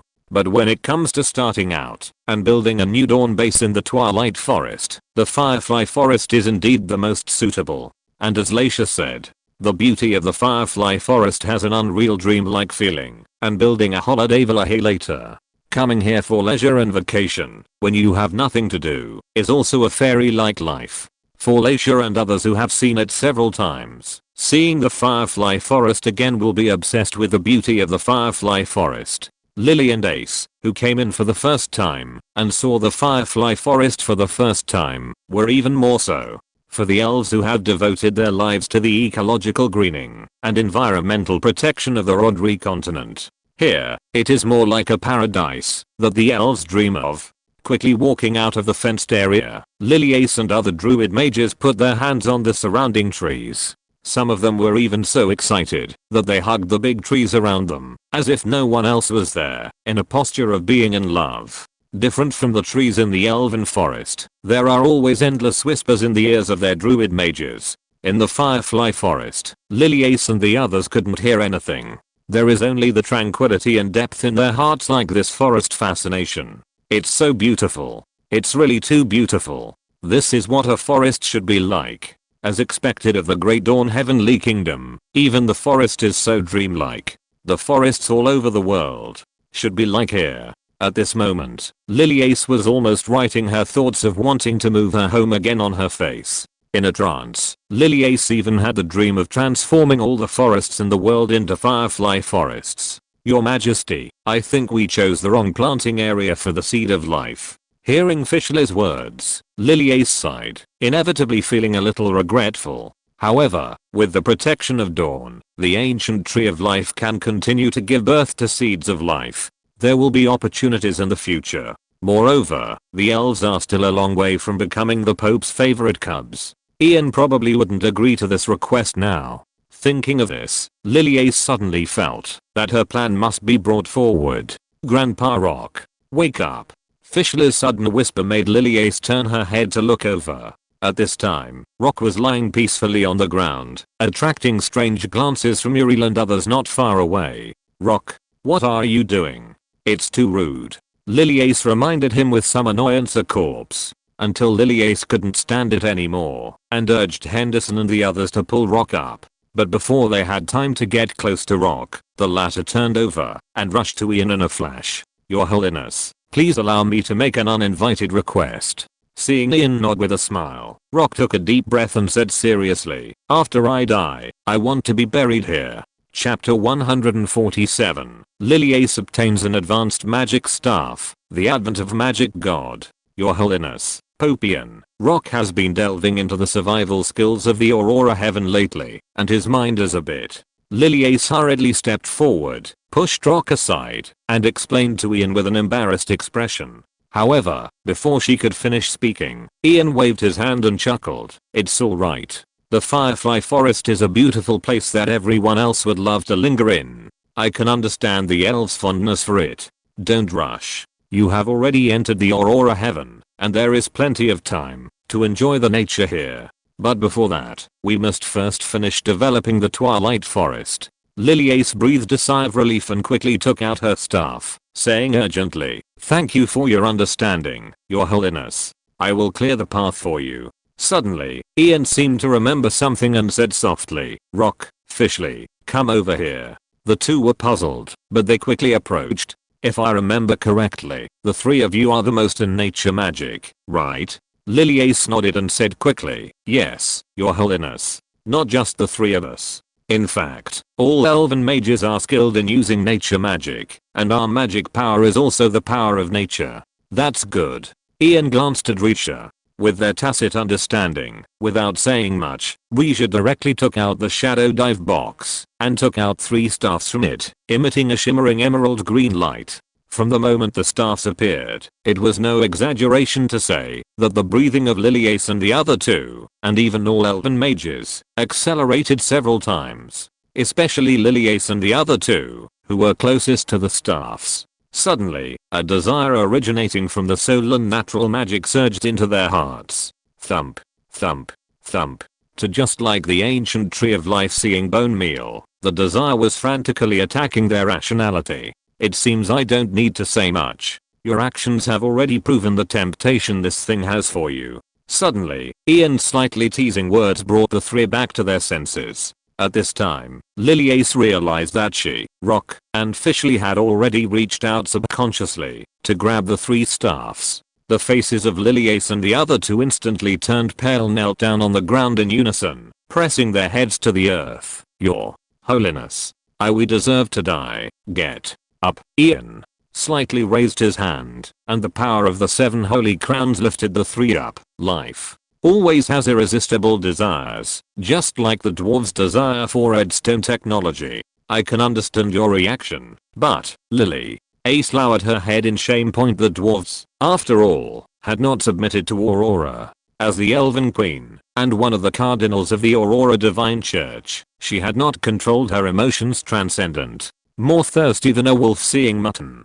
Do you know why you have such an impulse? Ian looked at Liliace with a smile, and the more he looked at the three people who could hardly restrain themselves, the more interesting he found it. You will be unprecedented magic gods. Finally receiving a definite answer, Liliace couldn't help but tremble. But before she could say anything, Ian handed the three wanderer staffs to them. From today on, these three staffs are yours. Lily and Ace were stunned, but they subconsciously took the staff. In the next moment, a vast amount of natural magic surged from the palm of their hands. In an instant, it flowed through Lily and Ace's bodies. All the magic within their bodies boiled and cheered at that moment, and then an indescribable obscure aura spread from Lily, Ace and Rock, and pure natural magic transformed into patterned holy rings that spiraled around them. That unprecedented aura made understand in an instant their eyebrows. With sudden clarity, they understood what it was. A divine spark. The newest novels are first released.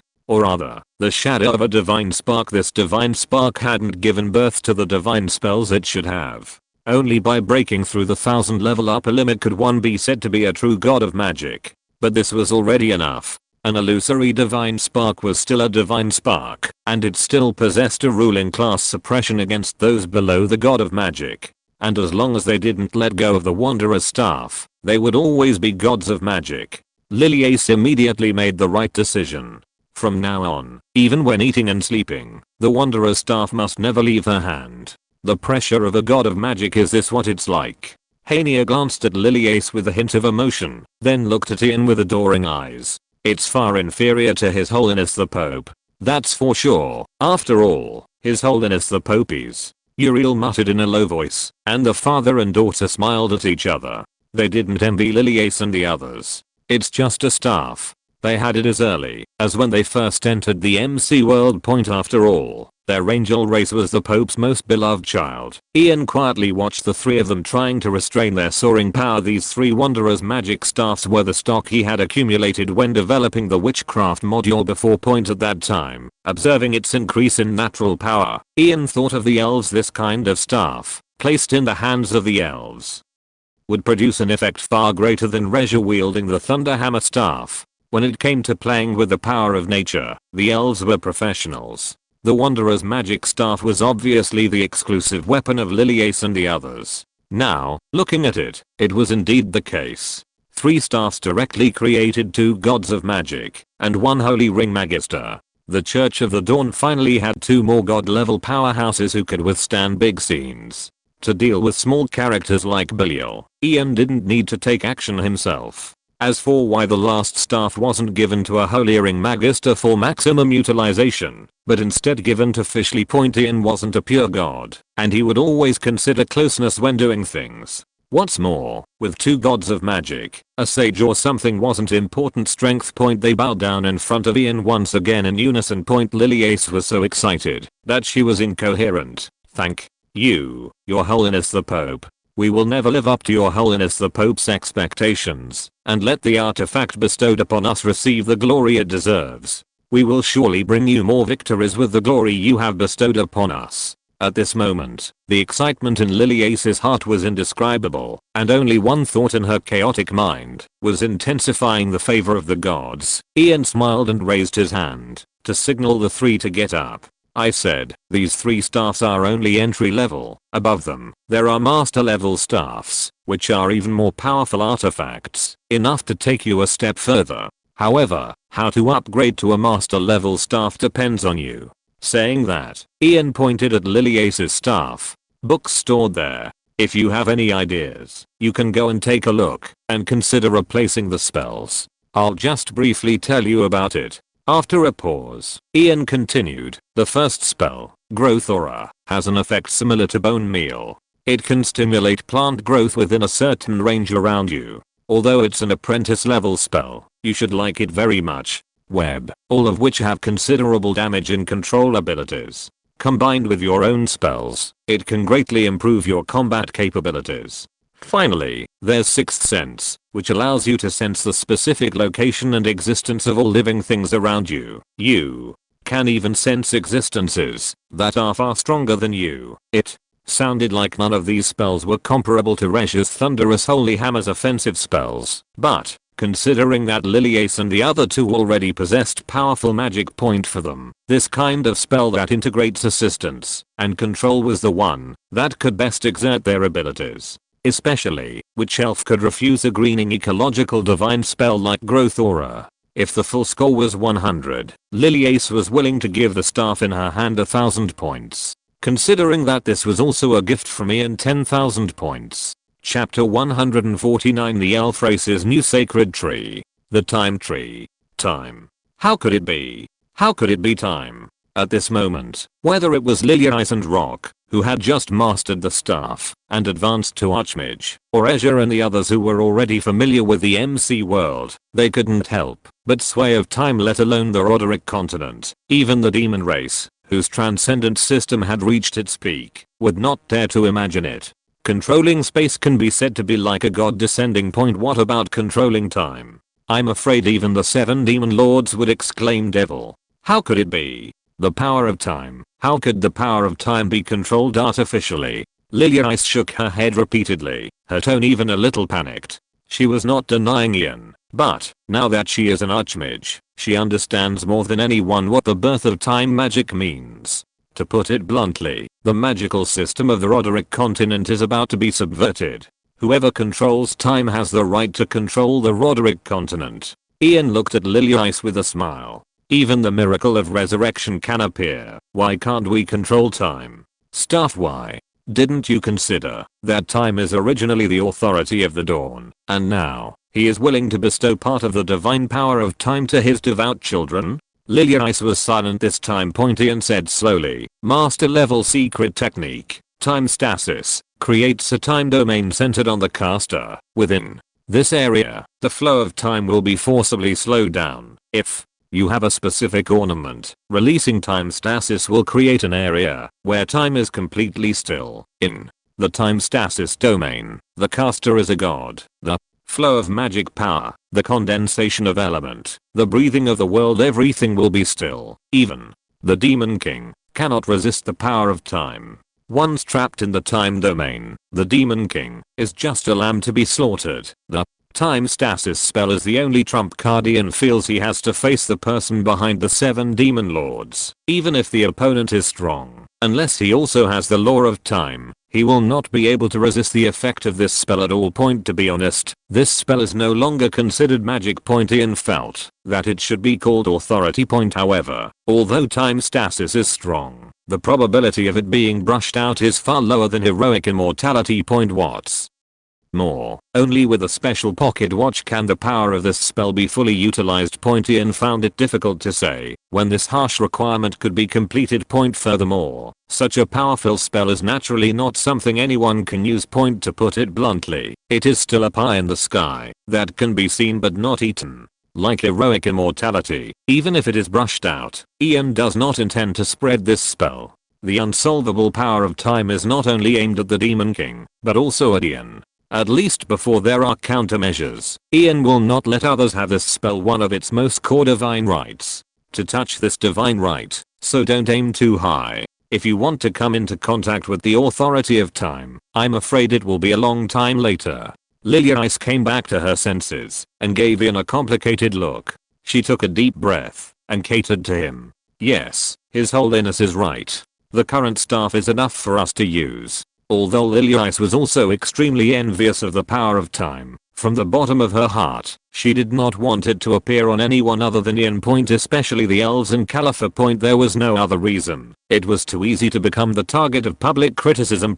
Even if the Dawn God sect is united, even if the elves are close. But that's time. Moreover, it is on that staff. As long as you get it, you can use this divine right.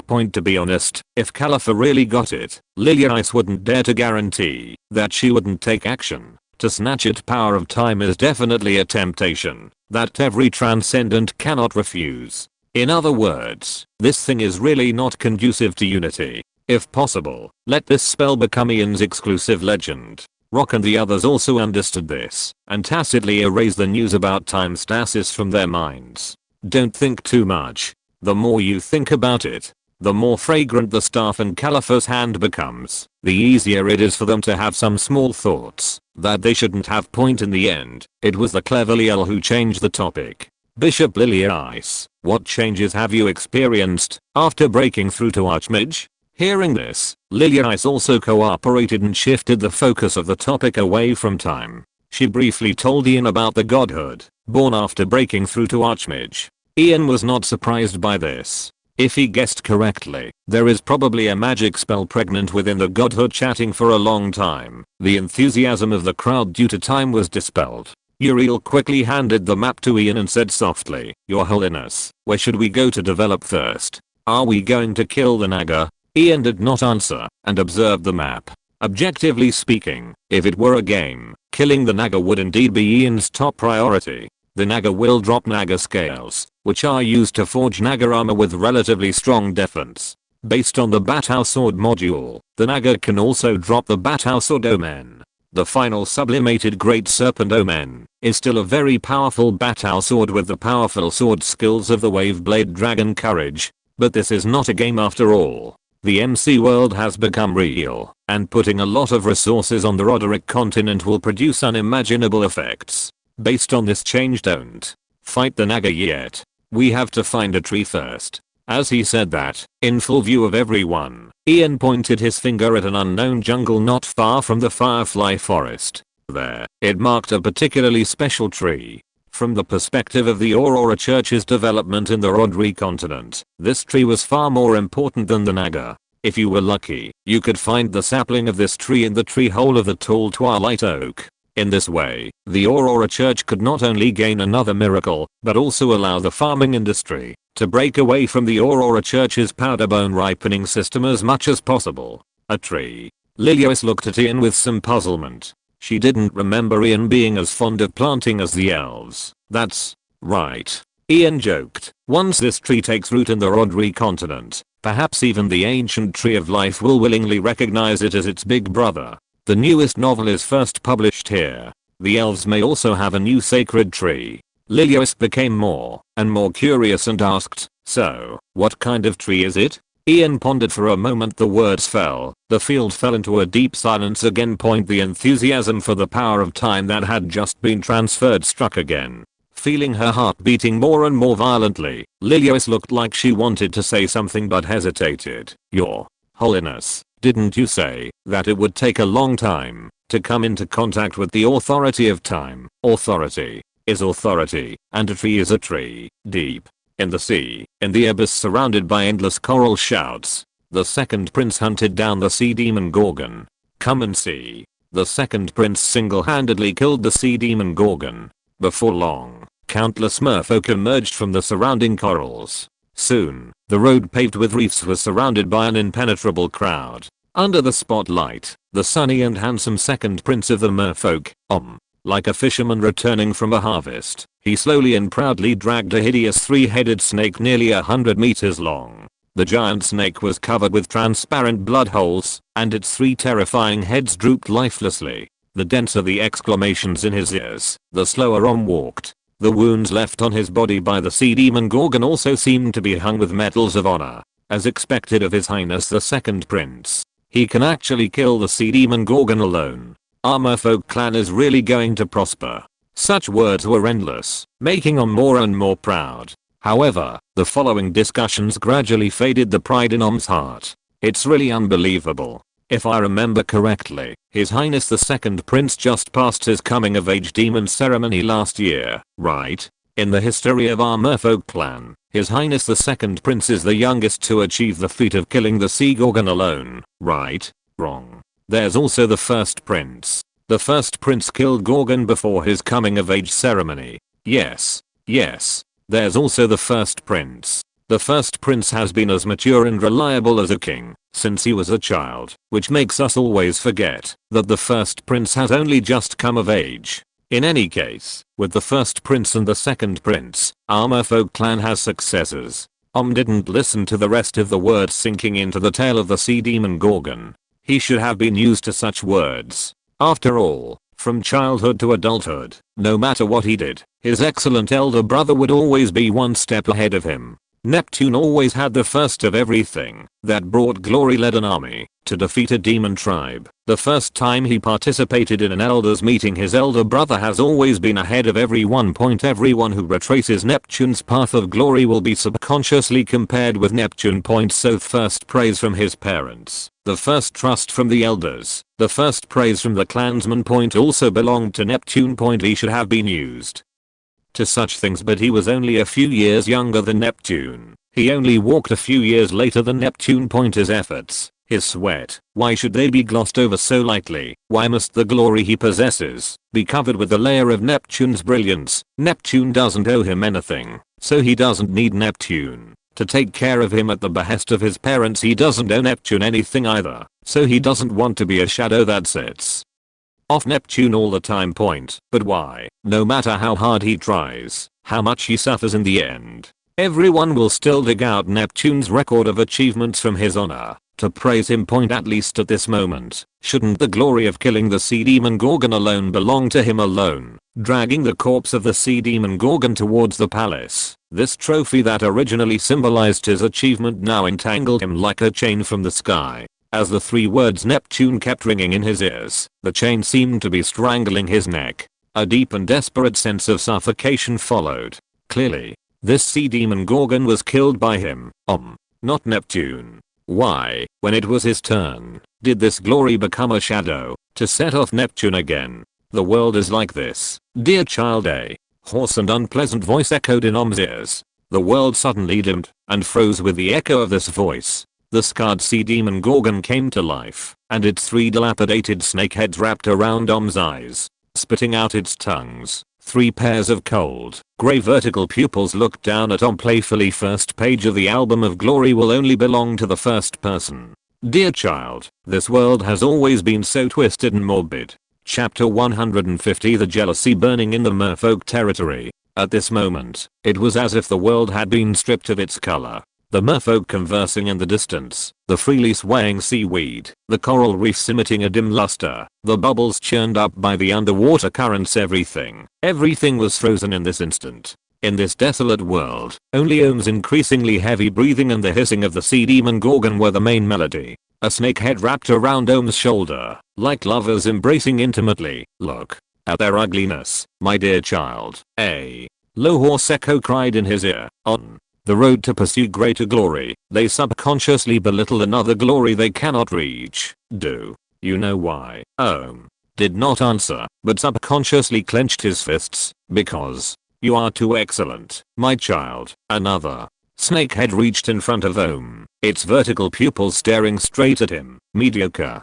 lives always desire that all lives in this world is as mediocre as they are. Your elder brother, Neptune, the third snakehead, stood upright, its eyes full of pity. The merfolk great prince, the perfect merfolk clan heir, the strongest warrior of the younger generation of the merfolk. Yes, child, he deserves such glory, but so do you. You are hardworking, brave, and tenacious. You are just as excellent as your elder brother. You should have had all the glory, but my child, you were just born a few years later, took a few steps later. So, when you have this glory, people will always say that you are imitating your elder brother's great achievements. Yes, he is the pioneer. The three snakeheads of the sea demon Gorgon surrounded Om, whose aura was becoming increasingly unstable. It hissed incessantly. They are jealous of your excellence, so they want to deny you with your elder brother's glory, of the merfolk, and your parents. Dear child, think carefully. How do they praise you? Gorgon finally entangled Om, the three snakeheads forming a shape around Om.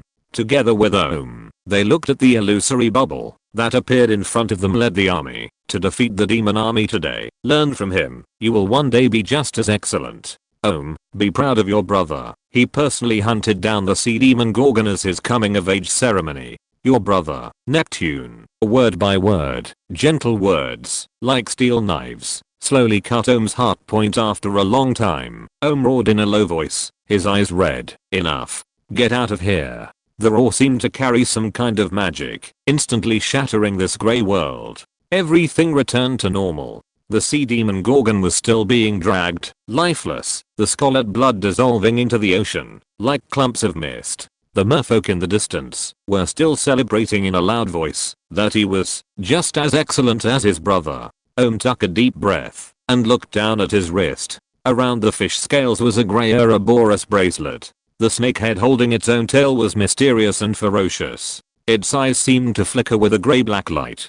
Father is also proud of me. Omen's tone was low. I'm just a few steps behind my elder brother. I will definitely catch up with him. When that time comes, we'll understand that I'm not my elder brother's shadow. I don't need everyone your help. I can do all of this too. The Ouroboros bracelet did not move at all, as lifeless as Gorgon. Only, after a long time, the grey-black pupils of the snakehead flashed a hint of sarcasm. Let me wait and see, dear child. A hoarse voice still echoed in the dark. Omen was upset and sealed the bracelet with the Great Sea Battle Key. However, he did not notice that under the cover of the battle key, this bracelet, which he had picked up not long ago and helped him successfully hunt down the sea demon Gorgon, was sticking to his fish scales, and grey-black mist-like insects was collapsing and constantly drilling under his skin.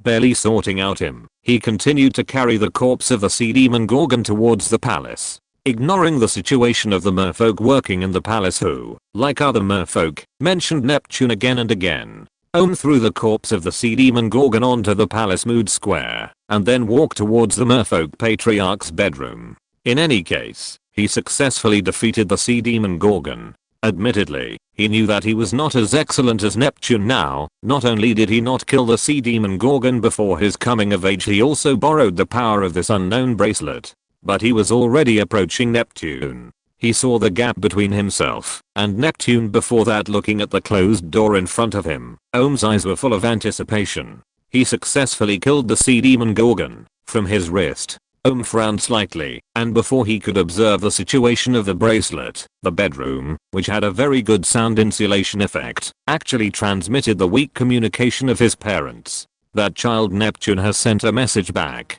The steady male voice made Omen recognize that it was his father at the first time. The gentle female voice that followed was naturally his mother. How is Neptune? So heartily, at least not to him that. Dawn Pope is more amiable than imagined, and the heart of anti-magic is even more admirable, not to mention generously accepting the 100 races who want to seek refuge in the Dawn and pray for protection. He also gave them enough food and territory, and gave them enough respect. In addition, the Dawn Divine sect is powerful, and now the elves have joined the Dawn Divine sect. Judging from Neptune's news, that Pope is really very kind. Ohms. Mother breathed a sigh of relief and said happily, that's good.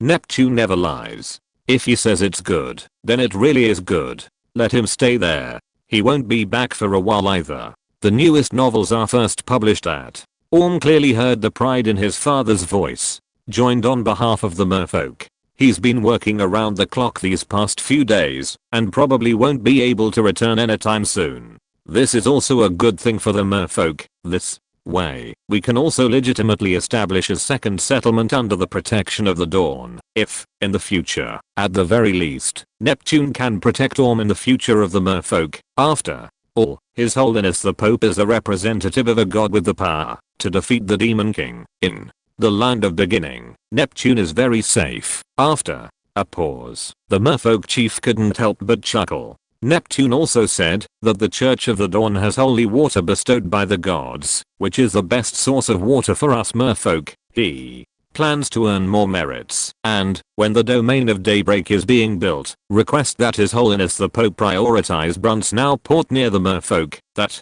child is even thinking of bringing us along to enjoy the good life. Oh, right. Neptune also mentioned that, after building the second settlement, he plans to have you take Orm and the merfolk children to live there, in the land of beginning, with the blessing of the gods and His Holiness the Pope. It's very safe. The elves have even created night and magic schools at His Holiness the Pope's suggestion. Neptune's idea is to have you go there. Not only is it safe, but the children can also quickly improve themselves in the elven schools. We'll leave this place for our warriors to guard the sacred ring of the moon. Neptune said that once Brunsnow Port is built, it can also form a good cycle. The children can go to school to learn and become stronger. After becoming reliable warriors, they can guard the sacred ring of the moon and even participate in the selection of the Dawn Knights.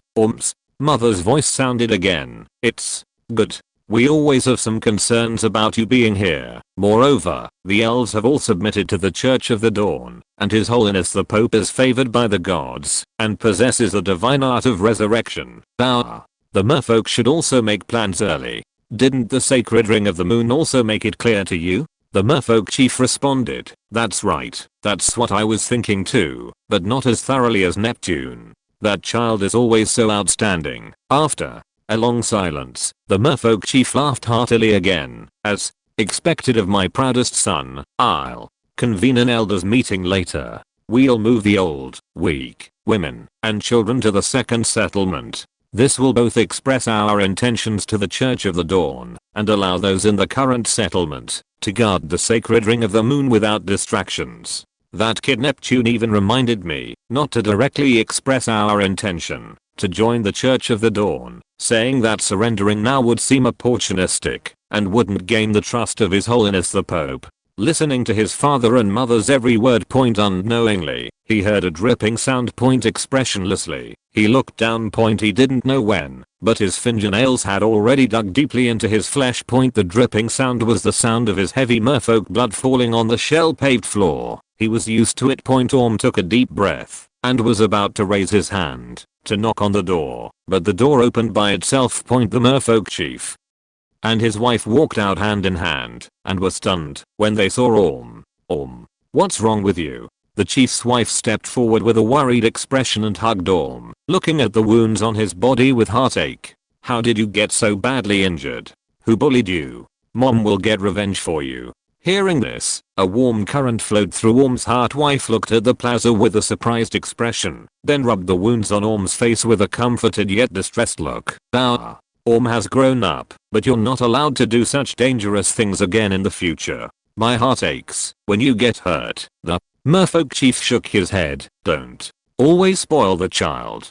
As a merfolk warrior, scars are his medals of honor.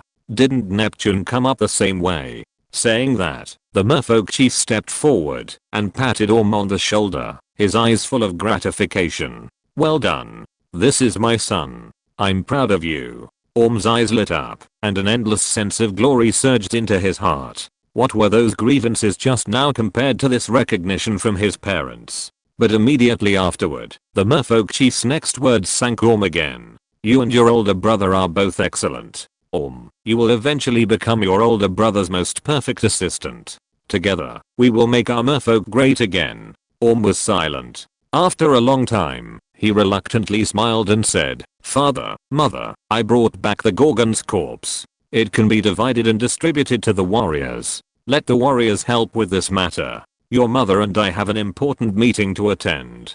Saying that, the merfolk chief showed an undisguised proud smile. Your older brother sent a message that everything is going well in the land of beginning. We need to prepare for the next stage of development. We'll celebrate for you tonight when your mother and I return. Orm remained silent, listening to his parents' words of encouragement, then watched them walk away together. When passing by the Gorgon, his parents only looked back at him with gratification before disappearing into the distance. Orm stood alone at the entrance of the palace. The wounds, which he hadn't felt much on the way back, now ached so much that he wanted to cry. It seemed like a strange force was acting on his heart, amplifying his pain countless times against his chest, his eyes full of bloodshot veins. It seemed like something was burning there. It's jealousy, my dear child. End of this chapter. Thank you very much for reaching the end. Don't forget to like. Looking for more exclusive content and immediate access? Subscribe to our Patreon. Remember, every like, subscription, or donation encourages us to continue. Thanks to everyone. See you in the next video.